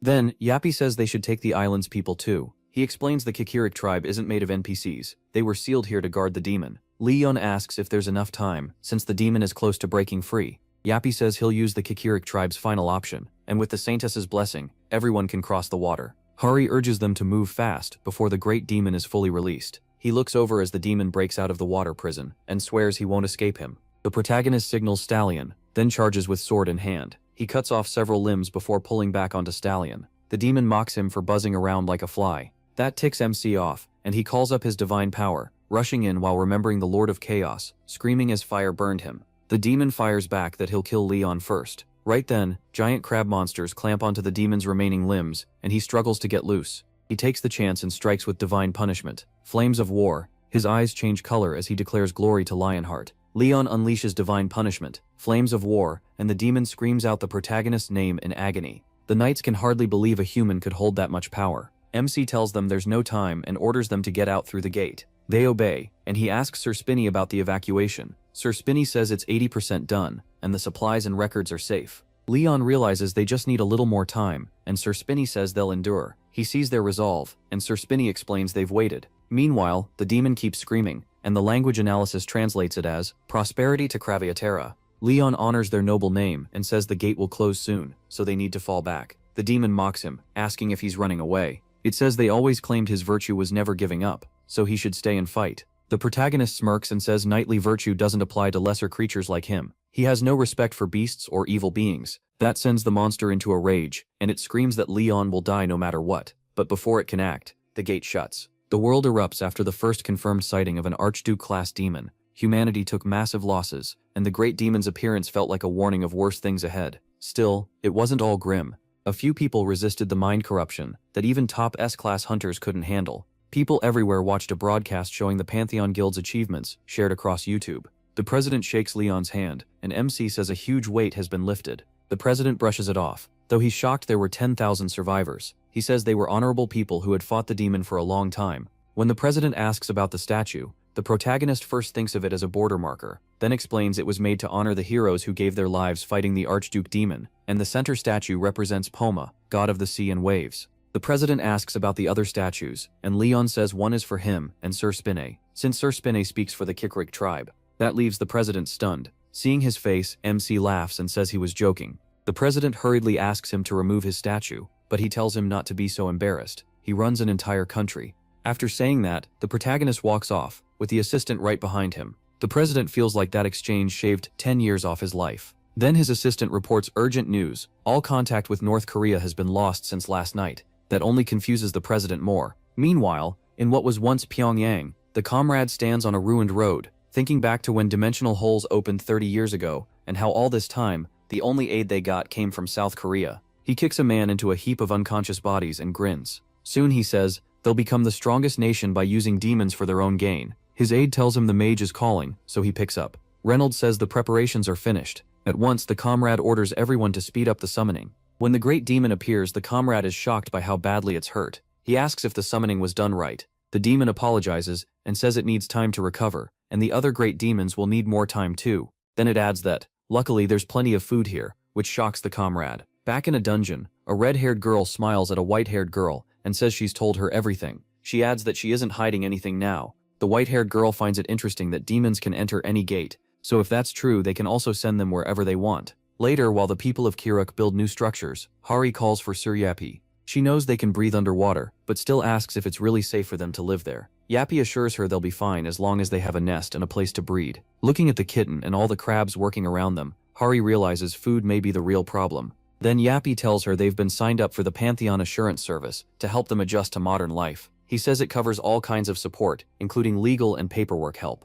Hari thinks about joining too, only to learn she was already enrolled and has been using the service since last month. She completely loses it when she hears the bill is 19 trillion won. Right then, Leon rides over. He tells Hari to get on the horse because he needs to head back to the guild. That catches her off guard, since MC had said before that this was a king's horse and only the queen and Sir Yappy could ride it. When he notices her hesitating, Leon gets down and holds out his hand, telling her to come. But instead of sitting right away, Hari feels awkward and a little upset by how he's acting. Then he gives her an envelope with property rights inside. He says it's only right for a king to grant land to a knight. Even if her faith hasn't been fully proven yet, Hari barely manages a quiet thank you, but the protagonist cuts in, telling her not to act so strange or like a servant. He says she doesn't need to behave like a noble, but she also shouldn't put herself beneath others. Blushing, Hari finally climbs onto the horse with Leon. After riding in silence, she finally asks if that means she's a noble now. MC says yes, and her face lights up. In the Pantheon's order though, she comes after the Queen, Sir Spinny, and Sir Yappy. Right away she calls out to Sir Yappy, saying he should treat her like a noble now.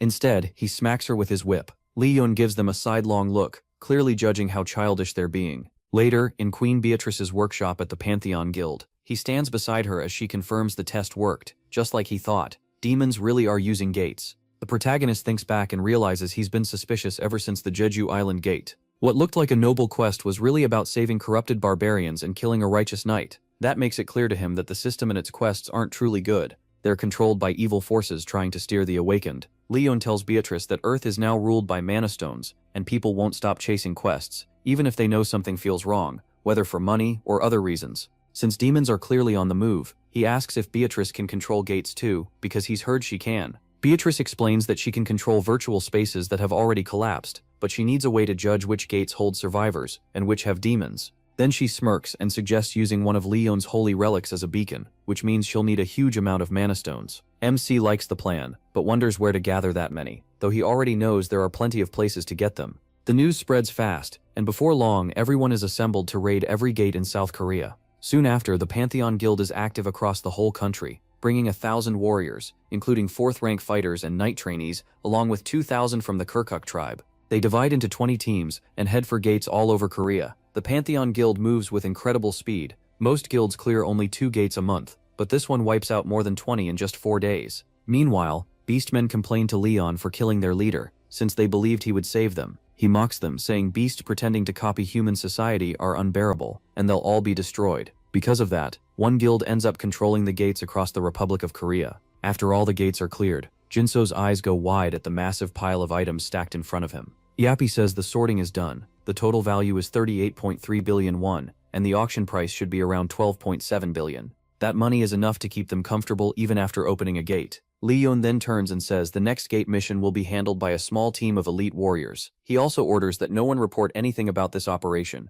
Jinsu and Hari are told to keep it hidden from the association too. As long as the protagonist isn't doing anything against the nation, no one objects. Then the protagonist steps into the center of a magic circle, and it starts glowing brightly. Using the sacred sword, Beatrice chants a spell and sets the coordinates. Everyone watches as streams of energy gather, and a man-made gate suddenly opens. The sight leaves everyone in disbelief. Leon is impressed, while Beatrice smirks at all the shocked faces. Once they enter, they arrive on a battlefield, where warriors are already fighting. Somho helps Kim Jae-hyuk while scanning the area in confusion. MC quickly realizes the gate has a problem. It split the warriors up again. Then a loud roar echoes out, and a huge army of orcs charges at them with weapons raised. Before they can strike, a knight named Babel slips past and cuts one down. He tells Kim Jae-hyuk and Soho to stop standing around and fight. This is a battlefield, not a playground. Then, out of respect, Basil kneels to Leorn, who quickly recognizes him as Valtoric's orc shredder, a company commander. Even so, he immediately demands an explanation. Basil says they're in the middle of Ryam Valley, and we're transporting Seryoja's holy relic. At that, the protagonist understands what's happened. It has already come to pass. The Grail Knight of Dreams and Death, Zarya of Twilight, had failed his final mission. As he follows Babel, Leorn is filled with regret, wishing he'd learned more back in Paradise while he still had the chance. Still, he knows the past is done, so he focuses on figuring out the situation now. His gaze shifts to Seryoja, who is unfolding his fantasy territory. With sword in hand, Zarya gathers immense power. The orcs cry out in pain, and collapse almost at once. Leorn steps forward and tells Zarya the orcs are pushing in. The moment they see him, Zarya and his knights bow deeply, greeting MC as the first knight of goddess Ariana. He remembers that knights who drink from the Holy Grail awaken into their peak form. Since he became a Grail Knight so young, he can tell at once that Zarya now looks old before the king's eyes,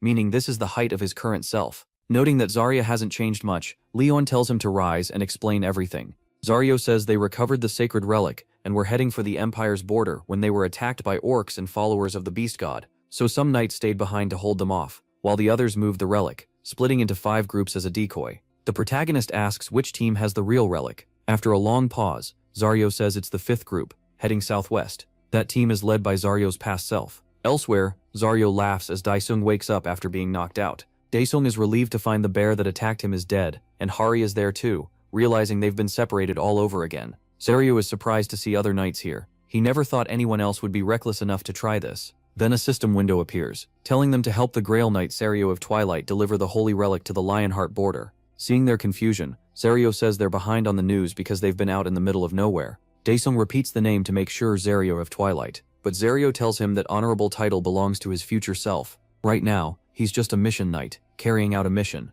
Zaryo Bertham had gone a long time without receiving any quest from the gods. He spent 10 years wandering the world as a knight, then another 15 years waiting for the gods to finally give him a quest. He was a great knight, not the kind with special powers to turn a battle by himself, even though many chosen by the gods did have those gifts. Even when others mocked him, his refusal to quit earned their respect. Then one day, a woman appeared, but Yahello kept going. Even with the whole world laughing at him, he never gave up. By age 100, he finally became a Grail Knight, the oldest person ever to do it. Back with Leorn, Yahello tells the knights to raise their shields. A wave of orcs and monsters rushes straight at them. As the battle breaks out, the shield bearers avoid the orc strikes and cut down monster after monster. Leorn quickly sees their teamwork is on a whole other level. Then a boulder troll appears, and MC tells Suho and Jaok to watch closely. What they see next is the level they need to reach. Leon gives the sign, and Zara with the other knights charges in to strike. Suho and Jaok think it's too risky because the path is so tight. Zara ignores that and rushes ahead with a spear in hand. His horse vaults over the shield line, leaving Suho and Jaok staring in shock. Using Dear Holy Flame, Zara drives his sword at the enemy, but Leon tells Suho and Jaok not to get carried away. The enemy still hasn't shown its full strength. At the same time, the system gives them a bonus mission: protect Zara's forces to the very end. After reading it, he decides to stay and support Zara. Sure, the stallion will follow the real relic team. This time, he wants to see this noble Grail Knight through to the end. Meanwhile, Suho and Jaok search the orc bodies as ordered, but there are no mana stones. That tells Leon this quest isn't tilted unfairly, and he doesn't feel the usual hidden malice behind it. Still, he thinks the quest itself might be something he can exploit. With that in mind, the protagonist tells his knights to look for any students. He's about to keep talking, when he suddenly senses a spear flying at him. In an instant, he catches it barehanded and snaps it in anger, clearly insulted that a beast dared attack him from afar. Staring at the orc, Leon sneers that it's a filthy lowborn beast. Furious, he orders Zara to bring him that creature's head no matter what. Zara turns toward the orcs that dared disrespect the king, honored to kill the beast that tried to insult him. The orc only laughs at him, but before it can react, Zara is already behind it. He instantly smashes his staff into its head. The hit hurls the orc into the ground, hard enough to scatter rubble. The beast can barely believe that kind of power is real. Zara stands over it and demands to know how it dared invade Heaven's land, where only the king should rule. The beast shows no fear, warning Zara that he came alone while it brought a whole army. Even so, Zara couldn't care less about an army of trash. A faint smile crosses his face as strange energy spreads around them. Before anyone can react, Zara calls on the goddess of dream and death to punish the faithless. A goddess appears behind him, gathering that same power in her hand, and suddenly the orc's body split with countless cuts. Meanwhile, with the team carrying the real relic, Zara warns Daesung to stay alert, since most beasts out at night are monsters. Since it's too dangerous to stay exposed, he says they should head for a nearby cave. Carrying the heavy relic box on his shoulder, Zara leads the way. Stella feels bad watching someone as noble as him do that, but Zara says that right now he's only a mission knight.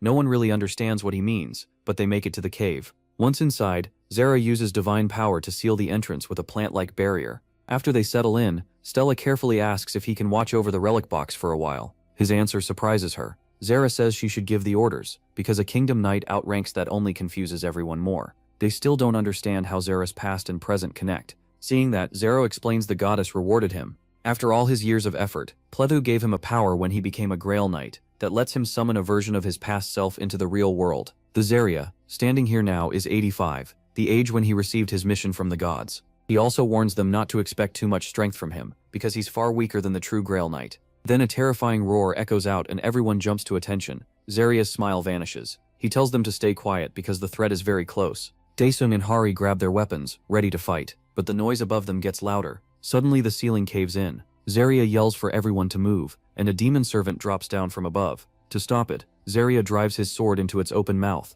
but the monster claws his back. That's bad, because its poison is deadly. Stella tries to help, but Zarya orders everyone to retreat and get out fast. Hearing that, Hari runs to Daesung and calls to him, then freezes in shock when she sees a deep poisoned wound on his arm, and realizes he can barely stand. Hari quickly wraps Daesung's arm, and he apologizes for failing her. She ignores that completely. Her only concern is the poison. Blaming herself for not stopping it, she tells Daesung to wait. Then Hari draws her sword and heads towards Zarya, who's still fighting the monster. He spots her, and yells for her to stay back, warning that it's too dangerous. But then he's stunned as she keeps walking, her sword pouring out powerful energy. Hari remembers a past trip to the gate, when Leon told her she had been chosen by the divinity of war and fire, and must not treat that gift lightly. He had formed a flame in his hand, and explained that divine foam flows like ocean currents, and moves with her will. Remembering that, Hari swings her sword, pouring both water and fire into the strike. She unleashes a massive slash that badly wounds the giant monster. Zarya can only stare in disbelief. After the monster goes down, Zarya makes an antidote, but there is only enough for one person, because the Empire Dark Mage's Chimera got burned by Hari during the fight. As soon as it's finished, Daesung drinks it. Then Zarya hides the entrance even more carefully, so nothing can track them. no matter how sharp its nose is. Not long after, Zarya collapses, as the poison from his own wound finally weakens him. Everyone rushes to help, but he weakly says that even if he dies, his past self will still guide them. That clone was blessed by the Lady of Death, and even received a gift from her. As Zarya draws his last breath, he tells them to treat that other self like just another tool to deliver the relic to the King of the Lionheart. In death, he sees the Lady of Death devouring his soul. At the same time, the second Zarya finishes off the orcs, and Leon praises how cleanly he handled it, realizing Zarya had tried to bait out their leader but failed. The orcs are oddly patient, and since they ignored that provocation, their leader must be someone with real pull. MC starts thinking fast. Could there be an orc champion? They're rare warriors chosen by the orc god, and they unite the tribes and start huge wars. It's still early, but Leon suspects an orc chief may be here. Later, he speaks with Zarya alone and tells him everything that happened. Zarya clenches his fists when he learns he had already died and gone to heaven. His hand shakes as he realizes the protagonist fought evil alone for 200 years.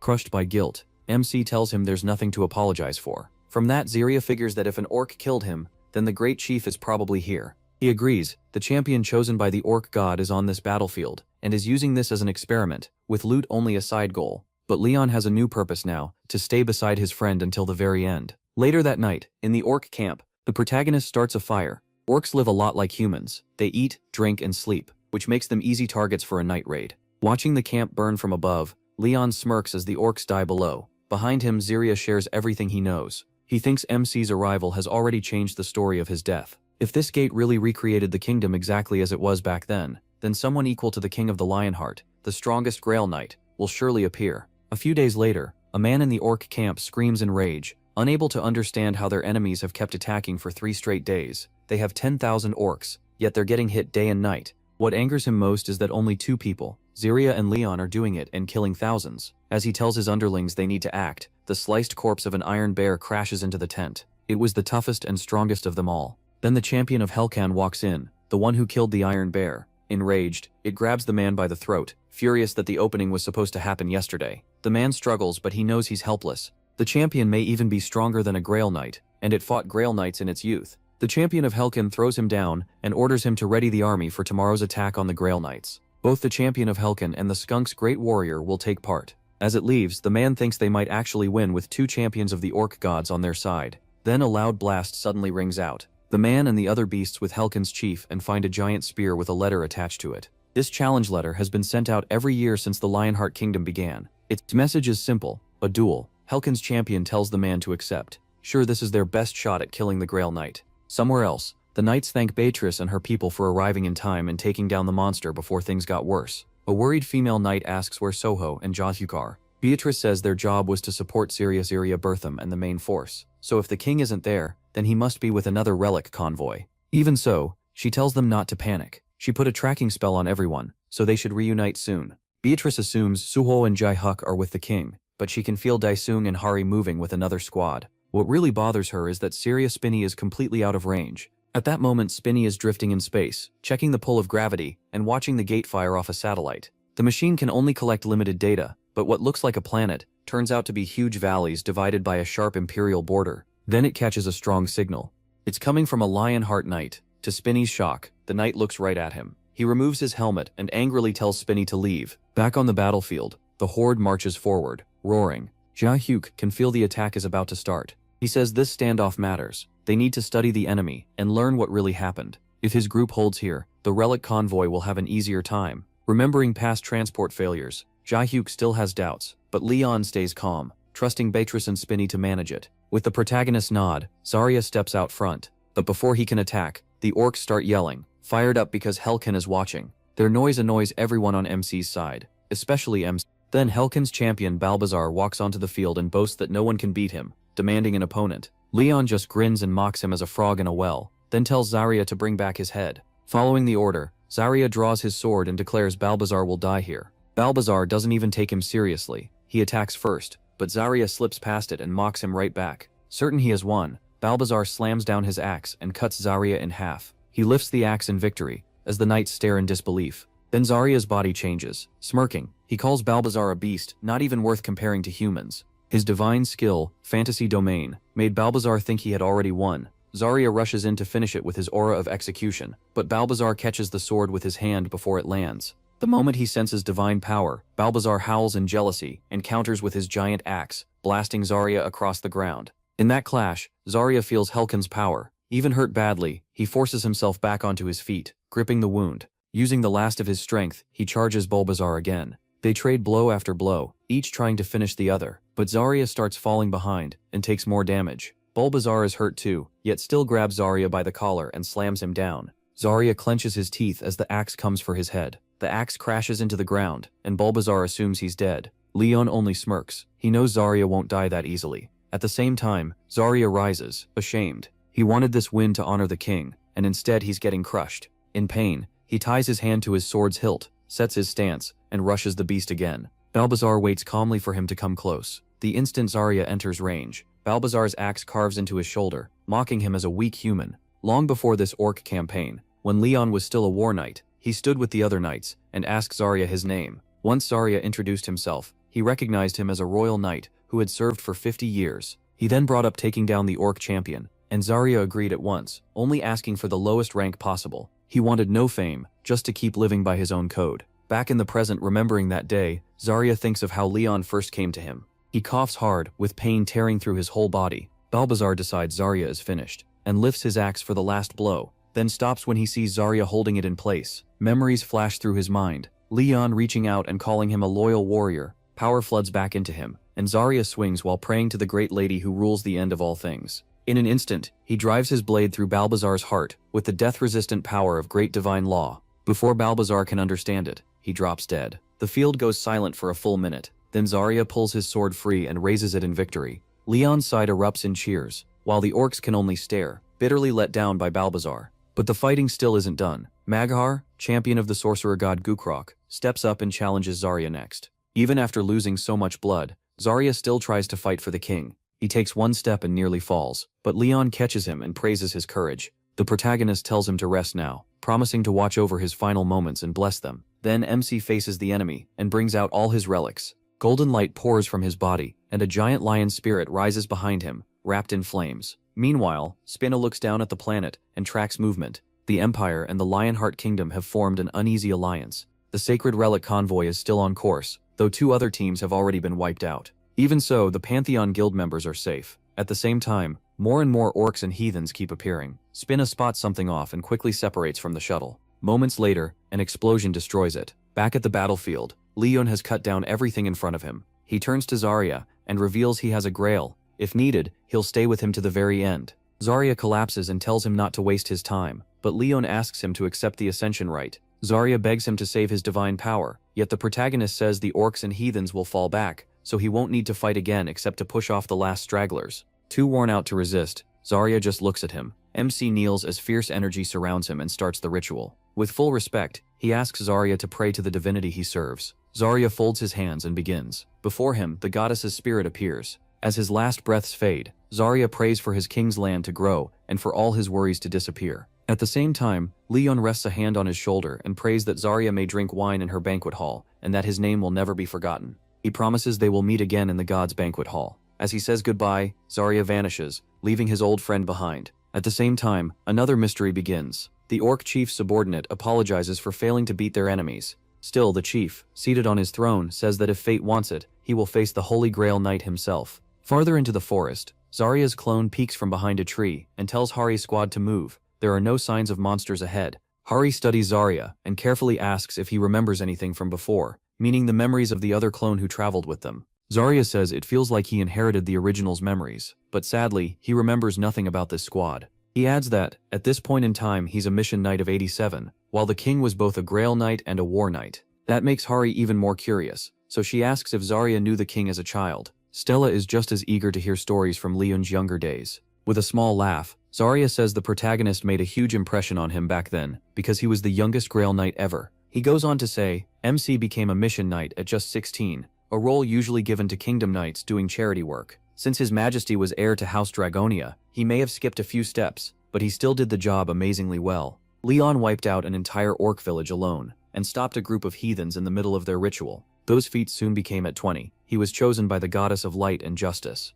By 27, he had become the youngest war knight and Grail Knight in history, and Zarya believes no one will ever match his talent. He then tells Hari to later, After burning a safe patch in the deep forest, everyone goes to sleep except Daesung, who keeps training by swinging his sword. Then he hears someone call it a kingdom sword style. It's Zarya, awake because he barely sleeps at his age. He came over to help with watch duty, but seeing Daesung train, he decides to coach him instead. An honor Daesung can hardly believe. They face each other, and Zarya tells Daesung to focus on dodging while he attacks. The moment Daesung agrees, a fast strike comes at him, and he tries to avoid it. Zarya tells him to keep both hands above his belly button. A sword isn't only for attacking, it's also the fastest way to defend. Daesung is clearly trying hard to fight back, but Zarya's swordplay is so fast and precise, almost machine-like, that landing a hit feels impossible. Then Zarya speeds up even more, and with one last strike knocks Daesung's sword away, stopping his blade at Daesung's throat. Daesung admits the loss only fires him up. He says he's learned the basics and praises Zarya's speed, feeling more motivated than ever.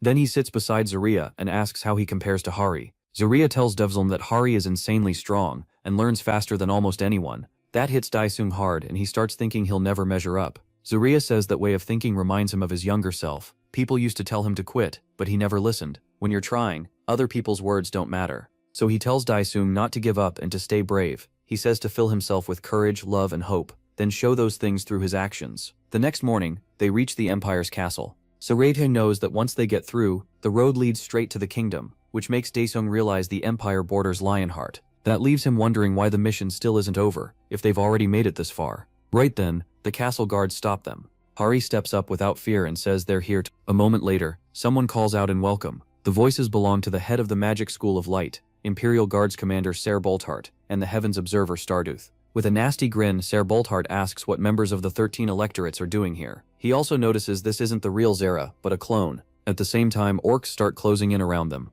Then Bolthart suddenly fires lightning at Zera, while mocking him with a twisted welcome and farewell. Hari runs to Zera after he drops to the ground, and the whole squad panics. Bolthart stays calm, sure there's no danger since it's only a clone, then taunts the others to see if they dare fight back. Stella answers by blasting him with a huge wave of fire, but the old man sends a dark magic array at her, and cancels her divine law.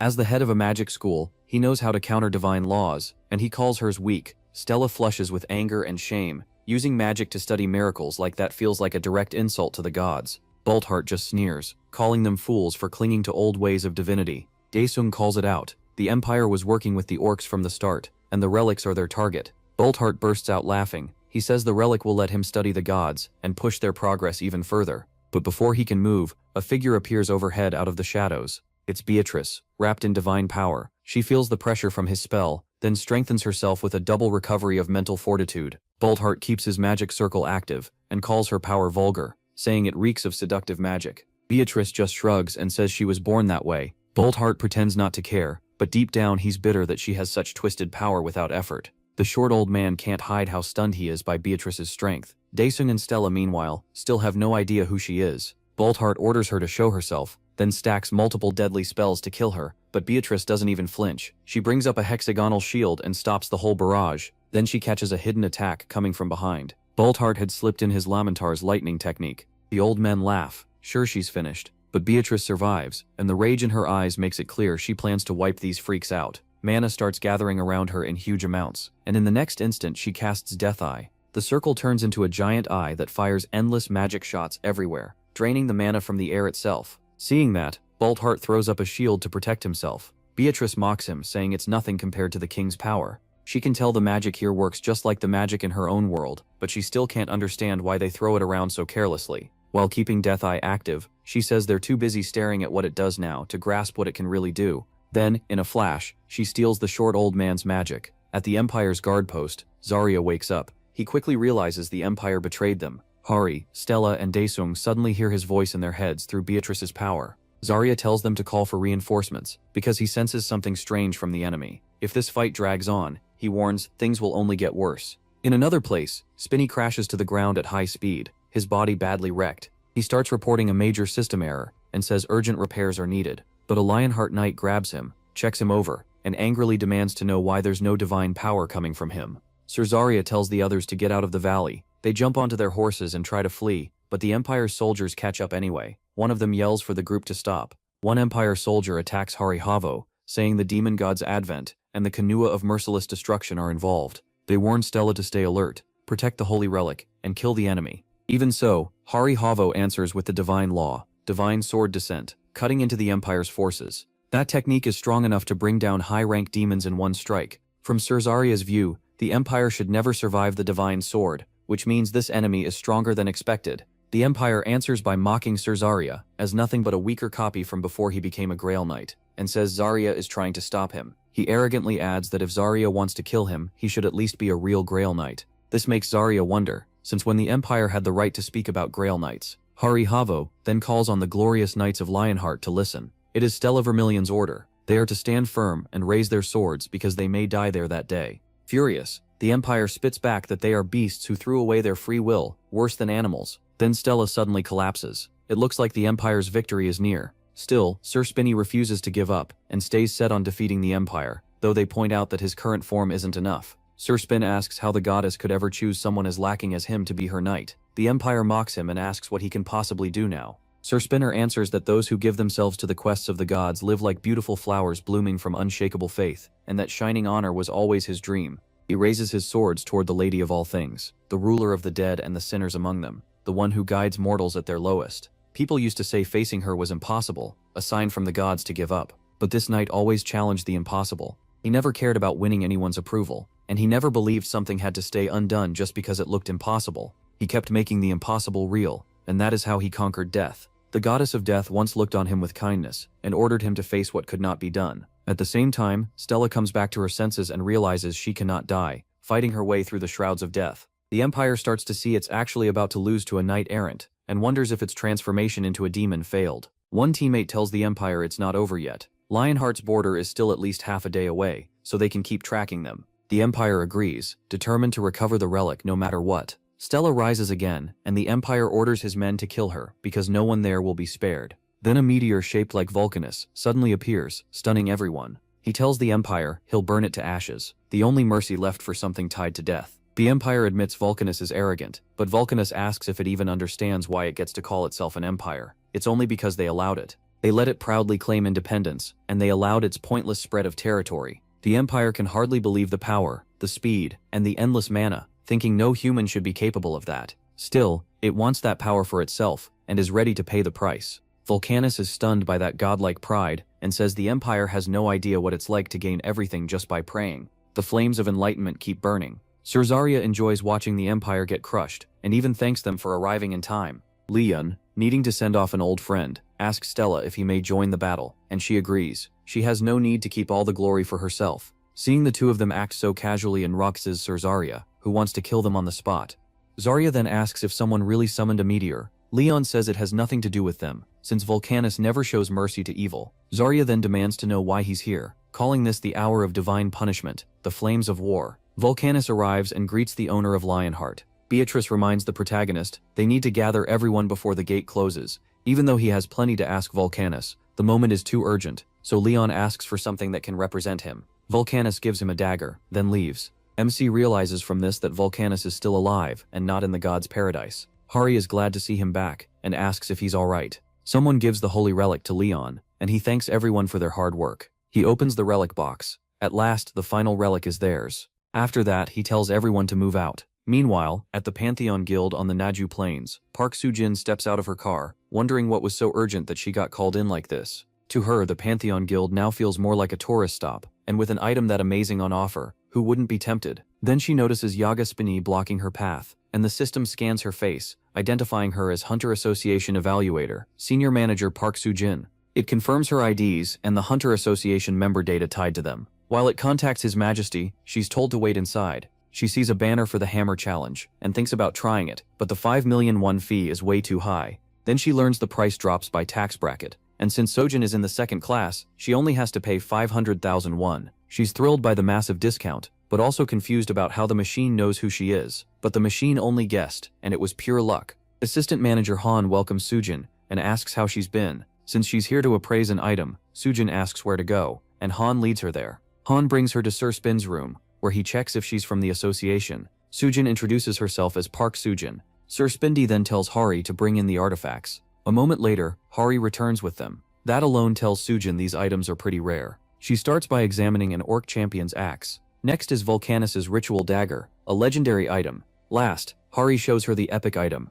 Richard Lionheart's Sheath. Then the sheath suddenly starts moving by itself. Sir Spinny recites the words, "The founding king of Lionheart left for his heirs, through suffering, and toward the stars. To do good with courage, stand for justice, even if heaven falls, and bring light to fate." After that, Sir Spinny asks everyone to leave him alone. A strange power washes over him, and he introduces himself as Leon Dragonia, Lionheart. He declares that he is the 15th king of Lionheart, and the true heir of the founder. As God's agent, he claims the right to wield the relic and says his peak power has finally returned. He tells Beatrice to prepare. They're about to perform a massive ritual, all thanks to that sheath. First, he plans to form the Night Order and get ready to name a Grail Knight. Then, through the great ritual, he will summon the star. Elsewhere, a woman speaks on the phone, and the person on the other end asks if she really plans to stay there. She says yes, she wants to kill someone, and even all the sword skills of the Divine Sword Guild aren't enough. To kill him, she needs divine law. The caller asks if she knows where her target is, and she says he was last seen in Vietnam. He's still carrying the demonic sword.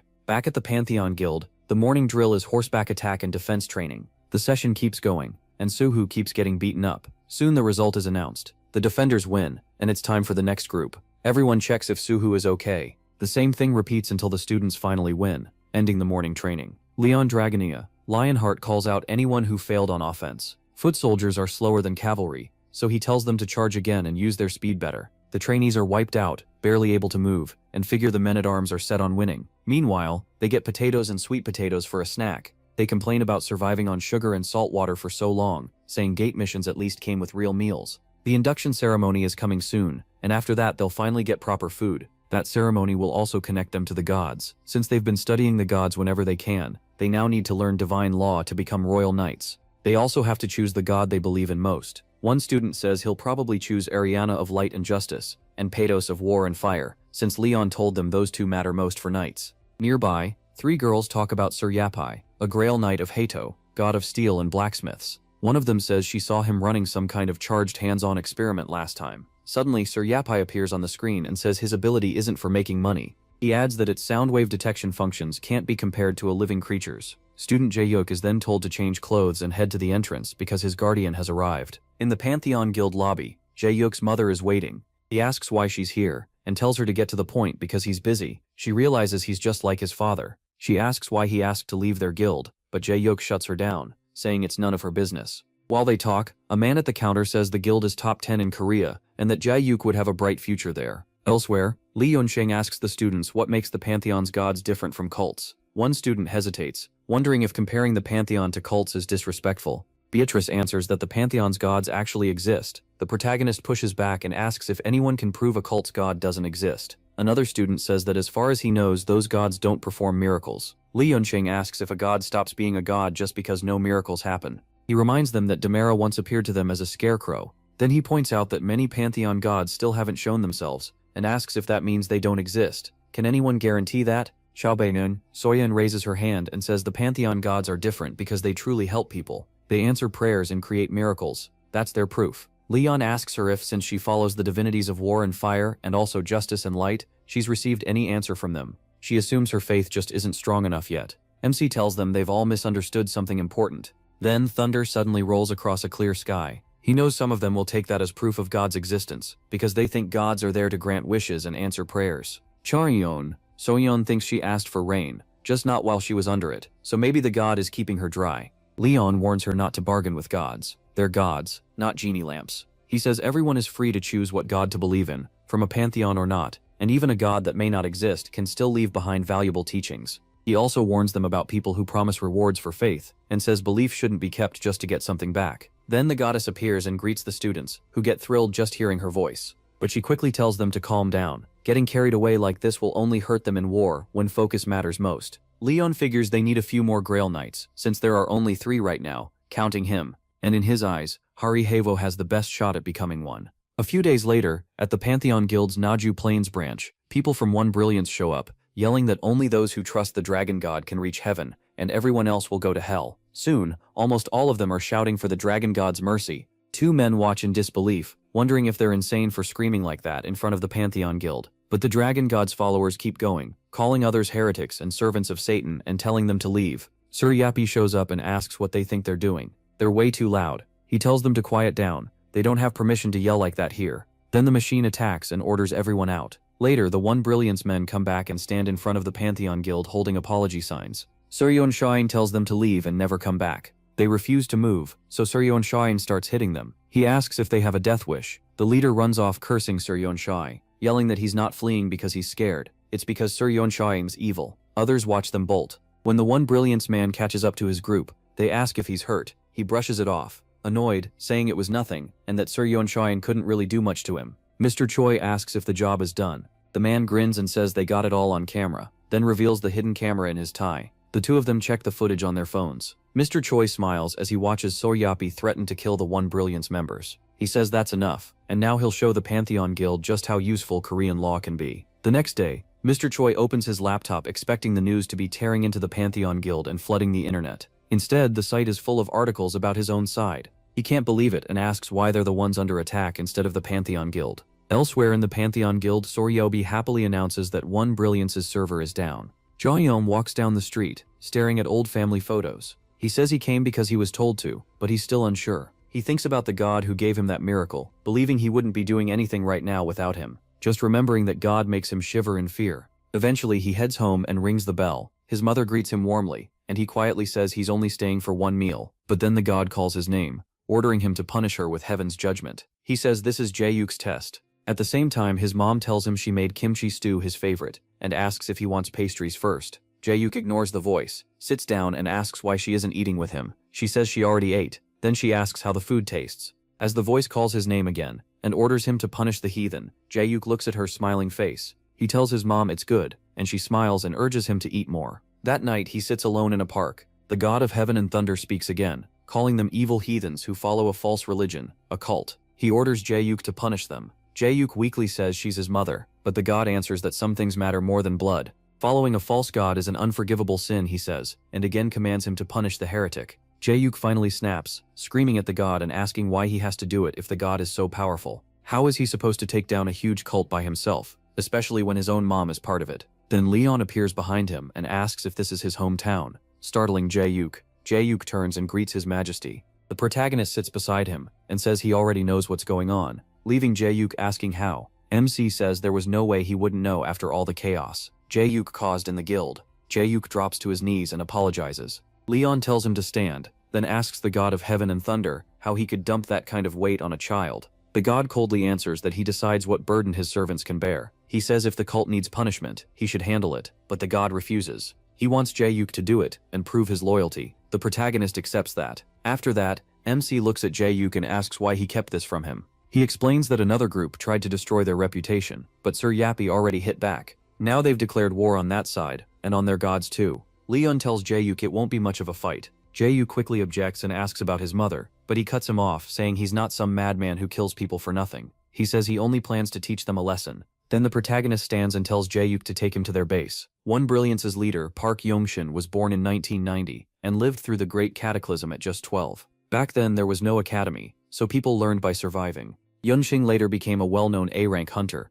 and in the winter of 2014, he met God at the Samchuk Fluctuating Gate. His whole party had died, after the gate suddenly got much harder. Then the system asked if he wanted to be saved, and when he said yes, the voice blessed him. That was the birth of South Korea's 7th S-rank hunter. Now Yunxing preaches that God is real, and shows proof every day. He tells the crowd to look at God's blessed warriors. He urges them to hear the gospel, before entering the gate. One of the warriors excitedly says the gate first looked normal, but once they went in, his system started acting strangely. They were meant to beat the boss and mine mana stones, but the system led them to a treasure chest instead, and that changed his whole life. The followers cheer and call it God's blessing. The warrior shouts that everyone should believe in God. Stuff like this happened all the time with One Brilliance hunters. Even the Hunter Association had to admit these miracles weren't random, and were somehow tied to One Brilliance. That made it easy for them to grow their power. Yunxing smiles as the crowd praises the dragon god. He says things aren't always what they seem, then talks about one hunter who raided gates to pay for his sick mother, and received a cure-all herb,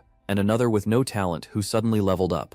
Both miracles came after they proved their faith with donations, and Yongxing shouts that God rewarded them for it. He says anyone can be blessed if they show true faith, because they're all one family. The followers praise their God again. Then Yongxing notices Leon and Beatrice seated in the back. He's stunned that the leader of the Pantheon Guild showed up in person. MC clenches his jaw, furious at this cult, and the parasites using poor people to sell fake faith for money. Yunxing quickly recovers, welcomes this special guest, and says first-timers should be baptized. Then he calls Leon forward. He rises and mocks his nerve for summoning a king. Without hesitation, he walks up. He stops right in front of Yunxing and drops a massive pile of cash at his feet. Yunxing asks what he's doing, and the protagonist tells him to perform a miracle. Since Yunxing said donations bring miracles, Leon says he's making a deal with his god. Yunxing smiles, calling him disrespectful for trying to test God. MC fires back. If faith and loyalty get people into heaven, is Yunxin the one deciding who enters? Yunxin's expression hardens. He orders him to submit to the pastor and obey the gospel. Leon snaps that no true servant of God would place himself beside his god,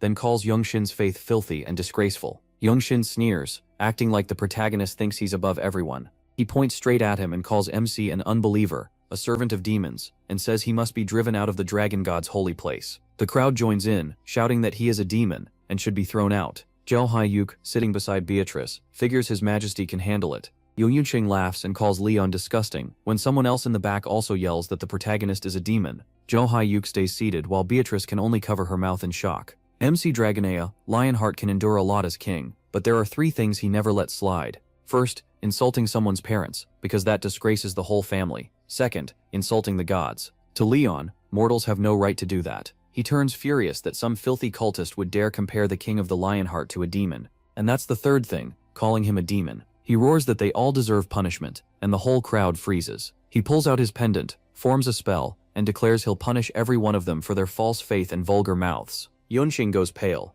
The protagonist announces that the divine star will purify them all. At that same moment, an astronaut eating a meal spots a star rushing toward Earth and thinks the world is over. Using his pendant and Saintess Anjak's relic, Leon guides the falling star and declares the demons will be wiped out.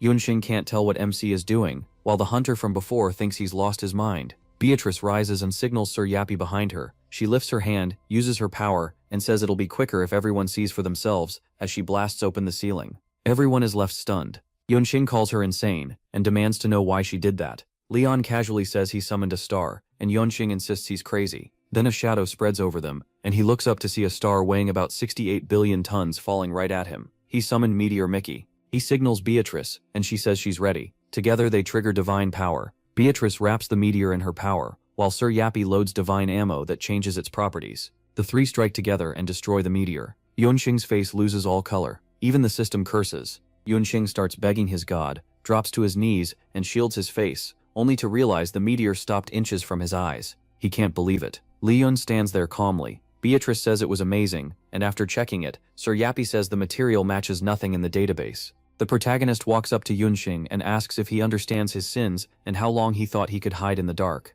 Then MC calls Jae-hyuk forward. He grips Jae-hyuk's shoulders, turns him toward Yunxing, and says now he can see what evil is clinging to them. Zhao Bei-hyuk is horrified to see a red, ugly demon attached to Yunxing, even as Yunxing keeps shouting that they've gone too far. Leon explains that this evil eats away at the mind. It's a parasite that latches onto people and waits for the moment to strike. Then Zhao Bei-hyuk hears his mother call out, and he sees the same kind of demon feeding on her. He demands an explanation, and he tells him this is the evil the god of heaven and thunder wants punished, and that duty belongs to him. Jae-hyuk hesitates because it's his mother, but Leon tells him to trust his god and believe the result will be what he hopes for. After a pause, Jae-hyuk lifts his hand. At first it's just a small symbolic motion born from hope. He shuts his eyes and prays that his miracle will strike only the evil, and that God will spare the innocent. The demon feeding on his mother starts to burn, and she drops to her knees, calling to him. Jae-hyuk rushes over and hugs her as the demon burns away. His mother apologizes, and he holds her tighter. Leon praises Jae-hyuk, thinking this is exactly why the god of heaven and thunder chose him.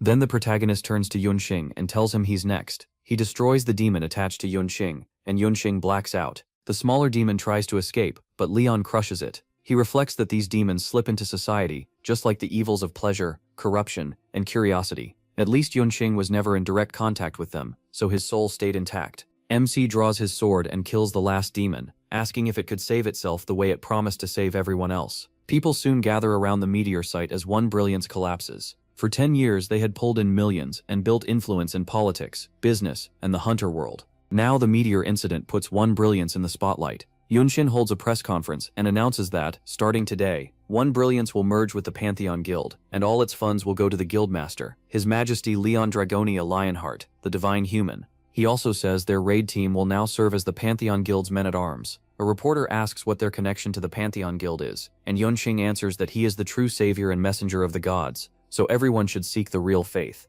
Leon looks at the noisy crowd and says the chaos makes sense. Earth has never seen anything like this before. He asks Sir Spinne when work can begin, and the robot says they still need to build the needed facilities, including the main one at Pantheon. The protagonist says they need 50 sets of armor and swords right away. Spears and horse armor can wait, though both kinds of armor matter just as much. Sir Yappy adds that they'll also need to expand the facility and deal with the legal side. Right then, the president of the Hunter Association calls, saying he's been trying to reach MC. Leon acknowledges both the president and the Ministry of Information and Communications on Science and Technology. The president greets him politely, while Mr. Kim nervously asks about the meteor. He calmly says it belongs to him. The president barely reacts when Leon adds that he summoned it, but Mr. Kim is left stunned. The president asks what the protagonist plans to do with the meteor. MC says he'll forge weapons and armor for his knights. Mr. Kim starts saying the department could use it too, but the president shuts that down and accepts his claim right away. He says Hari already told him a smithy was being built, and asks if that's where the meteor will be used. The protagonist confirms it.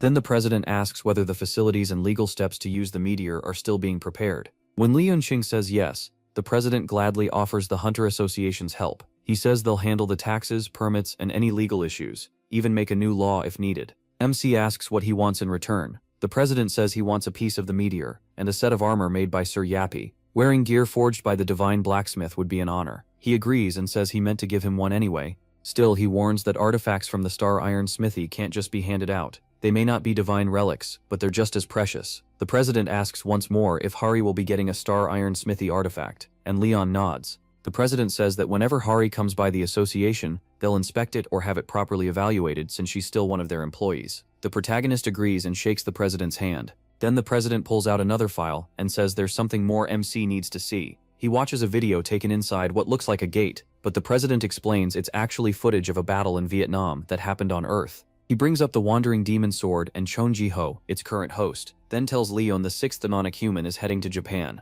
Outside, Yonqing stands there with a sigh. Yuri asks if he's okay, and when he doesn't answer, she mocks him. If they already lead the tax and reformation plan, why even come to this meeting? Yonqing grumbles that it's all the protagonist's fault. He says MC has been changing him bit by bit, pulling him deeper into the Pantheon Guild. All of it is making his stomach hurt. Yuri smirks and says if he wants to be nice, he should stop pretending otherwise. She even suggests merging with the Pantheon Guild like One Brilliance did, but Yonqing rejects the idea.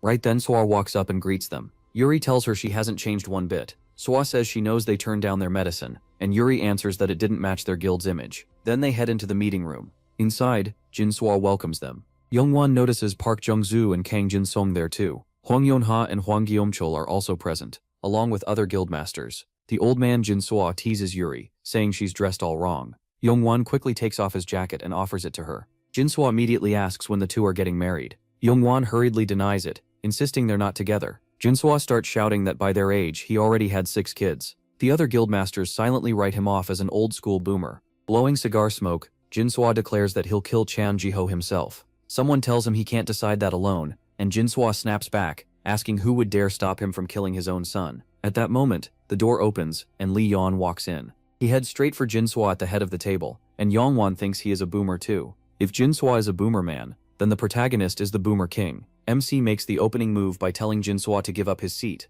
Chowan Jin Swa is Korea's greatest swordsman, a living legend, and the first-ranked guildmaster of the Divine Sword Guild. With all he's done for the country, and all the stories around him, nobody in Korea dares challenge him. That kind of power made him untouchable, and let his old man attitude grow even worse. But today, Leon walks in and calmly demands his chair. Jin Swa can only stare at him in shock. He asks if he's deaf, even though he's still young. Jin Swa slams the table and starts cursing at him. Before it goes further, the president cuts in and says Leon is 300 years old, leaving Jin Swa stunned. He explains that Grail Knights don't age in the normal way, so the protagonist really is 300. Jin Swa asks again if that's true, and MC meets his gaze without backing down. That is enough. Jin Swa gives up the seat. Yongwan thinks to himself that the boomer has fallen. Leon asks for tea, and Yongshik comes rushing in, shocking the other guildmasters. Swa looks him over and says the rumors were right. He really is handsome. Then introduces herself. Yongshik immediately scolds her for speaking out of turn, but the protagonist calmly tells him that's enough. Then he faces the president, and says his time is worth more than gold. So the president gets right to it. 13 years ago, a black gate appeared in London. It was so hard that no one could clear it. Fearing another Shanghai disaster, the European Union gathered an S-rank strike force and launched a raid. That team had 24 S-rank hunters, plus 1,834 A and B ranks from 32 European guilds. With Cornwall Wong of the Clock Tower leading them. The raid lasted 2 months. It ended in success, and people celebrated the first Black Gate ever cleared. Leon says the real problem must have started after that. The president agrees and explains that an epic item called excessive murder appeared, the strongest weapon seen in the 30 years since the Great Cataclysm. And with it, human greed showed up too. After a brutal fight over ownership, the British government got the item. It sold for trillions of won, more than a modern warship. They later lent excessive murder to James Spencer, the best swordsman of that era, and guildmaster of the Gentleman League. That was the beginning of the disaster. The sword fully took over his body. Thousands of civilians died, along with more than 600 hunters. Leon asks if that made him the 6th demonic human,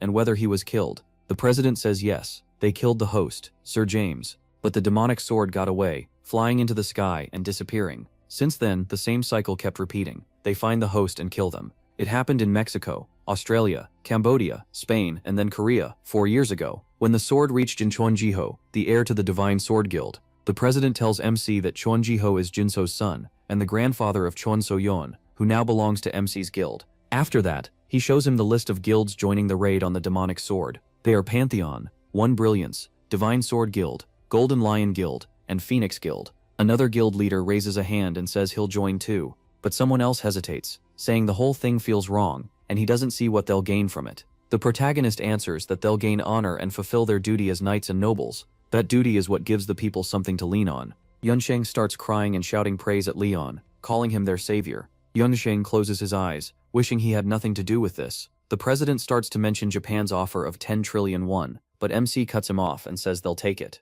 He adds that Japan must have a king too, so they should contact him first and move out. The president agrees and says he'll reach out through the government. Leon walks away with Yunsheng eagerly trailing after him. Then Jinsu calls out to him. He turns with an angry look and Jinso quickly corrects himself, calling him Your Majesty. He says there's one thing he wants to ask, and that he has the right to ask it. The protagonist tells him he'll decide after hearing the request. Jinso says he only wants one thing, and MC likely already knows what it is. His granddaughter Chin So-yeon is in the Pantheon Guild, and he begs Leon to keep her out of this raid. Chin So-yeon tosses in her sleep as a nightmare takes hold. In it, everything is beyond saving. Her mother begs her to run while her father drives the sword into her, and then starts walking towards So-yeon. She jolts awake, drenched in cold sweat. Later, alone by a vending machine, she mutters that it's starting, and that this is her chance. Then Ventarsis appears, and says it's foolish to call this an opportunity. She answers that this kind of deal makes him assume Leon, his avenger, never taught her not to bargain with the divine. She tries to push back, but the god of revenge cuts her off. He says he answered her shameless plea, and is the only one willing to grant her power despite her weak faith. She shouldn't treat that luck lightly. So-yeon asks if giving him something he wants could let her become a Grail Knight too. Ventarsis laughs, and asks if she's really comparing herself to his avenger. He says her achievements are nothing next to the King of the Lionhearts, and asks if she thinks she could ever replace him. So-yeon realizes Leon must have borrowed power from Ventarsis too. Ventarsis tells her she's nothing right now, but he will help her get revenge if she gives him her soul. And the moment that revenge is done, her soul becomes his. Leon addresses the academy students, saying they now belong to the association's military, then orders the lion to be called so they can receive their supplies. Jaeseok asks Hari if So-yeon will really join the mission, since he heard Jinzu opposed it. Hari says she asked His Majesty earlier, and he told her it wasn't his place to interfere. Just then he calls them forward. Soho, Jaeseok, Hari, and So-yeon. He says their results so far are as strong as he expected. He then praises Hari, saying the gods admire the pure. She has proven both her talent and her innocence deserve that praise, and Hari smiles. Leon presents her with armor, a sword, and a spear, saying they will help draw out her true power. Hari admires the armor, and calls it beautiful as Patos and Poma step up behind her and praise it too. Petos blesses the armor, asking that Hari become the saint who burns their enemies in this war. Poma blesses it next, telling her to trust her body to the endless sea and fill her heart with faith. Yunshik and his followers loudly praise the gods, as Hari's armor rises to legendary rank. The other students whisper that armor like that cost billions, maybe too much to even price. Next, Leon walks over to Jaeseok. Then the god of heaven and thunder calls Jaeseok's name, catching him off guard. He blesses the armor, saying power and light will stay with Jaeseok. He'll judge evil beside the king of the Lionheart, and his justice will shield him. Even against the corrupt and fallen, his resolve won't break. Goddess Ariana then blesses Suho, wishing the light of immortality stays with him in the dark. When So-yeon steps up, Leon tells her grandfather asked to keep her off this mission, and asks if that's what she wants too. She answers right away, she wants to go. The protagonist accepts that, and reveals her armor. Ventarsis begins his blessing, saying he accepts her revenge, and that his gift will draw out the darkness of destruction. He adds that he's the only one who will grant her wish. Then Leon pulls out the sword, and Ventarsis demands to know what he's doing. MC just smiles, saying he's worried about his disciple's future. Soyeon stares, confused by what he's doing. Leon separates the sword from the armor, and Ariana starts her blessing, telling Soyeon the light will be her way out, so follow it. The sword shines so bright it's almost hard to look at. Ventarsis quickly asks if she's changing her mind, but Ariana says she's only honoring her knight's wish. The god of revenge turns on him, calling him back his avenger, and sneers that he's gone soft on humans. He answers that he is their king. Ventarsis only grins and mocks him for losing his daughter. Ariana shoots him a hard look while Leon lowers his eyes. Ventarsis keeps going, reminding the protagonist that he is heir to the king of the Lionheart and Dragonius, and that the founder found glory in darkness. MC says he remembers that well, calling him the founder's guardian. Ventarsis faces Soyeon and warns her not to let the light pull her away, because revenge is only won in cold darkness. Then he calls her his little avenger. Japan. Hunter Association President Kamiya Yasuda tells his assistant to bring the list of everyone joining the raid. He laughs that the Prime Minister must be nervous if he's even using survivors from overseas. His assistant agrees. The government has clearly been slipping. Kamiya just chuckles and says it doesn't matter, because this country is basically his kingdom now. He asks if the Pantheon Guild is really that impressive. She admits they're dangerous, but still not on their level, though they're still a problem. Kamiya says he's heard Pantheon followers are active even here. Their promotion works well, and weirdly almost nobody is pushing back in public. He jokes that maybe they've taken over the whole internet. Then he decides to put the Pantheon Guild on the front line in Phase 1. His assistant says Korea won't like that, but he brushes it off. They can share the burden too. He tells her to inform them that 3 full S-rank raid teams will be sent in. She starts to object, but he cuts her off with a grin, saying those teams were annoying him anyway, so this is a good chance to get rid of them. He smiles even more, and says his kingdom will be even better after the raid. He adds that if they welcome the Pantheon Guild properly, they can hype them up enough to take the front line without trouble. The plane finally arrives in Japan. The reception team starts sweating, reminded of the last time foreign royalty came, and they silently pray nothing goes wrong. One staff member recalls the warning. Leon isn't normal, so don't turn this into a political clash. Treat him like real royalty. When the plane door opens, he steps out holding Beatrice's hand, both dressed like royalty. The Japanese staff are stunned. The one in charge instantly feels this isn't normal pride or strength, but a real difference in status, something people with borrowed power can't understand. He quickly bows and greets His Majesty, the King of the Lionheart, and Her Majesty Beatrice. Leon offers his hand and asks if he's the king of this country. The man freezes, and the president behind the protagonist looks shocked too.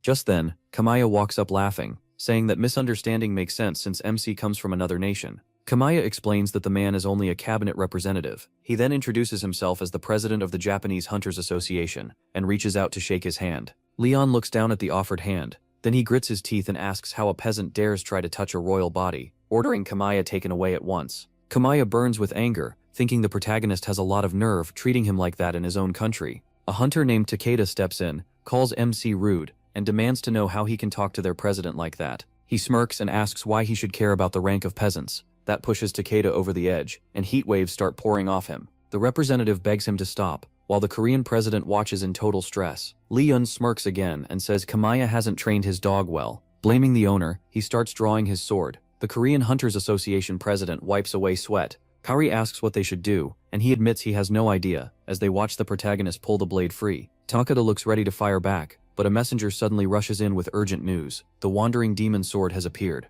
Leon immediately asks where. Still shaken, the messenger says the demonic sword is crossing the ocean on a sword. Meanwhile, Chaefun Jiho rides over the sea on his blade, splitting the water apart. He carves a path forward, and opens a dungeon in the middle of the ocean. He smiles to himself as demons start flooding out of the gate, and with a wide grin he calls So Yunqing's name. Security quickly puts footage on the screens. The demonic sword triggered a dungeon break at the Dragon Palace gate, then vanished underwater. Kamiya asks how anyone could even cause a dungeon break. Another person says it happened right after the demonic sword entered the gate. Kamiya and the guild leaders grow more uneasy over the sudden gate. Leon steps forward and calmly says a gate appearing like this isn't impossible. He says this is an emergency, so he'll share vital information, then asks Beatrice to explain. Beatrice steps up and calls for Sir Yarpai, who instantly hacks every computer in the room, leaving everyone tense and confused. Beatrice begins by explaining that 4 weeks ago, they raided the Western Sea Gate with Federation hunters. During that raid, they started to suspect something was wrong with the gate, the system, and the quests. Their conclusion was simple: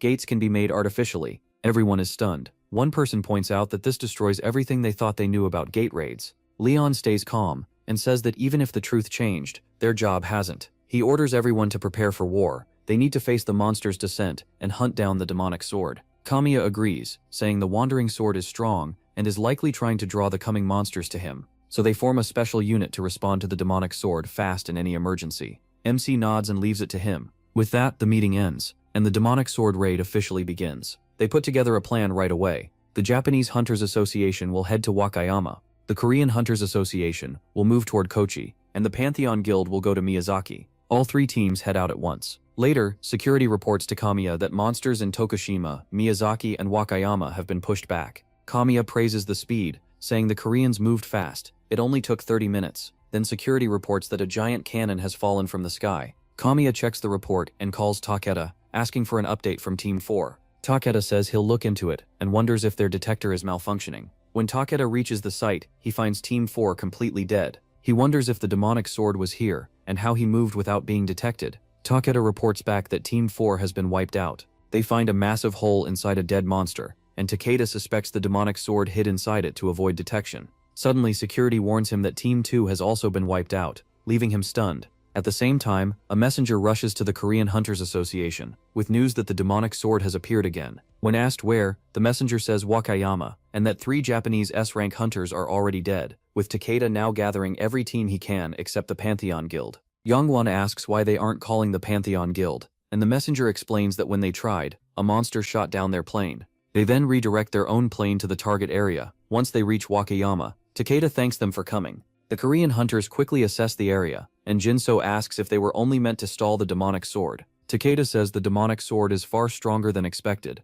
and since 2 teams are already dead, it would have come for them anyway. The guildmaster points out they still have 100 A-rank hunters and 9 S-ranks, but before Yongwon can finish, the demonic sword appears. He walks in with crushing pressure, and announces that cruel slaughter and merciless destruction have arrived, proudly naming himself the Slayer Akasha. All the S-ranks draw their weapons. Maimantin Bear, on the lowliest ranks. As Jiho walks closer, they wonder if they've ever faced anyone stronger than the king. Then a voice orders everyone to attack, and the Japanese hunters rush in, surrounding him at once. Takeda tells them not to panic. Sure, no one could survive that much force. While Yongwon tries to stop the reckless charge, Jiho only lets out a quiet laugh. The moment Yongwon sees that grin, he screams for everyone to move. But they're already too late. Jiho vanishes and cuts through the A-rank hunters like they're nothing. Yongwon is left staring in shock. Takeda realizes he would have died too if Yongwon hadn't warned him. He starts stepping back as Jiho closes in and lifts his sword again. Then a flash catches Jiho's eye, and Yongwon instantly tells the Korean hunters to strike. One guildmaster tries to catch Jiho from behind,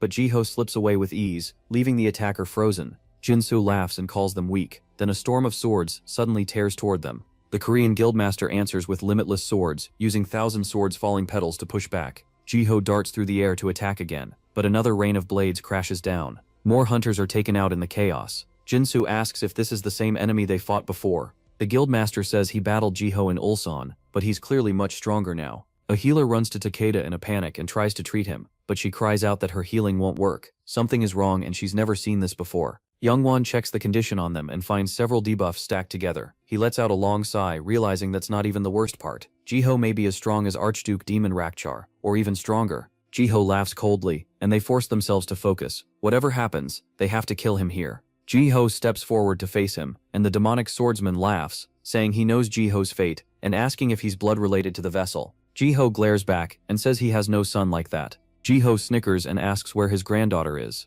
Through clenched teeth, Jiho says that's none of Jiho's business, because tonight, he'll die by Jiho's hand. An aircraft heads toward the battlefield. Yunshik says it's lucky he kept a private helicopter ready, though he still wonders why they need to go when those monsters are already fighting. Smiling, he asks Soyeon if she's ready. She calmly says she was the one who wanted to come, then asks if he had his own reason too, since he brought a helicopter along. Yunshik blurts out that he's still begging for His Majesty's forgiveness. Suddenly the helicopter jerks and outside, Jinso and Jiho are locked in the air, their swords crashing together again and again. They keep trading the same deadly pattern, neither giving ground. Jiho smirks and then calls forth Massacre Lord Akasha's sword, turning his blade blazing red. So Yeon instantly shouts for her grandpa. A little later, Yuri wakes up and finds Yeonwon checking on her. She tries to remember what happened after the father-son clash and tells Yeonwon to quit yelling. Then she looks up and sees Jinsu hanging from Jiho's grip, while the other ranks are coughing and barely standing. Jiho laughs, saying Jinsu did better than expected for an old man, but he still thought that last hit should have killed him. It almost feels like someone is getting in the way. Right then, Soyeon leaps in, her sword glowing with the blessings of Ventarsis and Ariana, and cuts the hand holding Jinsu. At once, the system announces that she has taken her revenge, and a new power surges through her. Facing Jaeho, head-on, Soyeon thinks she's strong enough to beat him. Now, Jaeho just laughs, calls her an amateur, and attacks. Soyeon doesn't budge and blocks the strike. Jaeho admits her divine power is strong, saying many followers of Ventus's died after facing it. But she's no knight and no orc, and with one blow he sends her flying. Looking down at her, he says she is nothing. Young-sik rushes in and orders everyone to protect Soyeon for Lionheart's sake. They charge Jaeho together, but he turns and releases a blood-colored wave that blasts Young-sik, his allies, and Soyeon away. Jaeho scoffs, saying even a dog hides from a tiger, yet these fools dare fight an immortal. Young-swan suddenly bursts out laughing in his face. He says that's the funny part. Next to the real one, they're all just mortals. Then he points to the sky, and Jaeho sees Leon arriving on his Pegasus, shining like the sun. Long ago, there was a world guarded by gods, with kingdoms blessed by knights. Those knights were a nightmare for the immortal demons in hiding. They used divine law, broke nature's limits, and wiped out evil, so the demons chose to destroy them. 4 of the 7 lords came, with 6 archdukes, 87 great demons, and 10 million troops behind them, invading the world of the gods. In the end, they won and ruined most of that world. The only ones left were the knights, ready for one last stand, and the orc army, who treated the war like a festival, and tore through the east. Akasha had been sent to another world then, so he never saw the end, but now he'll learn how lucky that was. Jaeho mocks him, saying Leon really does deserve to be called this world's hope. He glares back, furious that Jaeho dares speak his name. Then he charges straight in and drives a punch into Jaeho's face, sending him skidding across the ground. The guildmasters can only stare, while Takeda wonders how Leon dropped an archduke demon with one punch. Soyeon runs to Jinso and helps him up. Jaeho smirks, saying the protagonist is still only a mortal, and starts piling debuffs onto him.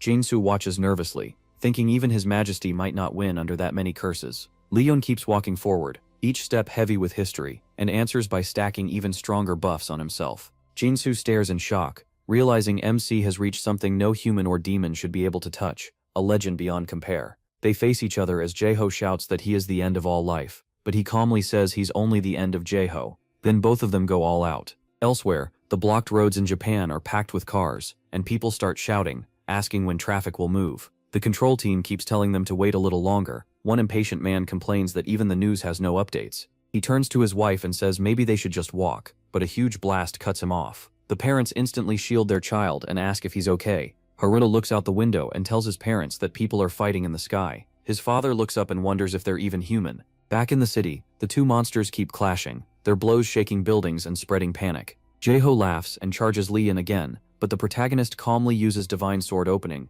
and declares that the Divine Sword of Extreme Radiance will never allow despair. When the quest was cleared, he received 3 sacred items: armor, a magic spear, and the Holy Sword of Radiance. So what exactly is the Grail Guardian's Holy Sword? The Grail Guardian, heir to the Heart of the Lion, became a demigod to defend the Holy Grail. But the Lionheart King doesn't stand for the gods' power alone. He carries out their will. His sword was forged by Heto, tempered in Pedos's flames, and filled with Ariana's light, along with many other blessings. Leon strikes with that holy blade, the peak of pure light. Caught off guard, the monster demands to know how a mere human can hold so many gods inside him. Wanting to end it before things get worse, he explodes in fury, but the lion's glory never fades. The power bursting from Leon stuns the monster and rocks the whole battlefield. Even so, the monster grins when he notices MC is weaker than before. He soon figures out why. The land here isn't rich with faith, the source of his strength. The protagonist, treating him like the hard-to-kill leader of a roach nest, gives a smug look and says that even weakened, he's still stronger. That hits a nerve, and the monster hurls a barrage of spells at him. Leon doesn't even flinch. Using his blind sight, he swings and nearly carves into the monster, who barely dodges in time. As the fight continues, the monster asks why MC would waste his limited divine power, but Leon is done listening, and slams his face into the ground. Then the monster's blood wave erupts and knocks him away. Even he can tell he won't beat the protagonist alone, so he summons beasts to join the fight. MC finds it pathetic that this fool thinks a pack of beasts can change the outcome. He's not letting him get away this time. While attacking with the beasts, the monster buys a little more time to finish his demon transformation. He orders the creatures to rush Leon, but Yappy suddenly locks on and wipes them out with a charged particle cannon, catching the top demon completely off guard. Then Beatrice rolls in to support them, helping save Mana at the perfect moment. At the same time, Hari and Beatrice arrive, ready to fight for their majesty. Seeing Leon's side grow, the monster is badly shaken. Only 4 months ago, he had first seen the King of Lionheart. Now everything has changed. He can't believe he raised a whole army almost overnight, like it came out of nowhere. The protagonist Lionheart wastes no time and orders everyone to hit the enemy with full force. Beatrice admits their worst fear came true after all. Looking at the piles of demon corpses, she can't hide her frustration. The demon sword still got away. The trainees fought hard and wiped out every monster the demon sword called in. Even so, they still failed to stop its escape. Then she catches Leon's dark grin and quickly asks if he planned for Akasha getting away. MC says he did. He still has the massacring Lord Akasha's arm. He asks if that's enough for Beatrice to open a gate, and she grins back saying it's more than enough. That means the demon is about to learn home isn't safe anymore. The two royals laugh like villains, sending a chill through the battlefield. Around them, everyone is stunned by the setup. They've never seen anything like this. Hari is especially fired up that day. Sohoo and Jae-yuk figure it's because her fight went so well that she's probably getting tons of interview offers. Instead, Hari asks if they've seen their majesty and Soyeon. Elsewhere, Soyeon knows this still isn't over, but Pleecrayer doubts she can handle what's coming. Even so, Pleecray says she has the talent to beat the one she's after. Because his child once took in the power of the Archduke Demon of Sloth, he can now pass that power to her. Soyeon already paid with her soul, so she has nothing left to offer. Still, Pleecrayer wants nothing back if it helps destroy those vile demons. Right then, Leon Lionheart steps in and warns Soyeon not to cross a line she can't come back from. She asks if he's telling her to quit or to get revenge, but he says neither. He reminds her he's the Avenger, blessed by the divinity of revenge, and he spent nearly 200 years fighting alone and beating impossible odds. Pleecray tells Soyeon to listen to him. For almost 2 centuries, Leon has taken revenge for his people, his comrades, his country, and even his world. He even beat things that should have been unbeatable. So yes, the protagonist believes in revenge, but he warns that revenge may sound sweet, while the road to it is freezing cold. If it costs everything, then it isn't worth it. It's not real revenge. It will only eat away at her soul. So he tells her to be careful, because this choice carries a price, and even those who betray the divinities still keep their souls. The path she's thinking about will leave her with nothing but emptiness. If she feels lacking, she needs to face her flaws instead of losing herself. Her revenge should end with her smiling. Then Leon asks who she really wants revenge on. Her father who killed her, or herself, for being chosen by the demon sword. Soyeon finally admits it's herself, because she gave in to the demon sword's temptation. Leon points out she doesn't even know who her target is. She's making herself both the hunter and the victim, going in circles. The real one she should seek revenge on is the Archduke Demon. And before that, she needs to fix her contract with the Divinity of Darkness. That truth hits her hard. 10 days later, the Demon Sword raid squad gathers again. With Kamiya there too, the group erupts. They demand to know why the Black Gate must be opened in Japan, and insist the Demon Sword answer for their dead comrades. Still, more people side with the Pantheon Guild. These hunters are supposed to help build Japan's future, so people can't believe Pantheon would throw away its own nation's lives just for money. One man is set on making the Demon Sword pay for every life it took, and exposing what Pantheon really is. He's also curious to see how the Lionheart King will deal with things inside the gate. The moment they enter, what's waiting inside stops them cold. Leon is furious and ready to drag every last one of them off to serve as serfs. Now everyone wants to see what the King of Lionheart and the Pantheon Guild can really do. A few hours earlier, something had already changed in the Demon Sword's territory. A red message suddenly appeared, warning them they'd entered the Massacring Lord's domain, and that all stats had dropped to 80. The group was shaken and struggled with the sudden nerf. Leon tried to settle everyone down, but it barely helped. Then they checked the effects list and found a huge stack of buffs. Legion reinforcements, War Knight boosts, stronger defense, tougher forts, large-scale support, bravery boosts, lighter armor, and more whenever they fought beside a War Knight. MC was stunned that those buffs covered thousands of people. He knew he was strong, but even this surprised him. Then Hari told him a quest had appeared, ordering them to help the King of Lionheart defeat Lord Akasha. That got everyone ready for the demon hunt. Leon wanted his team to gain as much experience as possible, since it was their first time in demon territory. Then the Changju Gate's nightmare machine jogged Spinner. Sir Yappy suddenly showed up and scared the hell out of one poor guy. The protagonist smiles at the little guy and asks if everything is ready. Yappy clearly looks stronger now, and his new setup sends out a drone to scout for anything strange. It reports that it found enemy colonies, so Leon heads for the closest one. When they arrive, some human has the nerve to ask MC who he is. The attitude annoys him, but he lets it pass. The man hurries off to call the village chief. That turns out to be Baron, who comes to greet the protagonist. But the second he learns this is King Lionheart, Baron tries to flee. Leon tells Yappy to handle it, and Yappy fires into the gate, terrifying everyone inside. MC then steps in and asks why the man tried to run. Baron drops to begging for mercy. Leon says he came only to kill the demon, not threaten them. Hari reminds him that Baron used to be a sergeant in the Empire's army, and a devil worshipper tied to the great demon of massacre. That sends his anger through the roof. Back in the present, the protagonist learns Baron was given immortality in return for becoming Akasha's servant, though Baron claims he was tricked. In the end, everyone there had been enslaved by demons and forced to live with death hanging over them. The chief falls to his knees, begging King Lionheart to save them and forgive their foolish choices. Jae-yuk and Sohoo start to pity them, but Leon doesn't waver at all. Disgusted, MC asks how many people died because of him and demands an answer. The chief says he had no choice, and claims none of this would have happened if he had been there. The protagonist tears that excuse apart. He says blaming others won't erase their choices, and everything after that was the result of their own actions. He is ready to punish them harshly. Still, because they were once citizens under merciful gods, he chooses a different sentence, and for a second, they feel hope. Then Leon declares them all serfs for the next 50 years, until Tatar, the divinity of judgment, decides their debt is paid.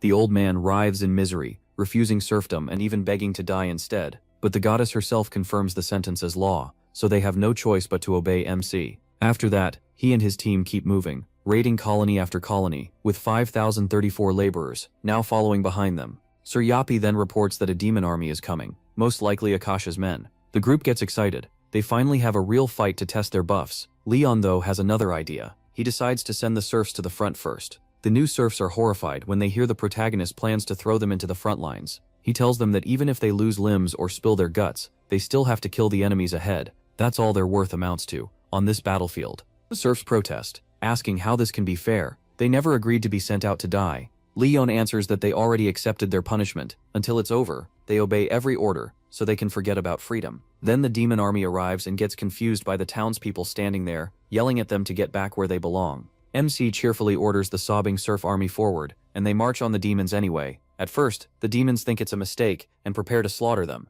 But once the fight starts, they realize these serfs are far too strong. These aren't helpless townsfolk anymore. They're the King of Lionheart stormtroops. While the front line throws everything into chaos, Leon leads his squad around and hits the demons from behind. Together, they wipe them out completely. Baron can't believe he actually survived that battle. Suryapi reports that 3,243 enemies were killed, and 300 hostages were taken. Leon gives Beatrice a nod, knowing her help played a huge part in the win. Never one to miss a chance, Beatrice suggests taking 30 demons from each rank. The higher the rank, the better the prize, and she'd rather grab the best ones before anyone else does. But he says the demons all need to be wiped out for good. Beatrice hints that keeping a few demons alive could help her later by giving her more chances to open demon gates. That gets through to the protagonist. After a short pause, he decides they might as well hunt down even more demons. Then the black-haired man steps in and makes a request. He says they should get a few demons too, since they also paid a price in this fight. Leon refuses at first, and asks if they can promise they will not be swayed by a demon's tricks.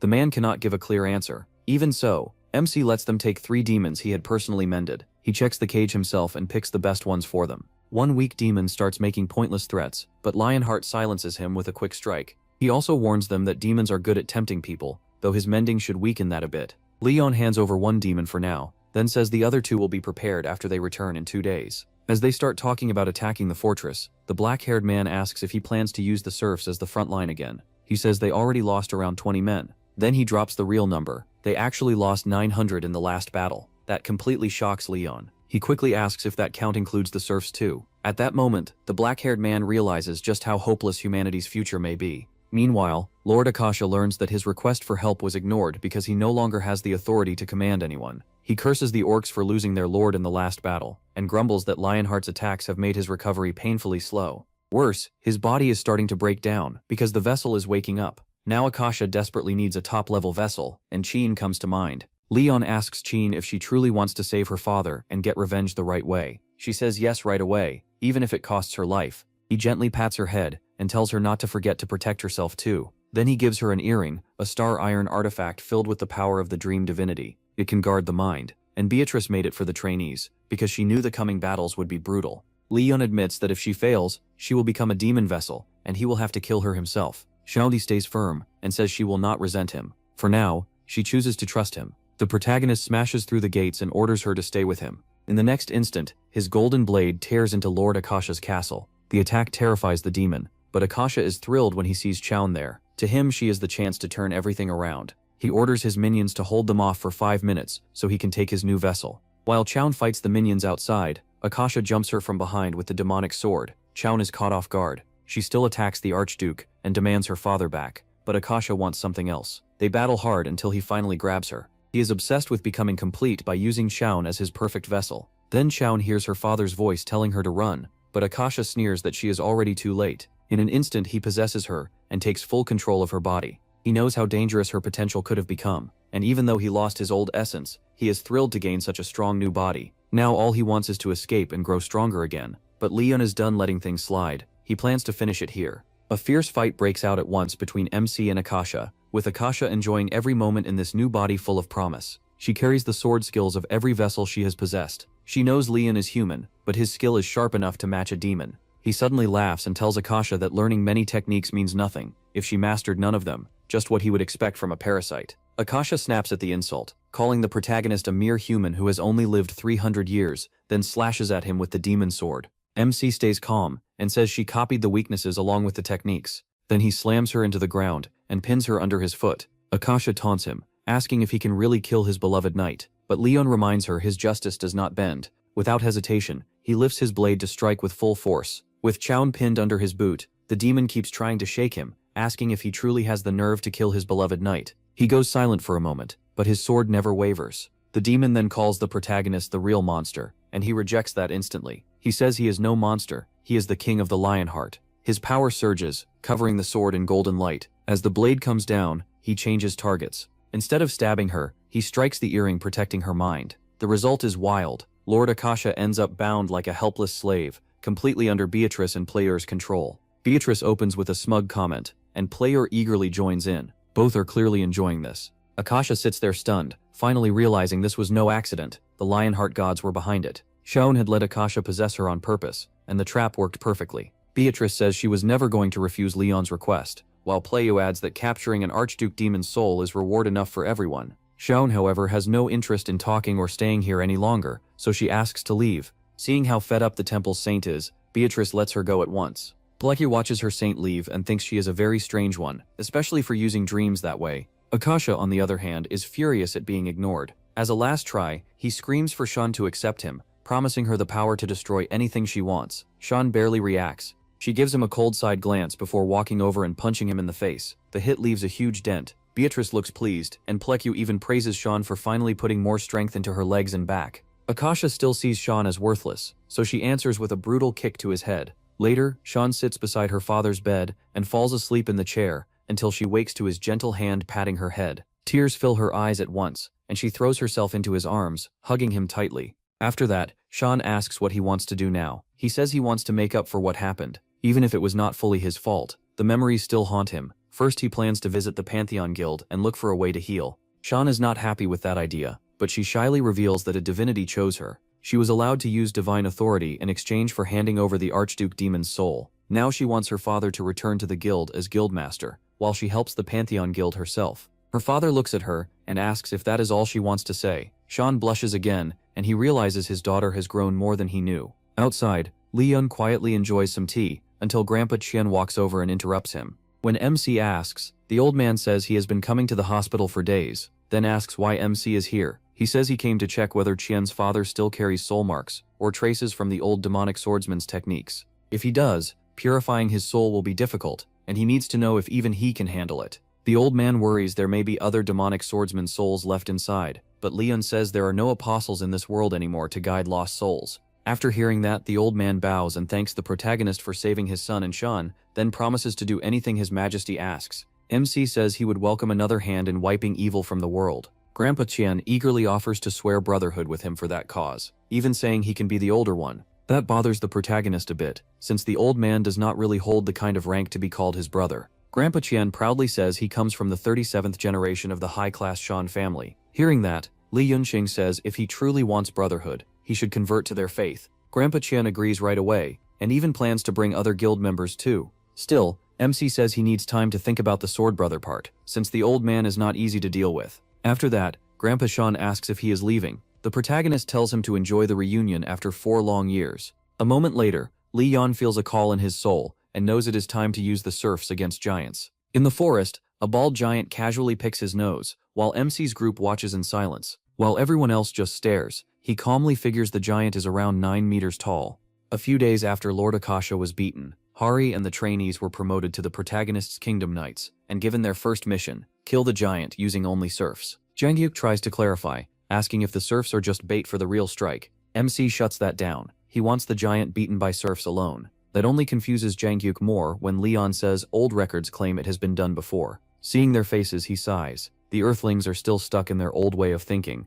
so he decides to show them first before their real test, which only makes everyone more uneasy. Soon, they're in the forest, facing the giant. Suto worries because the serfs seem no stronger than D-rank hunters. Then Bill, acting brave, asks Leon how they're supposed to make this work. Still thinking, the protagonist starts quoting Sir Grotus's theory. He breaks it down simply. If a giant has 3,000 health and one serf with a dagger only does 1 damage, then 1,000 hits will hurt it, 2,000 will make it bleed badly, and 3,000 should kill it. MC can't help smiling. Seen the right way, the plan actually makes sense. If each serf lands at least 6 stabs, the giant should fall. Bill is too stunned to even react. Leon keeps working out how 500 people can reach 3,000 total stabs. If they fail, they're dead. The others go quiet, starting to think their king is marching them into a massacre. Bill, at least, feels like this is fate catching up with him during his 50 years of repentance. Then he suddenly charges straight at the giant. He refuses to be his toy, and at that moment Jang-hyuk notices all serfs have gained a 20% buff. Bill's reckless charge means nothing.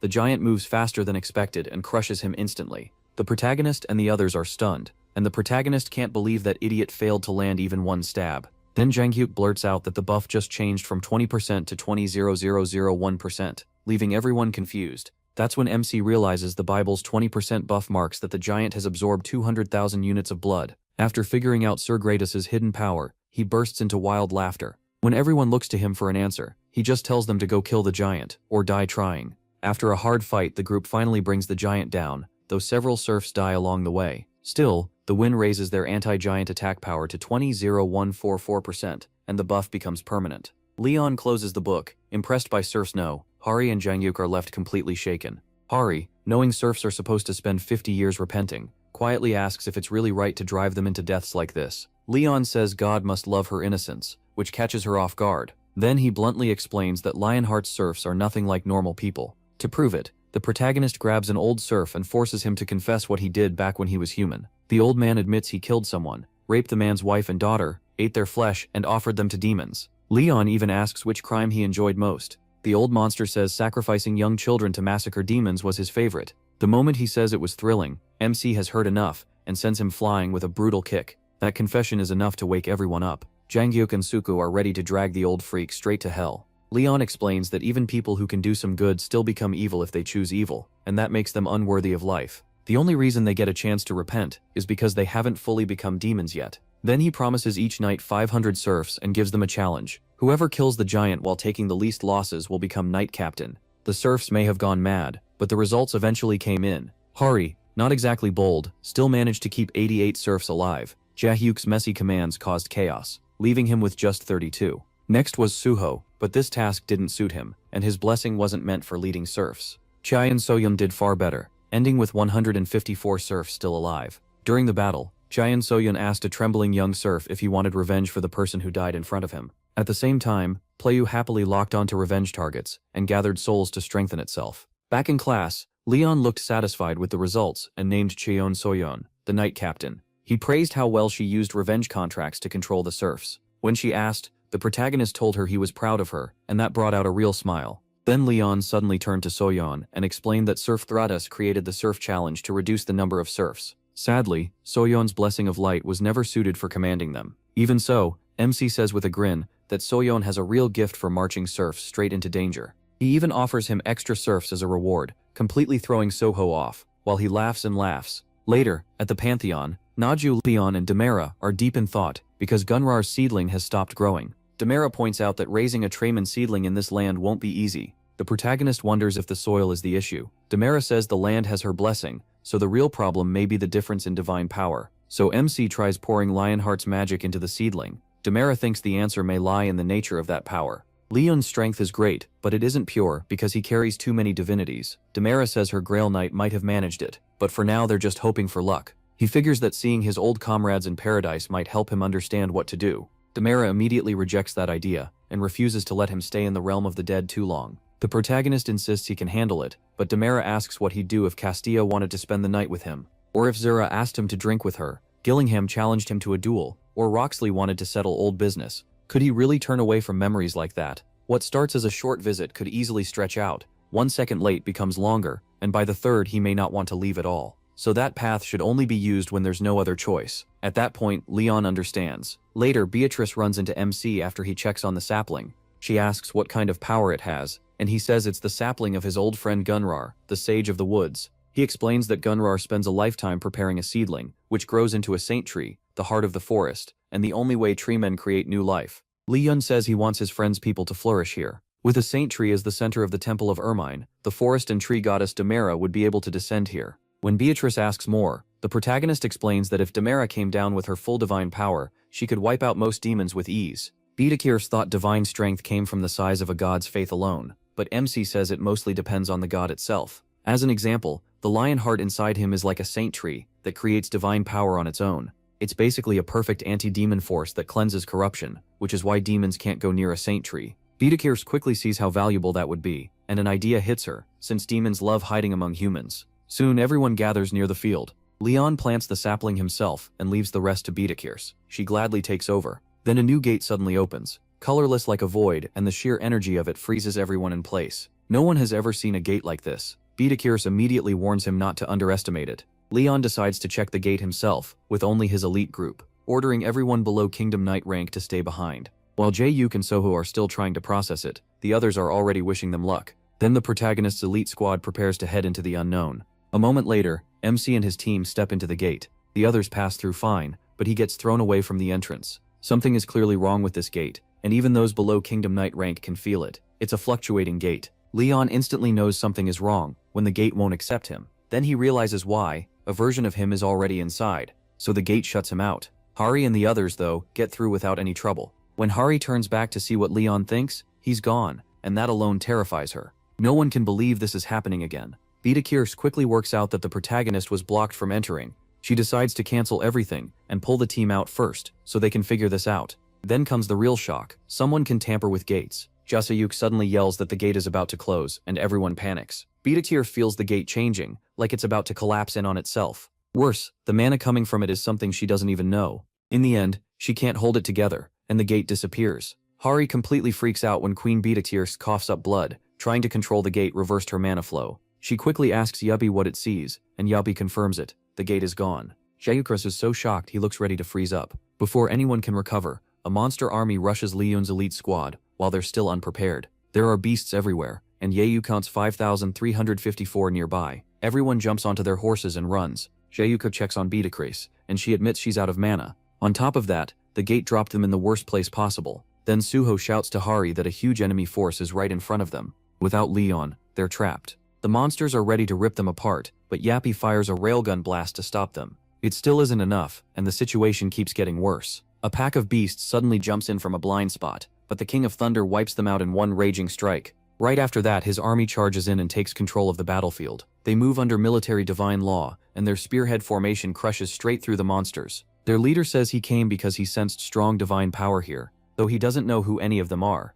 He introduces himself as Gillingham Gimli, Grail Knight of Ultima, the god of heaven and thunder. For now, he tells them to move somewhere safer. Later at the campfire, Gillingham gets right to it and asks who they are. Looking to the knight tied to the divinity of steel and blacksmithing, he says that power feels a lot like Sir Antox. Beatrice explains they came from the frontier over growing concerns, but demons slowed them down. Then she asks what things are really like here. Deciding he can trust them, Gillingham reveals that Sir Volcanus vanished, and after the battle at the Landultry Plains, the Archduke of Greed threw everything into chaos. Now demons are pushing deep into the kingdom. He adds that the Lionheart King has gathered elves, treemen, dwarves, and other races to fight back. The invasion is already underway, and the knights seem to be collecting the kingdom's survivors. Beatrice immediately understands how serious this is, and quietly tells Hari to check the quest window, without the knights noticing. Hari looks, and blurts out that every world is blocked. That only makes things worse. Meanwhile, Gillingham says he hasn't treated his guests very well after such a long trip, but he promises they can rest until dawn.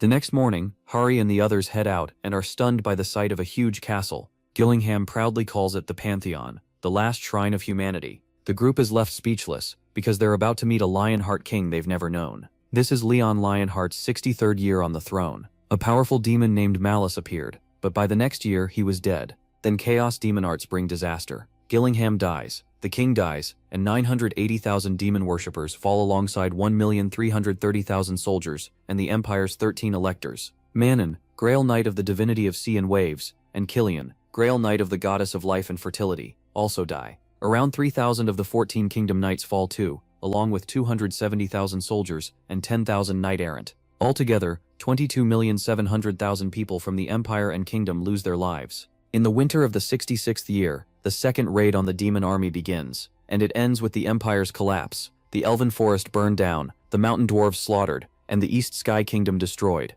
By then, almost all of the Lionheart Kingdom is gone, only 1 out of every 10 regions still stands. In the 85th year of King Leon Lionheart's rule, the kingdom is in decline, and this divine knight finally returns to the pantheon. Meanwhile, Zhou and Suho help the other soldiers. Beatrice and Hari start wondering what they should do next. Beatrice remembers Gillingham saying MC would come back after the battle, so she keeps the plan the same. First, she wants to visit the sages of the forest and learn Gunrar's secret of seedlings. At the same time, Yappy goes out to patrol and gather information. Hari wonders if she should help too, like her brother. A little later, she's kicked off labor duty. She never expected the Saintess to rank that high, so she keeps walking, maybe toward the temple. After seeing the endless stairs, she thinks about taking a horse, then remembers she'd probably get scolded for it. Just then, a carriage rolls by, and a girl spots Hari walking alone. Hari has no clue who she is, but the girl carries the same kind of divine power as Leon. She apologizes for startling Hari and offers her a ride. Still confused, Hari climbs in, not even knowing carriages can go up the hill. The caramel-haired girl explains that newcomers to the Pantheon usually don't know about the carriages at the foot of the hill, and Hari awkwardly thanks her. A moment later, the girl introduces herself as Anjak Protasia, Ariana's lady. Hari replies that she's the Saintess of Patos and Palma. Anjak is shocked and says serving 2 gods at once must be a lot to bear. That kindness almost makes Hari cry. A few minutes later, they arrive safely at the Pantheon, and Hari thanks Anjak for the ride, but Anjak insists on going in with her. Then the soldiers greet Anjak as the Great Saintess, and Hari is completely stunned. She instantly bows all the way down, surprising Anjak and the guards. Anjak quickly tells everyone that before the gods they are equals. That reminds Hari of Leon, always teaching her that everyone else stood below him. When Anjak asks what's wrong, Hari explains that he strictly kept the social order in place. Once Anjak hears Hari knows him personally, she assumes Hari must come from an important temple. She can clearly feel the strong divine power inside Hari, while Hari is still trying to process how important Anjak really is. Then Anjak suddenly asks for Isabel. A maid says Isabel is in her room, taking in moon energy. Anjak tells them to get the ritual ready and stop panicking. That excites the maids, who start wondering if their king has returned in victory. Anjak only tells them to hurry and care for the tired king, who's been out killing evil things. That makes Hari think this must be Leon from the past, created by the gate, and she starts wondering what he'll be like as she follows Anjak. Then someone announces that the protagonist Lionheart has entered the castle grounds. The Bloody Night King has returned from killing the evil beings. The moment he walks in, Hari is shaken to her core. She's finally facing her king, but this Leon feels nothing like the one she knew. This isn't her MC, it's fear and terror in human form, like death itself. The whole room fills with bloodlust. A hand suddenly lands on Hari's shoulder and startles her. A honey-eyed girl named Isabel tells him to stop scaring everyone. A maid quickly reminds Isabel she's speaking before the king, but Isabel snaps back that she's the king's sister-in-law and Dina's first hunter, which leaves Hari stunned. Then Isabel tells Leon to drop the act and join the ritual already. The golden bath is prepared, and Anjak invites the protagonist to get in. MC begins taking off his clothes, and when his shirt comes off, Hari stares in shock at the black bruises spread across his body. When asked about them, Leon casually says they came from tearing apart the demons of pursuit. Their screams stuck to his skin like a curse, though they can't really harm him. Isabel says it still looks painful, but he brushes it off. To him, the real issue is that he's deeply sinned against the goddess of purity. While the ritual goes on, a girl named Karina Dragonia suddenly barges in, the commander of the Northern Army and Duchess of Dragonia. She's also the protagonist's daughter, and she quickly congratulates him on winning the battle. Her sudden arrival catches everyone off guard. Then the Duchess of Dragonia calmly announces that the Northern military has officially withdrawn from the alliance, effective immediately. Leon refuses to allow it, but Karina argues that the North makes up a major part of the alliance, so pulling out will weaken the whole force. MC sees no reason to stay here, while Karina tells him the continent is already ruined now that the capital has fallen. Even if they gather every last serf, they don't have 30,000 men left. The enemy still has over 10 million troops, and that number grows every day. So Karina dares to ask the War Knight, who leads all knights, and the Pantheon's agent, whether they truly have any chance of winning. Leon demands to know what she's really suggesting. Karina says the duchy was destroyed after the empire fell. 30,000 people lost their homes and families. She also reveals she's pregnant, and says everyone left in the north is still suffering. That's why she's set on revenge, and says they all should be. Even if she can't kill every demon herself, she'll butcher everyone that mocked the dead and settled on their land. He lowers his head a little and asks if she hates him for attacking the enemy's main army instead of protecting the duchy. Karina tries to ease his guilt. She says he made the only choice he could because the whole kingdom mattered more than just one duchy. When Leon asks what she means, Karina shows how far her hunger for revenge goes by revealing the mark as proof. The sight hits the protagonist hard, and the disgust on his face says everything. He explodes when Karina admits the entire northern region made a contract with the god of revenge. That made her the Grail Knight of Ventars, Duchess Dragonia, and commander of 30,000 Avengers. Leon throws her out at once and disowns her, but Karina makes it clear she isn't living just to survive anymore. Isabel questions that choice, and MC says it's already too late. After making that contract, Karina only has one end waiting for her. Isabel keeps working, drawing the darkness out of his flesh. The protagonist wonders if he chose wrong. Isabel says no, though she's surprised he'd even ask. After all, this is the same MC who once kidnapped her little sister, the Priestess of Purity, and both of them secretly wanted that. As she tends to him, Isabel asks why he isn't acting like the man who once ordered the Northern Army to do something so ruthless. Then Leon suddenly looks toward the unknown visitor, catching Hari totally off guard. At the same time, Yappy listens in as the workers talk about star iron. They're running low and need a new star. They wonder if the Great Saintess has said anything yet. Yappy quickly records the talk and saves it so he can study their movements later. While that happens, the blacksmith stays locked in on his work until he suddenly feels that something is wrong. He detects a rat nearby, and it turns out to be little Yappy. The blacksmith asks who he is, but Yappy tells him to calm down. A second later, Yappy fires glowing ropes, making the blacksmith realize the intruder is just a cute little priest. That makes him laugh, which only irritates Yappy. The blacksmith says there's no reason to fight since they serve the same god. He introduces himself as Antak, the Grail Knight of Steel and Blacksmith, and asks if Yappy knows Antak, guardian of the mines. Later, temporary shelters are set up for the trainees on the edge of the city. Hanhari comes back to check on her group with food, and Sutu is excited to see her. She lifts the basket and says the temple gave her what she needed for work. When they ask, she admits she also met King Leon. Everyone is stunned, but Hari quickly explains this is him from the gate, not theirs. Hari then asks if they've learned anything. Jae-yuk says the capital and other regions have already fallen, leaving this city as the last one standing. But Hari heard about the final battle from Ventarsis, so she thinks this gate may be tied to that war. Jae-yuk says he wishes they could read the quest. Somicha then asks if anyone can still connect to their divinities. The divine laws still work, but the connection feels weak. Everyone tests it, and Somichal is right. Then Somichal points out how weirdly quiet everything has gotten, and there's no sound at all now. Just then, Jae-yuk spots wooden legs and gets creeped out. But more important, a treeman suddenly snatches away the tank as soldiers surround them. Then Roxley arrives, the Grail Knight of Divinity of Sun and Judgment, Tadar. He also calls himself the Judge of the Lionheart Kingdom. He's ready to force the sinners to kneel with his aura, and Hari's group is left completely confused. The same day, they're taken prisoner and loaded into a van. No one knows what to do next, and Jae-yuk is sure they're finished. A mustached man suddenly tells Jae-yuk to shut up, catching him off guard. Hari thinks they may be heading to an execution ground. Jae-yuk says they might at least get the choice to become serfs first, since they aren't demon worshippers. So-yun says death sounds better, and he kind of agrees. Then Hari notices the carriage is climbing uphill, which means they're going to the Pantheon. That sends Jae-yuk into panic, and he starts bawling, sure they're about to die. The doors open, and the prisoners are ordered out, but Jae-yuk keeps throwing a fit. Soon they find themselves before Anjak, Isabel, Leon, Roxley, and Gillingham, and the room goes awkwardly silent.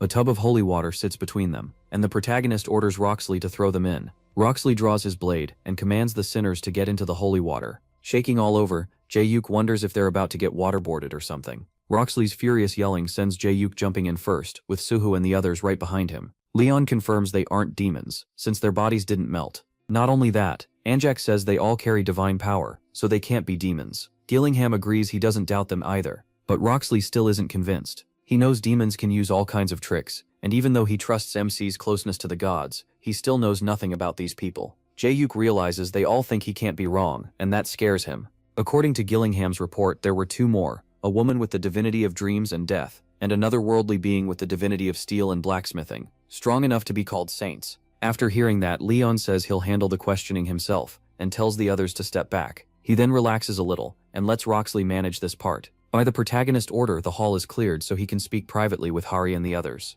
Just as MC calls Hari forward, Sorho pulls her out of the water. But Hari is completely gone, still kneeling in the tub, and formally announcing herself as Hari. Sorho snaps her out of it, and tells her to quit the drama. Hari argues it worked the first time, so trying again couldn't hurt. He asks them to introduce themselves and say where they're from. The group hesitates, and Leon immediately notices, so they blurt out Seoul, South Korea, pretending it's some distant nation. Using the divine form divinity descension, the gods appear, saying they don't know any of them, and asking why they carry their blessings. Ida angrily says he remembers everyone he's ever blessed and won't let imposters slide. He's ready to tear their souls apart. Hari is stunned that Leon summoned all the gods at once, especially since he coughed up blood just from appointing Sir Yappy. She can hardly believe how overwhelming he is at full strength. He then explains he had them arrested because even the gods know nothing about them. Now he wants to know who they really are and how they got here. Hari remembers the day she first met the protagonist, and picks up the story of the time she spent with him. Elsewhere, Beatrice searches for the tree, thinking MC may have left the seedling with it. If so, MC's wish matches the tree's. The tree recognizes Beatrice at once as the lady from the far future, and says the seedling came from the realm of the dead and can only grow there. That is terrible news for Beatrice. Later, the tree says they need to leave a gift behind. Even if they're only copies from the past, if she can carry it, they'll help her, because it feels right. When asked what she plans to do, Beatrice says she wants to give it to the king of the Lionheart. The tree agrees to hand it over to Leon Dragonia, Lionheart. However, it demands a sacrifice from a god, and that god's saint. Meanwhile, Sir Yappy shows off his skills, leaving Antok and the others frozen in shock. He is fully fired up, blasting lightning everywhere while working non-stop, activating the third slot below, reaching 62% polishing completion and multitasking all the way to number 14. The others are sure Yappy is going all out, while he keeps polishing and processing without a break. With number 157, Yappy makes a basic Lionheart breastplate, then even produces copies of the original. What Yappy pulls off is so wild that he seems almost unreal. Sir Antok can't help praising him, calling Yappy an incredible rookie. Antok admits it reminds him of watching him train when he was younger. When he asks whether Yappy knows him, Yappy proudly says the protagonist Dragonia is his demon-killing partner, which instantly gets Antok interested. Antok starts reminiscing about his own adventures with King the 1100th, recalling the pilgrimage they took together when he was 30. The memory goes back to a small village near the edge of the kingdom, almost wiped out by an orc attack. When the villagers begged for help, Gildas and Antok were the only ones close enough to answer, because the place was so remote. That's when he met Gunrar during his spiritual journey. The fight dragged on far longer than they expected, as they battled wave after wave of orcs, including many great warriors. Then Antok remembers Leon suddenly appearing, ready to wipe out the filthy green monsters. He calls him the greatest fighter he'd ever seen. So strong Antok couldn't believe he was only half the protagonist's age. The protagonist's swordsmanship was master level, and he cut through those great warriors like it was nothing. Later, Leon stood surrounded by chunks of orc flesh, disgusted that any of their filth had splashed onto his face. Antok says he sees that same gift in Yappy, so he asks if Yappy wants to become his disciple.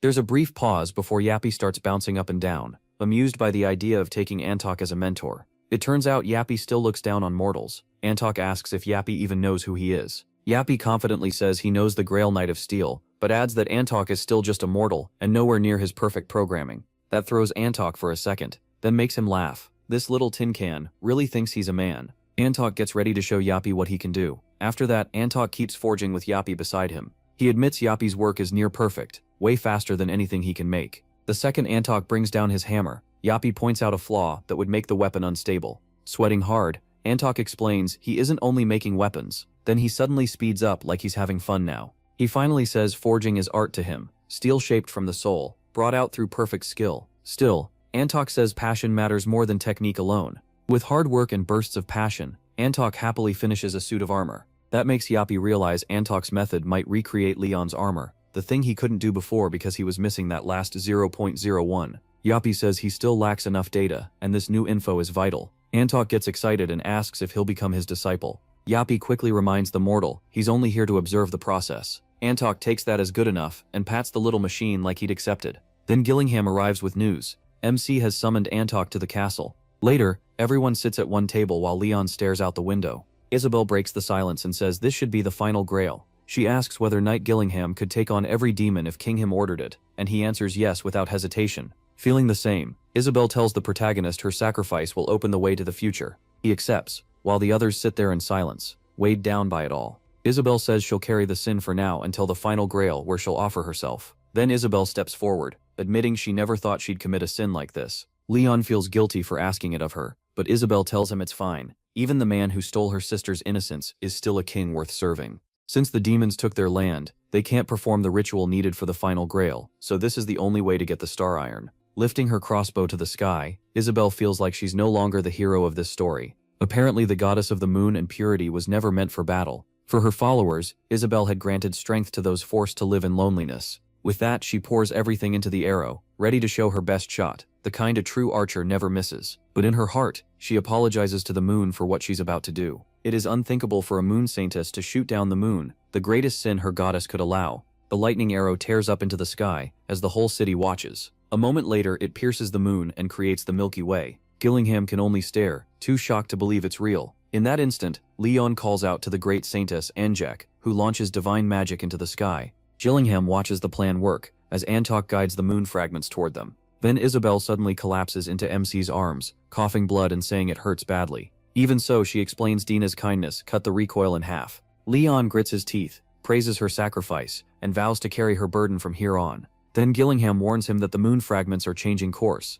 Antok is barely keeping them on track. Apparently some huge mana source is pulling the fragments away, and Antok can't fully control them. And just then, Beatrice realizes it's the same mana that shut down their gate before. The moon fragments are being dragged even farther from their side. Holding Isabel, who had given up so much for this, Leon is furious. He immediately orders a squad to recover the fragments, refusing to waste the chance Isabel bought with her life. Later, after the moon pieces fall to the ground, Anjak says coming here right away was the right call. The recovery squad has reached the site. At Beatrice's signal, Yappy sends out scouting drones. A few flying drones make Anjak curious about his disciples' little tricks. That annoys Yappy, who says Anjak is just a supplier of technology, not smart enough to call himself a master. That makes Anjak laugh, impressed by how sharp the tiny machine is. Anjak then says Beatrice must have noticed how quiet it is. It's hard to believe the demons would pass this up. They're probably hiding and waiting to strike once work on the moon fragment starts. Still, he joins Yappy and the soldiers to dig out the star iron. Suddenly Yappy detects enemies rushing in fast.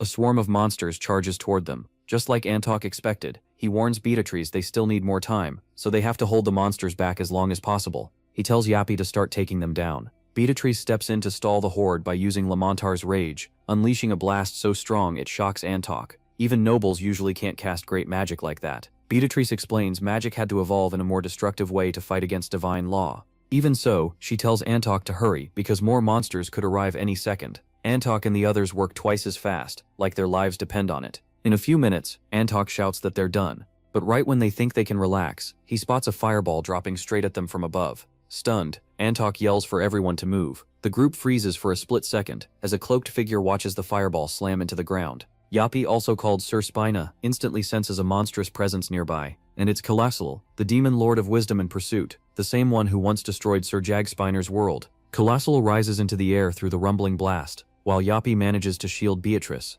She orders him to report the damage, and he quickly says 30 knights are dead, along with the entire cavalry, from the full activation of divine law. Bodies cover the ground, and there are too many injured to count. Calicali, demon lord of wisdom and pursuit, mocks the weak mortals and warns them not to resist an immortal like him. This monster tells them to accept their deaths. Antok recognizes him as the caster of Frisner, with the great demons backing him up. He asks Beatrice if she has any plan. Beatrice mentions a spell that could connect them to a distant realm, but Yappy is certain it won't save even one of them. She still agrees, and Antok realizes they have no choice left except to beat this bastard. So Antok thanks everyone for what they've done for the gods and the kingdom, and then he steps forward alone, leaving the others confused. Antok says it's time to honor their vow to protect the kingdom, even if it costs their lives. At once, everyone understands it is a death order, so they choose to follow Antok anyway. Antok also says Yappy is right, but some things in life matter more than the odds. His god objects, warning most mortals couldn't survive a descent, but Antok says he'd do the same for anyone, no matter who they were. Interestingly, the god admits he loves Antok for his unshaken faith and fierce love of life. Then Antok's whole body shines gold, like it's been covered in molten metal. And this isn't just a power-up, this is the Grail Knight of Steel and Blacksmith, the kingdom's finest smith and guardian of its mines, revealing his true form. He had held on to hope for the future, but now that future has stopped, a blacksmith who seals his own fate has no future left. Even so, the hammering never stops, because that sound is what forged the future in the first place. Through divine descent, with the divinity of steel and blacksmith, Antok swears upon steel. Calico clearly didn't expect this. That power turns every artifact into non-steel material, placing all steel under Antok's control. With that, he calls for Heto's hammer, and the demons have already raised a shield, but it does nothing except get smashed straight into the demon's face. Dropping to one knee, Calico admits it's impressive for a mortal to gain such power in such a short life. Meanwhile, Antok is just as shocked that the demon blocked his blow without a scratch. Thus Calicolo says he's ready to begin the war that hasn't even started yet. In the meantime, Beatrice asks Yappy for a report, and the answer is 86.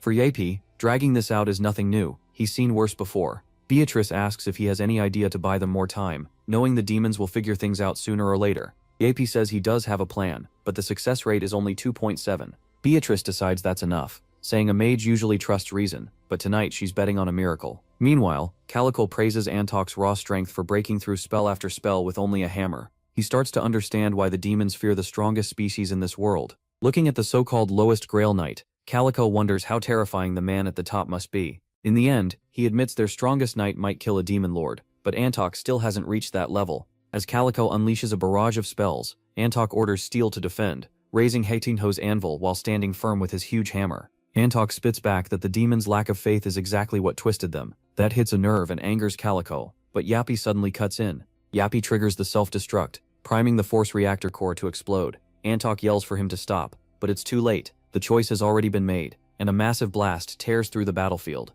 Walter, the man who once saved the Emperor and led the Silver Knights, still remembers who destroyed his empire. They're the same demons that invaded his land and ruined his world 20 years ago, and now he's sure the end has come. About 23 years earlier, the Emperor summoned a demon monarch, and that mistake led to his ruin. Not long after, the regions fell one by one to the demons. The Lionheart King later crushed the demon monarch's army, but that was only the start. Walter expected the demons to come back even stronger, and he was right. Then the ground starts to shake, and they realize it isn't a mana storm, it's the sound of a war already in motion. At the same time, Calicale, the demon lord of wisdom and pursuit, laughs at them for relying on nuclear power. Sure, it can't hurt him. Then one of his subordinates reports that a gate has opened, showing the explosion was only a decoy. Even so, Calicale calls the plan stupid. A gate with that little range can only move a handful of people, leaving most of the knights and soldiers behind. His irritation spikes, and he starts casting a spell at them, but a spear suddenly shoots in to stop him, and when they look up, a large force from Leon's side is already charging in.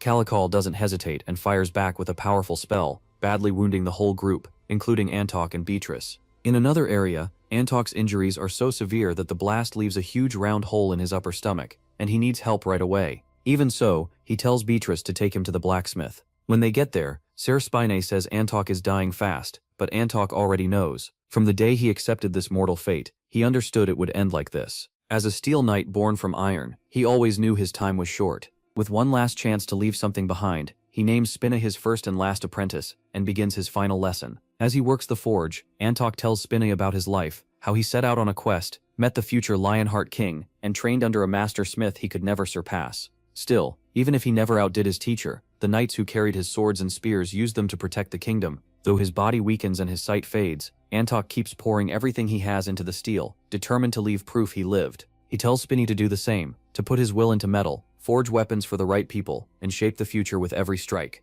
During that final lesson, Antok completes one last creation, carrying all of his teachings in it. A while later, Leon arrives just as Antok breathes his last. He asks whether Antok has any final words for his son Aaron, but Antok already taught him with love and honor, so there's nothing left to add. Instead, he asks the protagonist to lift him so he can see his people one final time. They break down at the sight of their great leader, reduced to this. Even at death's door, Antok tells them to look after the king. With those last words, he goes limp in Leon's arms. Everyone bows their heads for the man they honored so deeply. Later, inside his tent, one of MC's men tells him Gildas is outside. Leon lets them in, and Gildas enters with Galvaron, both greeting him with proper respect. But he pulls Galvaron close and reminds his godson to just call him uncle. He asks about Aaron, and Gildas says that even after hearing of his father's death, Aaron stayed on scouting duty, just like Antok would have. Then Gunnar walks into the tent without warning, catching everyone off guard in the best way. Gildas teases him for taking so long because of his weight, and as the two trade jokes, the protagonist can't help but smile.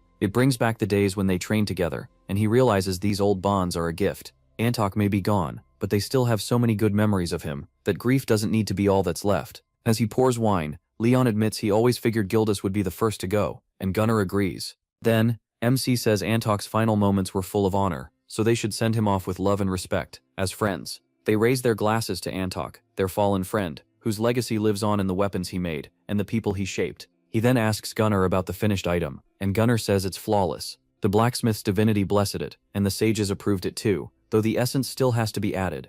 Leon is relieved that the preparations are nearly done, and grateful as always for what the sages have done. Then he steps outside the tent, where a huge army waits for him, along with Walter and Anjak Pratesia. After greeting them, the protagonist asks Walter if he's certain the demons are advancing, and Walter confirms it. They've also confirmed survivors from the Demon of Sloth at the Landolce Plains, the Beast God's heathens, and the Empire's corruption. The enemy count is around 10 million, an army on a terrifying scale. Leon knows the last battle is close, and if they want to win they need to be ready before the demons reach them. Soldiers line up battering rams before the Great Gate, preparing for the coming assault. Meanwhile, Hari, Suhu, Jaihyuk, and Chan ask to help, but MC shuts it down and orders them to stay on standby. They're stunned, but his choice makes sense. Leon belongs to the past, while Hari and the others are people of the present. If they fight inside the gate, they'll die for sure, and he refuses to throw their lives away. Still, he does have another task for them, and sends them to the room of the first hunter of Dina, the goddess of the moon and purity, one of the kingdom's strongest figures, and the sister-in-law of the Lionheart King.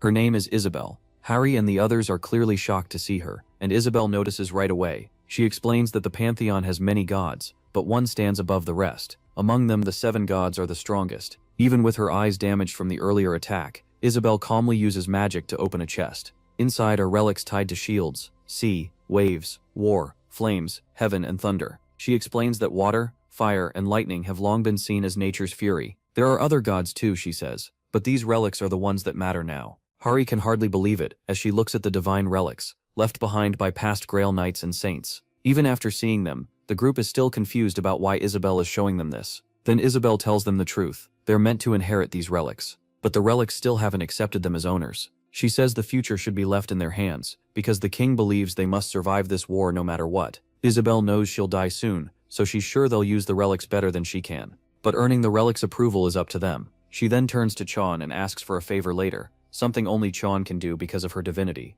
When Chan agrees, Isabel begins the succession. From there, everyone starts making their own final preparations. The soldiers get ready for battle, the civilians pray for those about to bleed, and knights and troops from across the continent begin returning. With almost everything in place, the demon army finally reaches their land. Anjak Pratesha formally welcomes the sages of the woods, and tells them the extraction ritual is already complete. The sages are impressed by the finished item, deciding Anjak handled steel better than anyone, and fully did her part. Now it's their turn to do theirs. Beatrice says she and Spenai will hold the front line as long as possible, while Hari and the others go claim the divine relics. Spenai tells them to meet at the rendezvous point when it's over, and says he'll join them after securing the grail with essence. Before leaving, Beatrice pats Hari on the head and reminds her of their part. Gunnar then tells Antok that once it's done, divinity has to descend on them to finish the ritual, since Leon is on the battlefield and can't do it. That means she must carry that burden. Anjak answers that it's only right, as the great saintess of light and justice. Sacrifice is part of her duty for a better future. Anjak spent most of her life in the temple, reading and teaching the doctrines. She kept living that way even after the great war with the demons began. The only difference now is that she prays for the dead, not the living. As she comforts lost souls, she feels sad that she can't help the people the way the knights can. Even so, the little saintess of light and justice gladly offers her prayers for the king. The castle is ready for war, but the enemy just keeps coming. Their forces stretch farther than the eye can see, and the demons have even built a temple on the ashes as a cruel joke. Now even the Lionheart Kingdom, land of the Guardians, is down to its final fortress. The demons think the long-range weapons can't hurt them right away, but an explosion suddenly goes off and kills some of Leon's men. The energy rising from the bodies is poison, so the soldiers quickly cover their mouths. More attacks are coming, and the troops move into formation, while the priests rush to purify the poison in the northeast first. Leon stands atop the castle with Aren, and unleashes flames on the demons. He tells Aren to be proud of his father, who gave his life bravely and returned to the gods' banquet hall. Then, looking over the battlefield, the protagonist thinks the kingdom's last chapter will only look like the same tragic ending its descendants always feared. Moved by how grim it all is, MC prays to the goddess for help, hoping the soldiers fighting through fear and grief can carry on the Lionheart legacy. Mothers hold their crying children, young men keep the fight going, and the knights clash on to leave some hope in all the bloodshed. Leon, crushed by his people's pain, calls on the goddess for strength. She answers. He feels her behind him, promising to stay with him to the end, and giving him the power to move as he wants. Then a strange new force rushes through his body. Fueled by grief and fury, he keeps driving his sword into the ground. As he does, he calls out the names of those who stood with him from the start. Aren, son of Antok, the great Grail Knight of Steel. Gildas, the hero who slew the Horned Giant. Galvaron, guardian of the Oak Forest. And the rest, all warriors who never stopped fighting. Leon declares men like them would never accept the demon's insult, so they have to rise against an enemy already acting like the war is over, because it isn't. Not yet. He slams his sword down again and again, pouring out his anger and pain, trying to light that same fire in everyone else. Then he demands to know who he is, and the whole battlefield answers as one. He is the half-god, the Pantheon's proxy, the guardian of the Grail, and the king of Lionheart, who defeated Malice, Lord of Chaos. Steady now. Leon says victory is coming, and tells his soldiers not to fear or retreat. Their weapons will burn bright, and this battlefield will turn into a graveyard for the demons who think humans are easy to crush. He tells them to fight to the very end, no matter the price, no matter who falls, even if it's their king. His words set everyone ablaze, and the final battle erupts. Calicle steps forward to lead the demon army, ordering them to bow before him, and calling them low creatures not fit to stand near him. He says evil came before even divinity, and he won't spare a single one of them. With that, he forms red fire orbs, packed with evil energy, and fires them at the defenders. Leon gives Roxley the signal, and Roxley instantly answers with divine punishment, flames of war, and manifesting sun to crush the attack. The protagonist tells him to focus on any orb fragments that could strike the Pantheon, and Roxley wipes them out with ease. The demons, now even more enraged, rush the castle walls, sure that once they get up there, it's over. But the soldiers above were ready, and rain arrows down on them, stopping their advance. At the Pantheon Fortress City's southern gate,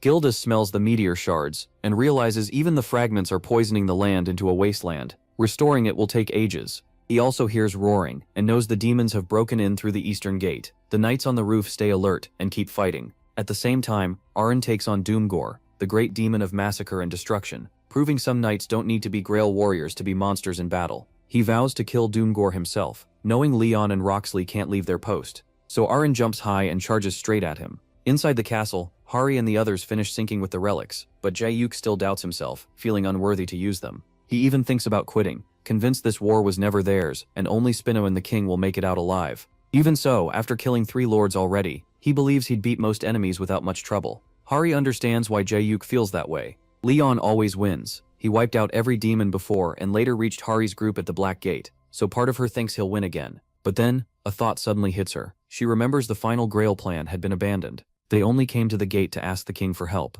Now, with 3 people at Grail Knight level missing from the fight, she starts to wonder if victory is even possible. Hari turns toward the robed figures and orders them to remove their hoods. The moment they do, a strange power spills out, and one of them laughs at Hari for noticing so quickly. Jae-yuk feels the danger and uses full expansion of divine power, but the cloaked enemies strike back at once and shut his magic down. Hari and Jae-yuk know they're in real trouble as the group closes in. One of them introduces himself as Ki, the archdemon of pleasure, and with a nasty grin he swings for Hari's throat to kill her. Jae-yuk throws himself in and shoves her out of the way, ready to die if he has to. But Gillingham appears just in time and blocks the strike, saving them both. Isabel is with him too. Leon had already planned for an attack like this. Quay is stunned, since he thought Gillingham and Isabel were still at the front. The two only smirk and tell him filth like him isn't welcome near them. Deep down, Isabel knows facing 3 great demons and an archduke won't be easy, but she's a saint, and she's not giving up. Gillingham, on the other hand, tells Isabel to cast her life aside. She agrees at once and activates Divinity Dissension magic. That line about throwing her life away rattles Hari and Jae-yuk, but Isabel cuts through it and orders them to help Suho and Chan, because the demons have likely slipped inside, putting the Holy Grail in danger. The two immediately run off. As they leave, Kie mocks Isabel's condition and doubts she can still fight, but Isabel coolly says not to worry, she can crush them with one finger. Quay's face hardens, he wants them punished for that arrogance. He gathers a strange power around himself, shaking the ground.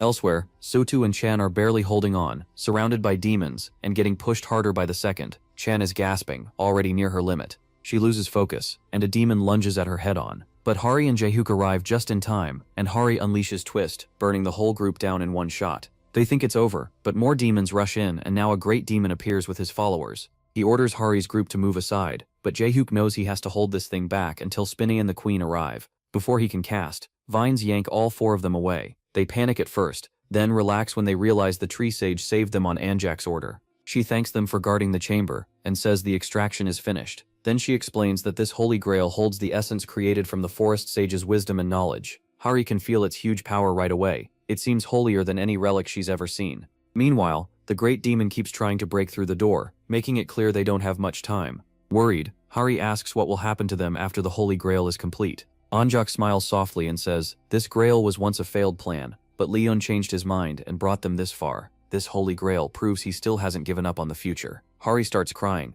She doesn't want these kind people to die, yet it's still happening. Anjak comforts her and says the king entrusted the future to her, so she has to carry out her duty. Then she prays to the goddess of light for absolute justice. Her magic pours into the Grail, and a huge beam bursts from it, and spreads across the battlefield. Once the Holy Grail is completed under the goddess's blessing, Anjak gives it to Hari. This power was first meant for the king of Lionheart, but when he saw even the smallest hope for the future, he changed course and chose to pass it to someone who could carry that future on. At that same moment, the gate opens and Spine and Beatrice come out. Beatrice quickly tells Hari to go, while Spine warns that the support structure is gone and the whole place will collapse soon, so they need to leave now. Hari's eyes fill with tears, and it finally sinks in that she really has to go. Fighting back sobs, she promises Anjak she'll never forget their sacrifice. As Hari's group leaves with Beatrice and Spine, Anjak loses her footing and falls into Gunrar's lap. In response, Gunrar becomes a tree, so Anjak can rest there in peace at the end. Then the building starts to split apart. Outside, Isabel and Gillingham,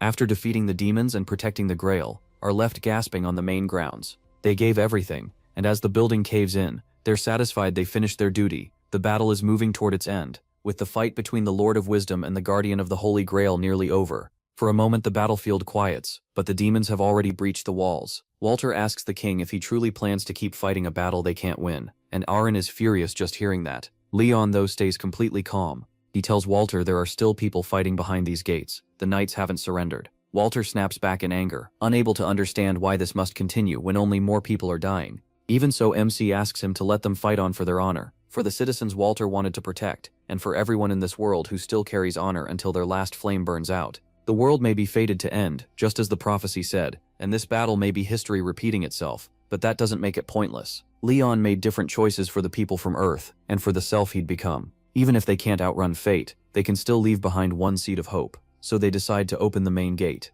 Leon wants the world to remember this last stand, fighting for honor, for glory, and for Lionheart. Then they charge out on horseback, cutting down every demon in their path. Calicol watches from a distance and forms magic circles in the air, trying desperately to restore the era of evil, but his eyes suddenly shift to the northern army, the Dragonia. The cavalry charges in, led by Karina, fighting for her father, and for Lionheart, they rush straight at the demon army. Calicol gets even angrier, and decides Karina has to die first, so he aims a spell at her. Before it can hit, Leon appears in divine form, with 9 wings spreading from his back. He strikes at once and kills Calicol. After that, he drops to the ground, and slams down his weapon. He's crushed by grief, wondering what a life means, if it only ends by the goddess's will. Then the goddess speaks to him. She tells him he carries the loyalty and faith of everyone who died with honor and glory. He is the knight chosen to carry on their will, so he has to keep moving to the very end. All across the battlefield, the demon monsters shake in fear, yet they still taunt Leon. The protagonist only smirks, because something inside him has changed.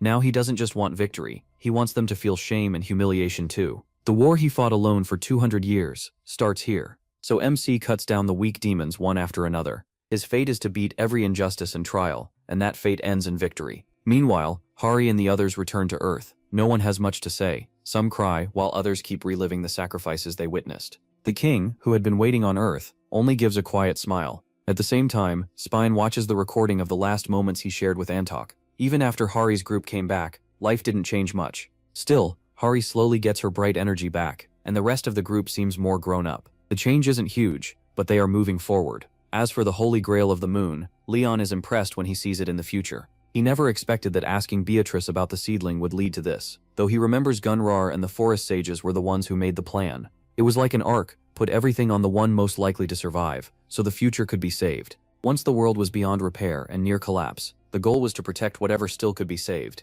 The top priority was the Pantheon. It wasn't just a symbol of faith, it was also tied to the world itself. If it fell, the divinities would lose their power, and paradise would vanish. That's why Leon explains. The gods moved to his Lionheart. They survived there because Lionheart could produce divine power on its own. When the founding king received the Holy Grail, Ariana had made it by gathering the world's light along with the power of the sun and lightning. That Grail became the base of the kingdom, and was needed to choose a Grail Knight. Now Leon combines the Holy Grails, turning them into the final Grail. The Holy Grail of the Moon was made to fix the flaws in the others, and it helps choose the final Grail based on what is needed. The final Grail was created to store species and knowledge. It can build a new kingdom, but only if Gunnar's seedling grows. After a while, he carefully asks Beatrice for a favor. He wants her to find people he believes are still alive. One is Vulcanus, and the other is Karina. He didn't see her in the god's paradise, and even if he can't be a father right now, he still needs Beatrice to find her. Beatrice promises she'll figure something out. Leon thanks her, saying none of this would have been possible without her and Spine. He even tells her she can ask for anything, and he'll make it happen. Blushing, she says she'll tell him later. Meanwhile, in the Korean president's office, the president is furious about the open gates, and is reviewing the terms of cooperation with the South Korean government. The government liked the rise of the Pantheon Guild, because dealing with Leon alone was easier than handling the powerful 10-guild alliance. Pantheon's blessed crops had become a major export, a real golden goose, but the president was getting worried. Pantheon's power and military strength were growing far too fast, and the side effects of that were starting to show. At today's briefing, reporters asked what he believed about Ariana, the goddess of light and justice. When he dodged the question, people tore him apart in the comments on the recorded video. The president is losing it. Then one of his men rushes in with an urgent message from the United Nations. It's about the team sent to investigate claims that the Pantheon is violating human rights. The former One Brilliance Palace is now being used to mine star iron, and the laborers are hard at work, while Hari tells Spine that the government has called. Seeing her worried, Spine says he'll handle it, and tells her not to stress, they haven't done anything wrong. Hari then looks over at the workers bent over their tasks. As punishment, they were caught drinking more sugar and salt water than allowed, so Spine has started a surf challenge. Now all the serfs are mining with nothing but raw effort. Bar here, one of the Pantheon Guild serfs, has been stuck doing labor ever since his demotion. The moment Spine announces lunch for Group 214, Bar here lets out a relieved sigh, but at the table, they find a strange liquid, and Spine explains that it's just salt and sugar mixed together. Bar here panics, wondering how he's supposed to keep mining after drinking that. Back when he used to offer young human meat to demons, getting meat was easy. Not anymore. As a serf of Lionheart, he has no human rights left. After the meal, Spine orders them to mine 20 kilograms, and Bars here nearly breaks down. Then he injures his hand and stops because of the pain. But what hurts more is the whip Spine lashes across his back for stopping work. Bars here instantly starts mining again through the pain, regretting that he got caught a few days earlier and now has to suffer through all this. As he keeps mining in anger, the wall suddenly collapses. The accident became big news and even made the newspapers. 20 days later, Hari's group is gathered around a table, unsure how to deal with the Survivors' Human Rights Committee. One member says serving people salt and sugar water goes too far, and even the second-generation night trainees are shocked by it. Still, Jatumi says it was only part of training, so the real problem is the serfsu who worship demons. Hari agrees, but the Survivors' Human Rights Committee will never accept that, since the serfs are obviously being treated badly. Meanwhile, at Incheon International Airport, the United Nations Survivors' Human Rights Committee arrives, and Kang Hyuk, head of the Korean Hunter Association, welcomes Louise, the committee's deputy director. But Louise suspects the Korean government may be working with Pantheon, so she refuses to let him sway her. She's defended survivors' rights against powerful countries and dictators before, so she isn't easy to intimidate. Hari arrives to guide them, and they head first to the autonomous district of Cruciteria. From there, they continue to the planned inspection site. Once they arrive, Louise quickly notices the people here have already blended in well with humans. Then she spots a statue of Leon, and wonders if it's part of their culture.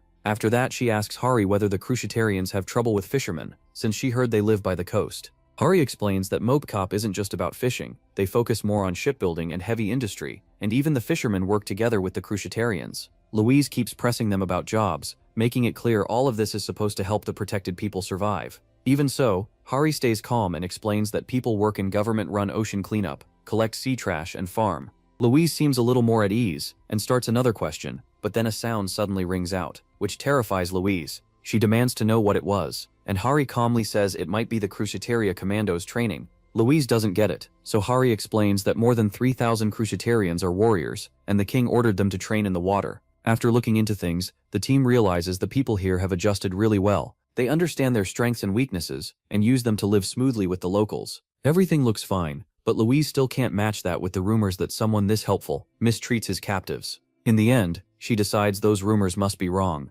After that, they reach the Pantheon headquarters. The second Louise gets out, the serfs are all made to smile and insist they aren't being forced to work. Their eyes say otherwise, and Louise has seen this kind of act plenty of times in places with no real human rights. Louise Foster has spent her life protecting human rights and sticking to her beliefs, trying to push the world towards something better. She always loved helping suffering people smile again, but her instincts tell her this is wrong. The smiles and answers all feel forced. So Louise grabs one of the serfs and demands the truth, asking if he's being threatened. But the man, looking completely broken, still says he's there by choice. Louise doesn't understand, and she has no idea that when they made a contract with Tatar, the divinity of the sun and judgment, they also gave up their free will. Before she can think further, Spindai shows up and tells everyone to move, since it's lunchtime. Wanting to hear more, Louise insists on eating with the workers, and Spindai agrees. As they head to lunch, Spindai flashes his whips to warn the serfs to keep smiling, and the terrified serfs do exactly that. At the town hall, Louise and her team are surprised by the rich meal and fancy setup.